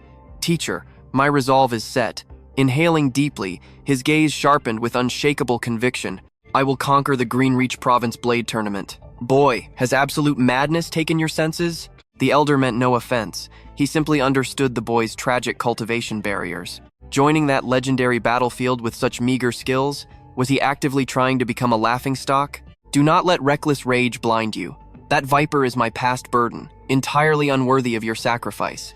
Sir, you are mistaken. She is not the reason. Then why do it? The elder panicked instantly. You suffered brutal elimination previously without landing one proper strike. Those monstrous prodigies belong to an entirely different universe of power. Furthermore, that vicious hag lurks in the shadows waiting to destroy you. Yet, the youth remained terrifyingly composed. A mysterious, burning starlight danced within his irises. I am doing this for Evan. Who? Master Taiwa frowned, absolute bewilderment twisting his features. He absolutely could not connect his disciple's sudden death wish to that specific name. The young martial artist simply allowed the heavy silence to linger. Shutting his eyelids, he absorbed the final, fading rays of the dying afternoon sun, bathing in a heavenly golden aura that made him appear immortal and pure. Indeed, witnessing his existence taught me the terrifying reality of a supreme prodigy. He resembles an isolated, blinding constellation commanding the vast cosmic darkness. Yet incredibly, his overwhelming radiance illuminated my own path. Beside his legendary talent, my lifelong effort seemed completely insignificant. Hesitating briefly, he murmured. In that exact moment, the astronomical abyss separating my mortal self from true divine talent became painfully clear. Beyond raw power, his mental fortitude is legendary. He continuously defies impossible odds without flinching. Exchanging words with him stirred my dormant soul, sparking an unprecedented fire. His eyelids flew apart, revealing a blazing, unstoppable inner drive. Our defeat today stung bitterly, but having witnessed true greatness, I refuse to surrender like a coward. Pain tempers the spirit. Failure sharpens the blade. Clawing even 1 inch closer to his godly realm makes everything worthwhile. Otherwise, what's the point of living? This tournament is my ultimate vow. I'm putting everything on the line. Master Taiwa stared in quiet awe. He never expected the calm, reserved Sterling to ignite with such blazing, unyielding ambition. Meanwhile, back at Evan's courtyard within the Azure Cloud sect, a piercing sword song echoed across the desolate peak. Blinding sword light shredded the very fabric of the air, pulling a devastating storm of pure energy right behind it. Suffocating, killing intent crashed heavily onto a distant boulder. The heavens trembled, roaring as if a meteor had struck. Shockwaves exploded outward. In a single blinding flash, the massive stone was completely vaporized into nothingness. Evan smoothly slid his blade away. After completing his routine 72 full times, he finally shattered the bottleneck to the second tier of chi cultivation. Even this minor realm possessed terrifying destructive power. He stood before the empty crater. The solid rock was utterly erased from existence, leaving only ghostly ripples of spiritual aura. The realm of cultivators is truly terrifying, Evan whispered softly. His boyish tone trembled with pure, unadulterated awe at his own awakening. That's my limit today. Big Sister always preached the harmony of yin and yang. He turned back to his peaceful courtyard, yet hiding within the lingering shadows of his departure. Sterling's masked face peeked from behind the rubble. Adjusting his black head wrap, he grumbled, I'll die of shame if I'm discovered. My pride would be forever crushed. Certain that the prodigy was asleep, Sterling sneaked closer. He began intensely analyzing the profound sword scars left behind. Evan reached enlightenment through my fake scratches. But these right here? This is absolute perfection. The sacred traces of a monster. This will finally let me master the river flow sword art. While Sterling strained his eyes to comprehend the profound Tao, a distant silhouette broke his focus. A manual lay abandoned on a stone. The bootleg copy he gifted Evan. Moonlight painted the desolate mountain in silver. Drew sat isolated on the peak, swallowed by the crushing shadows of his own bitter despair. Sterling suddenly stepped into view. Don't bother consoling me, brother. I accept my fate. Let me suffer. I'm not here to coddle you. Drew blinked, completely stunned. Then why come? To mock me? You have zero right to look down on me. Compared to Evan, we are both total trash. The heavy gloom thickened around them. Suddenly, Sterling threw his arms back and struck a wildly dramatic pose toward the stars. Drew stared, totally lost. What on earth was this madness? Pure, unadulterated angst. Drew's pride was shattered today, sure, but he chose to brood in absolute silence. He didn't expect Sterling's fragile mind to entirely snap. Down below, Lily and Marcus watched this pathetic display. To think they both sneaked out here.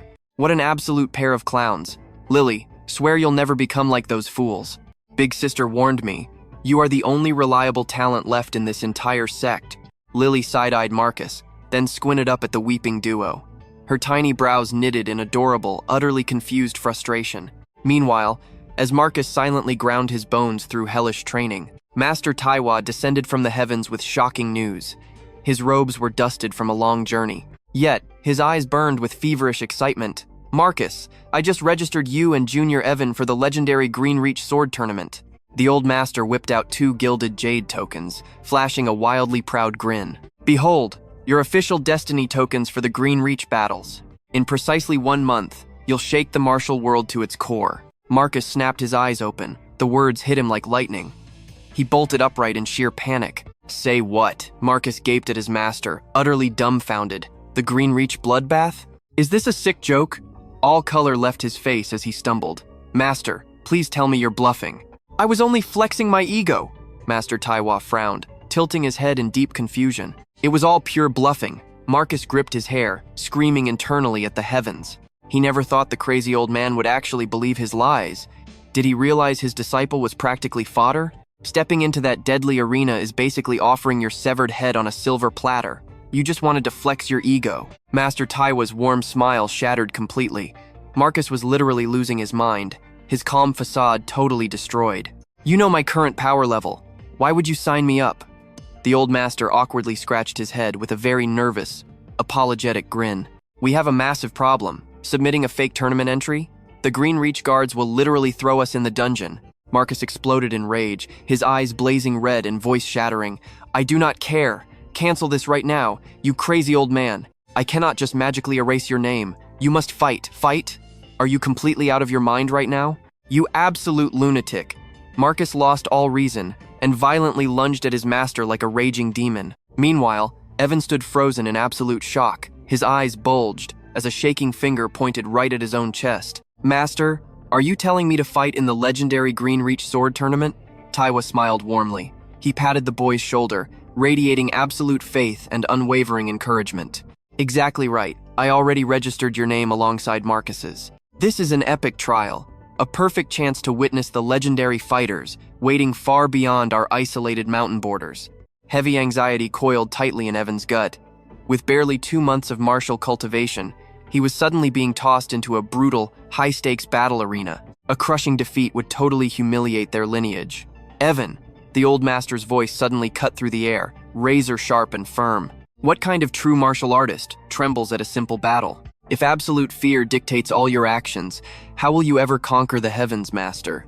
It is not raw terror holding me back. I have only truly mastered the 4 Thunder Sword arts. If I fail miserably, the Azure Cloud name will be utterly disgraced. Death was not the real threat, since matches ended at first blood. However, the incredibly heavy burden of ruining his beloved sect's martial honor completely crushed his spirit. Evan, banish those pointless fears immediately. Taking the ultimate crown is not your mission. You are going there to forge your martial soul. Staring blindly at a cliffside sword scar all day long is simply not enough. You might awaken 1,000 divine martial techniques in complete, utter isolation, but without bathing in the blood of real combat, you remain weak. Listen, bloodthirsty foes will never just stand frozen waiting for your sword to fall.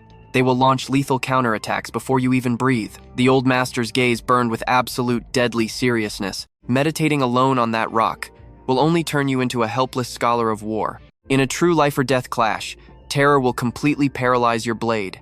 The brutal truth struck deep. I understand perfectly, Master, Evan replied with blazing inner resolve. The old man's heavy wisdom resonated through his very core.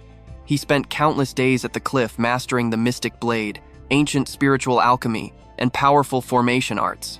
Yet without testing his aura in brutal combat, his martial progression was entirely stagnant. He was just a paper tiger. Supreme ancient knowledge. It means absolutely nothing when facing a real, breathing opponent. If your fighting spirit shatters under pressure, cultivating your aura is a massive joke. That is my true disciple. Honestly speaking, your foundational growth is vastly superior to what that hothead Marcus always angrily claims. He only insults you to ignite your fiercely competitive fire. I know, Master. Marcus secretly protects me. Evan nodded, his heart suddenly overflowing with deep gratitude. Bowing respectfully, he instantly departed. With 30 agonizing days remaining, he threw himself headfirst into a hellish training regime. The Azure Cloud name would never fall. Meanwhile, Taiwa needed to secretly alert Scarlet Xiao.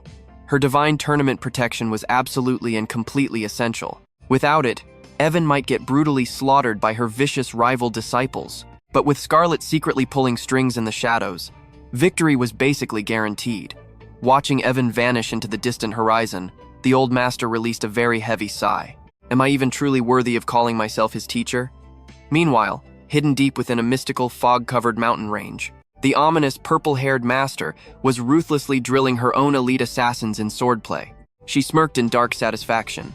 Your combat auras have evolved perfectly. You will easily conquer the entire Green Reach arena. The 10 Kingdoms Academy spots are ours for the taking. The entire absolute destiny of our sect rests here. Her arrogant students shared cocky grins. Chill out, Master. Dominating a pathetic, tiny local tournament is literally child's play for us. We are totally untouchable. Instantly, the Master's face twisted in demonic fury, roaring at their sheer foolishness. You arrogant fools think you truly comprehend the hidden power of this realm? The legendary sects you blindly worship are merely pathetic decoys, designed perfectly to blind the weak-minded. My shadow spies uncovered a terrifying secret. Hidden deep within this region lies the Great Sunsword Sect, an ancient faction of truly monstrous strength. Even the Supreme Void Sword Sovereign, your ultimate invincible idol, would honestly be too hopelessly weak to sweep their front floors. Their terrifying aura actually threatened the heavens, forcing the almighty Grand Shia Emperor to brutally shatter their massive empire into 7 fragmented branches. Rumor has it, a hidden branch is currently laying low, deep within the shadows of Green Reach, biding their time to return the legendary Sunsword sect to its former glory. The purple-haired woman sneered, her chilling voice slicing through the air like a poisoned blade. Against a phantom sect like that, do you honestly believe we can win? Deep inside the Four Thunders Sword Sect's territory, a dark-robed envoy spoke, with an unshakable, terrifying calm. The Grand Shia dynasty's princess has defected into hostile lands, placing her life in absolute, undeniable peril. By the Emperor's divine decree, I have exactly 1 month to drag her back. Our spies confirm she is hiding right here in your domain. Wait, the princess? You mean the first princess, who disappeared ages ago? The Four Seasons Taoist lowered his head, his magnificent robes fluttering in the wind, while the dark-robed envoy smirked, letting out a dark chuckle as a deadly glint crossed his eyes. Are you insane? The 10th princess? The first princess ascended to a realm far beyond mortal comprehension. We could strike her all day, and she wouldn't suffer a single scratch. Where is the danger there? This mission demands absolute silence. Succeed, and your sect's glorious relocation to the Grand Shia is completely guaranteed. The Taoist's eyes instantly ignited, flashing like a violent thunderstorm in the dead of night, his burning ambition absolutely overflowing. Consider it done, my lord. This is a miraculous once-in-a-lifetime chance for our mighty sect. I will burn my very soul to accomplish this. I won't fail the Emperor. The scene shifted to a mystical pawn shop, thick with the scent of ancient sandalwood. Ancient scrolls and relics covered every single wall, glowing beneath warm candlelight that made the room feel beautifully timeless.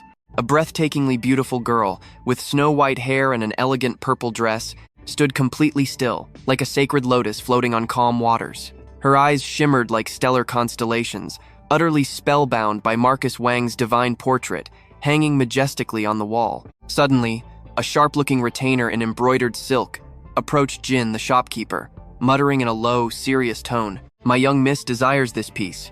What is your absolute lowest price for it?" Jin's lips curled into a greedy, flattering smirk. To be completely honest, I spent a fortune acquiring this from a hidden master. It was my ultimate crown jewel, a peerless treasure meant to outlast entire generations. However, seeing that you both possess such extraordinary taste and profound cultural refinement, and given my boundless respect for the Azure Lotus Scholar, I will part with it. Plus, it is our grand anniversary sale today. This divine artifact is yours, for merely 100,000 taels of gold. The retainer stood paralyzed, his jaw hitting the floor, without a single sound escaping his trembling lips. 100,000 taels! He gasped for air, his chest heaving like a furious beast, glaring at Jin with absolute burning rage. Has greed completely devoured your sanity? 100,000 taels for a canvas? This is robbery. Do we look like foolish sheep waiting to be slaughtered? Felix, watch your tongue. The white-haired beauty finally spoke. Her voice flowed like a crystalline heavenly river, radiating a gentle but absolute authority. A heartbeat later, that mesmerizing melodic tone echoed again, perfectly calm and beautifully unbothered. I truly admire this piece, an authentic new creation by the Azure Lotus Scholar. But you cannot weaponize my artistic passion to extort such a ridiculous astronomical price. That violates the merchant's code.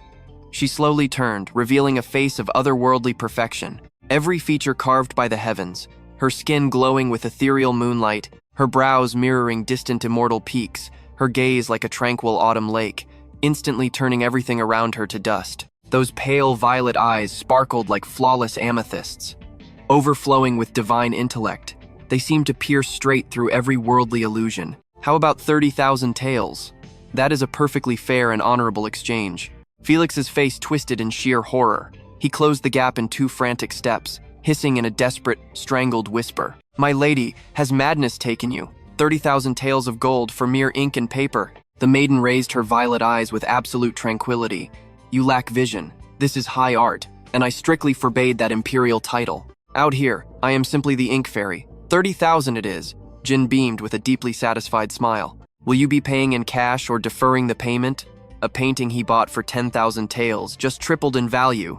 The majestic beauty smiled with equal, blissful satisfaction. The scholar's new masterpiece was finally hers. The view lacked perfection, quite sadly, but any tiny trace of her beloved idol meant everything. Failing the 10 Kingdoms Academy entrance wouldn't ruin this epic journey. Meanwhile, deep inside the treacherous depths of the purified Soul Mountain range, the heavens bled with pitch-black shadows. A relentless storm of thick clouds devoured the sky. Suddenly, a blinding flash of azure lightning tore through darkness, striking down like a divine blade. Boom! That catastrophic energy instantly obliterated a massive, mountain-sized crimson baboon in one brutal hit. The residual sparks crashed ruthlessly into the ground, vaporizing endless heavy boulders into mere ash. The mastermind behind this lethal attack? A breathtakingly handsome youth radiating pure, unchecked arrogance. Beside him, a white-haired master stepped forward, his voice dripping with absolute awe. "Brilliant work. Absolutely breathtaking. Mastering the 4 thunderstorms in under 1 year? You are a peerless prodigy within the entire Jin Kingdom." Yet, the striking youth remained completely unfazed, his piercing eyes locked onto the blazing ruins. Then, he scoffed with a chilling, icy contempt. "These green reach beasts are pathetic garbage. One strike, and they vanish. How incredibly boring. This hunting ground barely warms up my lightning arts. However, this terrifying power stems entirely from your flawless guidance, my honorable master. Without your supreme wisdom, unlocking the true core of this fierce sword art would have been absolutely impossible." With a quick flick, Victor elegantly slid his glowing blade away. Clink. The metal sang a crisp melody as he offered his master a deep, honorable bow of absolute, soul-deep reverence. The old man chuckled gently, waving off the sweet praise. "Enough smooth talk, my boy. Your terrifying evolution is my greatest, most precious reward." A shadow of deep doubt flickered in Victor's fierce eyes. "Master, one burning mystery still haunts my mind today. Our great Sun Sword sect possesses legendary techniques. They are infinitely stronger, deadlier, and far deeper than this incredibly basic thunder art.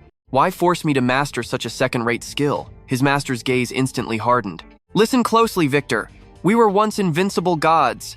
Even the supreme void sword sovereign, the 10 kingdoms' greatest living legend, begged for our holy teachings. But our overwhelming dominance sparked total fear. The Grand Xia dynasty ruthlessly conspired to annihilate our entire legacy into dust. Forced into the dark shadows, I have barely survived in pathetic Greenreach ever since. I endured this living hell, dreaming of our glorious resurrection. But to rebuild our supreme empire, you must claim the legendary Great Sun Demon slaying sword art. This mythical, world-shaking technique was erased from history centuries ago. You must infiltrate the 10 Kingdoms Academy. Secure the sacred demon-slaying scripture. Inside its ancient pages lies the exact coordinates of our great founder's hidden tomb. Once you awaken that devastating power, our legendary Great Sun Sword sect will violently reclaim its rightful throne and dominate the world once again. To mask your true, noble bloodline as our absolute, final living heir, you must steal a spot in the academy using disguise techniques.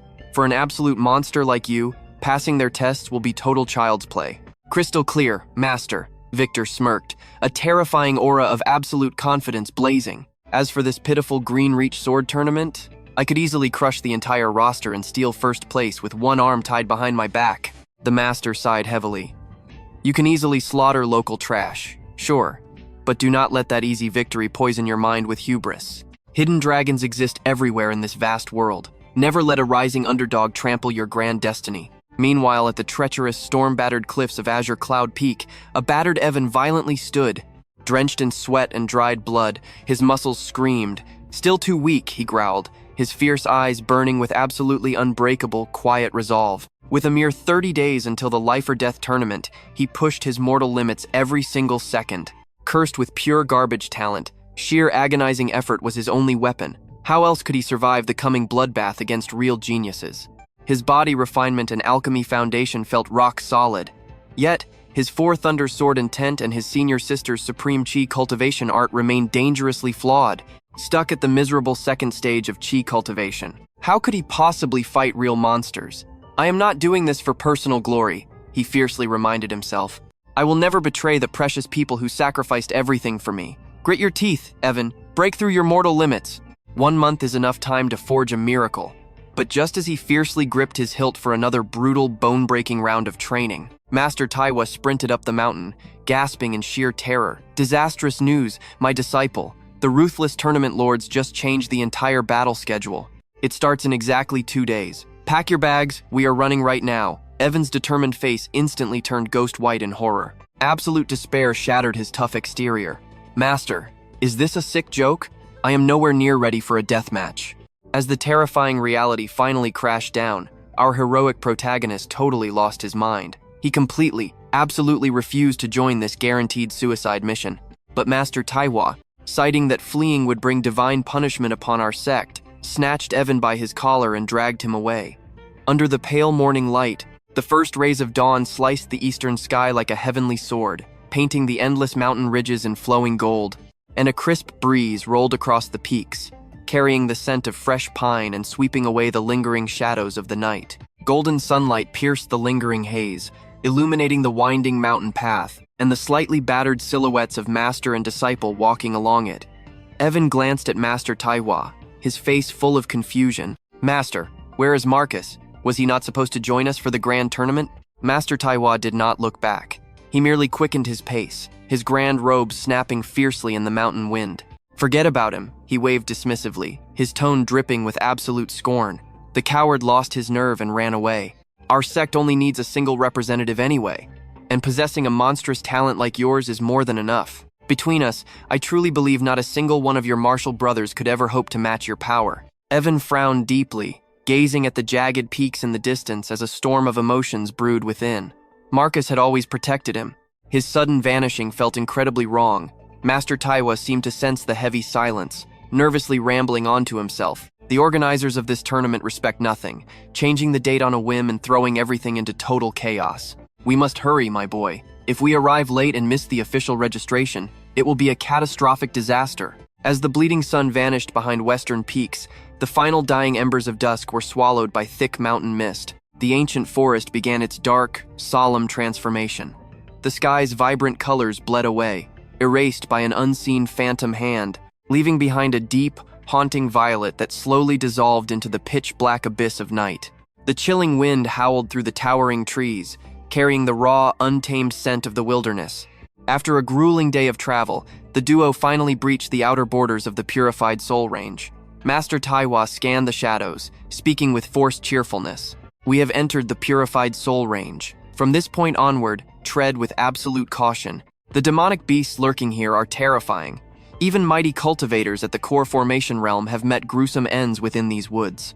However, I know a hidden, perfectly safe passage. Just stick close to my shadow and you will survive. But if you wander off, you will never see the tournament. You will end up as mere monster fodder." He erupted into manic laughter at his own joke, the jarring sound shattering the eerie silence of the dark forest. Evan stared at him with dead eyes, a sharp, dangerous glint flashing within. His voice dropped, carrying a bone-piercing chill that seemed to freeze the very air. "You are not actually my master, are you? Who exactly are you?" The manic laughter on the man's face instantly froze. A sinister light flickered in his eyes as he slowly turned around. "I had you pegged as that old fool's dimmest disciple. It seems I was dead wrong." He paused, a dark curiosity gleaming in his eyes as a twisted smirk crawled across his lips. "Tell me, little boy, how did you figure out I was a fake?" Evan inhaled slowly, speaking with cold precision.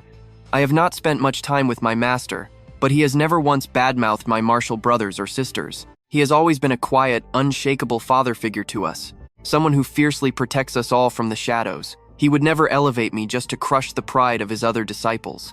All these little cracks in your disguise kept piling up, so I decided to test the waters, and my instincts were dead on. To think the day would arrive when a mere child saw through my perfect illusion, the charade finally shattered." Master Taiwa's form dissolved like swirling mist. In his place stood a stunning purple-haired woman, erupting into genuine, ringing laughter filled with reluctant admiration. Never said a single bad word about his precious disciples. "That stubborn old fool is actually soft on you, useless brats. But what does it matter that you pierced my disguise?" Evan instinctively shifted into a defensive stance, his voice dripping with frost. "Judging by your tone, you hold a deep grudge against my master. Are you here to assassinate me? An enemy? He is not even worthy of that title." The purple-haired woman threw her head back, unleashing a sharp, fractured cackle that sent every bird in the ancient woods exploding into panicked, chaotic flight, leaving behind only raining feathers and terrified shrieks. These days, he is just the pathetic leader of a hollow, crumbling sect, a mere shadow of his former supreme glory. Back then, every top-tier female cultivator desperately lined up to court him, an unrivaled genius among geniuses, the absolute future of the Jin Kingdom. What a miserable, pathetic joke that all turned out to be. I sacrificed every single shred of my pride for him, and all I received was, "I have always seen you as a friend."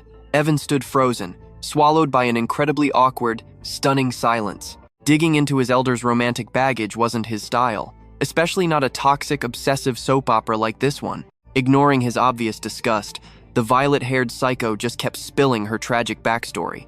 "Just look at him, a total washout who can't even rival a basic cultivator." She whipped around, locking eyes with him. A twisted, triumphant fire danced in her gaze. "While I am an elder of Greenreach's #1 faction, the Four Thunders Sword Sect. The tables have fully turned." Gliding forward like a vengeful spirit, her chilling aura sent shivers down his spine. Her manic smile paired with a terrifyingly crazed glare. "And from my throne, I will force him to helplessly watch his precious students perish in total despair. He will finally realize his absolute failure. The villain has claimed ultimate victory." Maniacal laughter erupted from her, an ear-piercing cackle of supreme dominance, her eyes overflowing with absolute terrifying lunacy. "Initially, I planned to slaughter you all, just to drown your pathetic master in pure, suffocating agony." Suddenly, the crazed cackling stopped. Her chilling voice dropped into a dangerously playful purr. "But you have potential, brat. Consider my curiosity genuinely piqued. Become my official disciple. Join the mighty Four Thunder Sword Sect, the absolute pinnacle of Greenreach. My supreme power completely eclipses your pathetic excuse for a teacher." "Hard pass," Evan deadpanned. His icy glare radiated pure, unfiltered disrespect. As if your Four Thunders Sword Sect could ever rival a hidden faction that forged a legendary genius like Senior Brother Marcus. The second that brutal rejection dropped, her face twisted into pure demonic fury. Her previously manic gaze froze over. A toxic reptilian glare locked onto him, dripping with icy malice. Tapping the earth, she glided back like a falling lavender leaf, In a single heartbeat, she materialized directly behind him. A venomous purple dagger manifested in her grip. Chilling violet aura swirled around the blade, oozing a terrifyingly lethal killing intent. Boom, the crazy witch shattered the ground. Launching like an amethyst thunderbolt, she thrust her deadly blade straight toward his weakest point. Danger sensors screaming. Evan twisted his body with flawless agility. The fatal strike sliced harmlessly through empty air. Falling into a defensive stance, he instantly berated his attacker without holding back. What the heck was that cheap shot? A cowardly backstab aimed right at my behind. One hit and my pride is ruined. Yet, the psycho felt zero shame. She practically glowed with twisted pride. She licked the venomous steel with her tongue, a purely deranged, villainous gesture. Smirking like a victorious demon, she scoffed. That is tactics, boy. In warfare, only the brutal survive. Pay attention. If a blind spot guarantees absolute destruction, obviously I will exploit it. Stunned by her flawless lack of morals, Evan choked on his words. He shot back a devastatingly blunt insult. No wonder Master completely rejected you. A toxic snake like you is destined to stay totally unloved. You will literally die completely alone. The villainess froze instantly. Tremors wrecked her frame. Critical hit. How dare you speak to a maiden like that? You know nothing of my pain. Who gave you permission to judge my tragically broken heart? Collapsing like a shattered porcelain doll, she buried her face in her palms. Heart-wrenching sobs echoed as tears flowed freely. Doesn't every young girl simply crave a pure, beautifully happy fairy tale romance? Guilt instantly struck his conscience. He swallowed hard, stumbling over his own words. Maybe I took that too far? Did some past trauma actually force you to? But his empathy was a fatal trap. Her weeping act vanished instantly. A horrifyingly twisted smirk sliced across her face, curving into a demonic, unnatural grin. Metallic, grating giggles escaped her lips. Idiot! I was absolutely born this wickedly devious. You fell for the oldest trick. Good luck dodging this, she hissed with venomous delight. Purple locks whipped wildly as she teleported behind him like phantom fire. Every hair on Evan's body stood on end. A deadly shriek pierced the wind. The venomous blade plunged down before he could react. Radiating a lethal amethyst glow, it rocketed straight toward his spine. Millennium Venom Dragon Strike. Evan was blasted away, crashing hard into the earth. Meanwhile, her hissing venom dragon dagger twisted into a smoking, shattered spiral. She leaped back as if scorched by hellfire. She shrieked in absolute disbelief. What? That blade was infused with pure spiritual energy. How could it just shatter to pieces? Are you completely insane? You are an absolute psycho with zero shame. Evan's patience snapped, unleashing his absolute fury. Are you kidding me right now? What kind of monster are you made of? Decades of brutal combat, and I have never seen anything so tough. Are you wearing cursed iron armor under there? While the purple-haired girl hopped around screaming about iron armor, Evan suddenly froze in place. He touched the exact spot where the Millennium Venom Dragon struck. There should have been a massive, bloody crater, but there was nothing. Not a single scratch. Insane. Marcus's ancient god-demon art is far more terrifying than I imagined. While Evan stood paralyzed by this unbelievable revelation of absolute power, the purple-haired woman finally decided playtime was completely over. She drained every drop of spiritual energy from her projection, thrusting her palm forward with a shattering boom. A massive, violet flaming handprint violently tore through the sky, dark lightning crackling within its devastating core. Blinding light swallowed the battlefield as the apocalyptic palm crashed down, meant to obliterate Evan's very soul. The chaotic dust settled like dark, heavy storm clouds, yet Evan stood perfectly unbothered. A golden aura surged around his spotless robes like liquid sunlight, effortlessly deflecting every trace of violet lightning. Impossible! Her pupils shrank to absolute pinpoints, her pale lips trembling in pure terror. Zero spiritual energy fluctuation. He tanked my ultimate killing blow with his bare flesh. Is this the legendary solidified body? And they dare claim this absolute monster is only at stage 2 of chi cultivation? Witnessing that terrifying golden aura erupt from Evan, all her arrogant condescension instantly vanished. She could never believe Master Taiwo recruited a heaven-defying prodigy of this terrifying caliber. A body-cultivating genius seen only once per century. This kid cannot be allowed to survive. He absolutely must die. Her fury morphed into icy killing intent. But suddenly, her body began dissolving into violet mist. Damn it, my projection is collapsing. Wait, the beast frenzy pill. A wicked smirk twisted her face as she ruthlessly crushed a blood-red pill in her hand. A sinister crimson mist violently erupted, infecting the outer borders of the Purified Soul mountain range. Thousands of beasts caught the scent, unleashing a deafening, unified roar into the heavens. Enjoy my parting gift, darling. Our next meeting will be your absolute last. She flashed one final, bone-chilling smile. Her body completely evaporated into dark smoke. Evan just stared at the fading mist, totally baffled. What was her deal? Did she seriously drag me out here just to give a villain speech and declare war? Suddenly, a terrifying horde of monsters ripped through the ancient trees of the Purified Soul range. Driven utterly insane, their eyes glowed with bloodthirsty crimson. Their savage aura crashed into Evan like a heavy warhammer. Yet Evan felt zero panic. He stood like an unsheathed divine blade, radiating a suffocating pressure that froze the very air. He slowly tilted his head with deadly calm, the absolute killing intent in his ice-blue eyes solidifying into bitter frost, sharper than a legendary drawn blade. Just as the horde lunged, a breathtaking flash of peerless sword aura erupted, a divine technique descending from the heavens, light as a swan, fast as a dragon, brilliant, yet beautifully precise, graceful, yet devastating. When his sword cleared the scabbard, the world faded to three colors: the chilling blue of his eyes, the icy blue arc of his divine blade, and the crimson mist of slaughtered beasts. His strikes weren't simply linear. They exploded outward into a devastating, sweeping domain of death. He moved so blindingly fast that the monsters died before feeling pain. His sword aura spread like an inescapable net. Even the terrifyingly agile shadow wolves couldn't evade. They froze in horror as his blade utterly shredded their ghostly flames. As the final beast dropped, time violently resumed. Gruesome monster parts rained completely around his unmoving figure. Master constantly whines our sect is broke, he thought. Makes absolute sense. These overpowered cultivators never leave their precious mountains, and staying home definitely pays zero bills. Since I am already roaming outside, I might as well sharpen my blades. This is the perfect chance for some real combat experience, though these weaklings crumble way too easily. They are absolute bottom-tier trash. Calling these pathetic spirits true monsters is an insult, and their cores are utterly worthless. If I want decent loot, I must venture deeper into the danger zone. With fierce determination, his choice was made. Evan hesitated no longer, plunging straight into the shadowy abyss.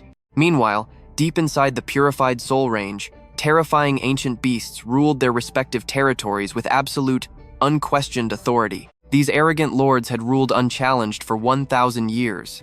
Little did they know, a seemingly ordinary teenager was about to crash into their brutal domain and completely shatter their reality. The very second Evan crossed into forbidden territory, hostile eyes locked onto his presence. A savage demon macaque glared from the shadows, a wicked, cunning smirk twisting across its monstrous face. Sensing a fatal opening in his defenses, the treacherous beast launched a lethal ambush. But Evan possessed godlike reflexes. Before the beast could blink, a blinding flurry of devastating strikes obliterated its cowardly assault. The monkey miraculously survived. Assuming any monster using dirty tricks was absolute garbage tier, Evan never even bothered to draw his blade. He simply refused to use a fraction of his true power. However, one unforgivable sin triggered his absolute fury: ambush tactics. He utterly despised being struck from behind. "Let me show you a real ambush." Evan hoisted his sheathed blade, ruthlessly bludgeoning the beast like a club. Past betrayals had left him with severe psychological trauma. Now, the mere thought of a backstab made his blood boil, sending his entire body into extreme overdrive. He relentlessly pounded the screeching monster for 15 solid minutes before his blazing rage finally cooled. Bruised and broken, the mighty beast dropped to its knees, sobbing uncontrollably while begging for its miserable life. Its beastly pride was totally shattered in pure agony. What cosmic bad luck, especially when powerful human cultivators practically never wandered this deep into the untamed wilderness. Could this terrifying boy be that legendary disciple from the Great Sun Sword sect? Yet his aura felt entirely different. Having blown off steam, Evan lost all interest in slaughtering the pathetic creature. It possessed surprising intelligence. Plus, any weakling that crumbled after a single slap was not going to drop any legendary loot anyway. Time to hunt bigger prey deeper inside. Suddenly, the monkey wailed, "Please spare me, Supreme Boss. I am filthy rich. I have a secret cave overflowing with glowing spirit stones. Just let me live." Evan, who was literally just walking away, burst out laughing. What kind of mythical fortune could a dirty, bottom-tier primate possibly hoard? If a basic mountain ape has actual treasure, I will eat dirt. But suddenly, he found a hidden cavern flooded with blinding golden radiance. His jaw dropped completely. Impossible. This masterclass illusion is just trying to mess with my head. Break this fake spell right now. Furious, Evan grabbed the screaming primate and delivered another brutal comic beatdown. His brain short-circuited. There was absolutely no logical way a random forest mob could sit on an emperor-level fortune like this. Have mercy, great boss. Let me explain. There is a shocking reason behind this wealth. Meanwhile, at Azure Cloud Sect, Master Taiwa felt his left eye twitching violently. Left eye brings fortune. Right eye summons utter disaster. Is my miserable luck finally shifting? But instantly, he bitterly chuckled at his own foolishness. Wake up, old man. Miracles are fake. A beggar's destiny remains a beggar's destiny. The scene snapped back to the battered ape, desperately clasping its hands with the most pitiful, buttering-up smile imaginable. So, great boss, here is the truth. Hidden within the purified soul range grows an impossibly rare medicinal herb.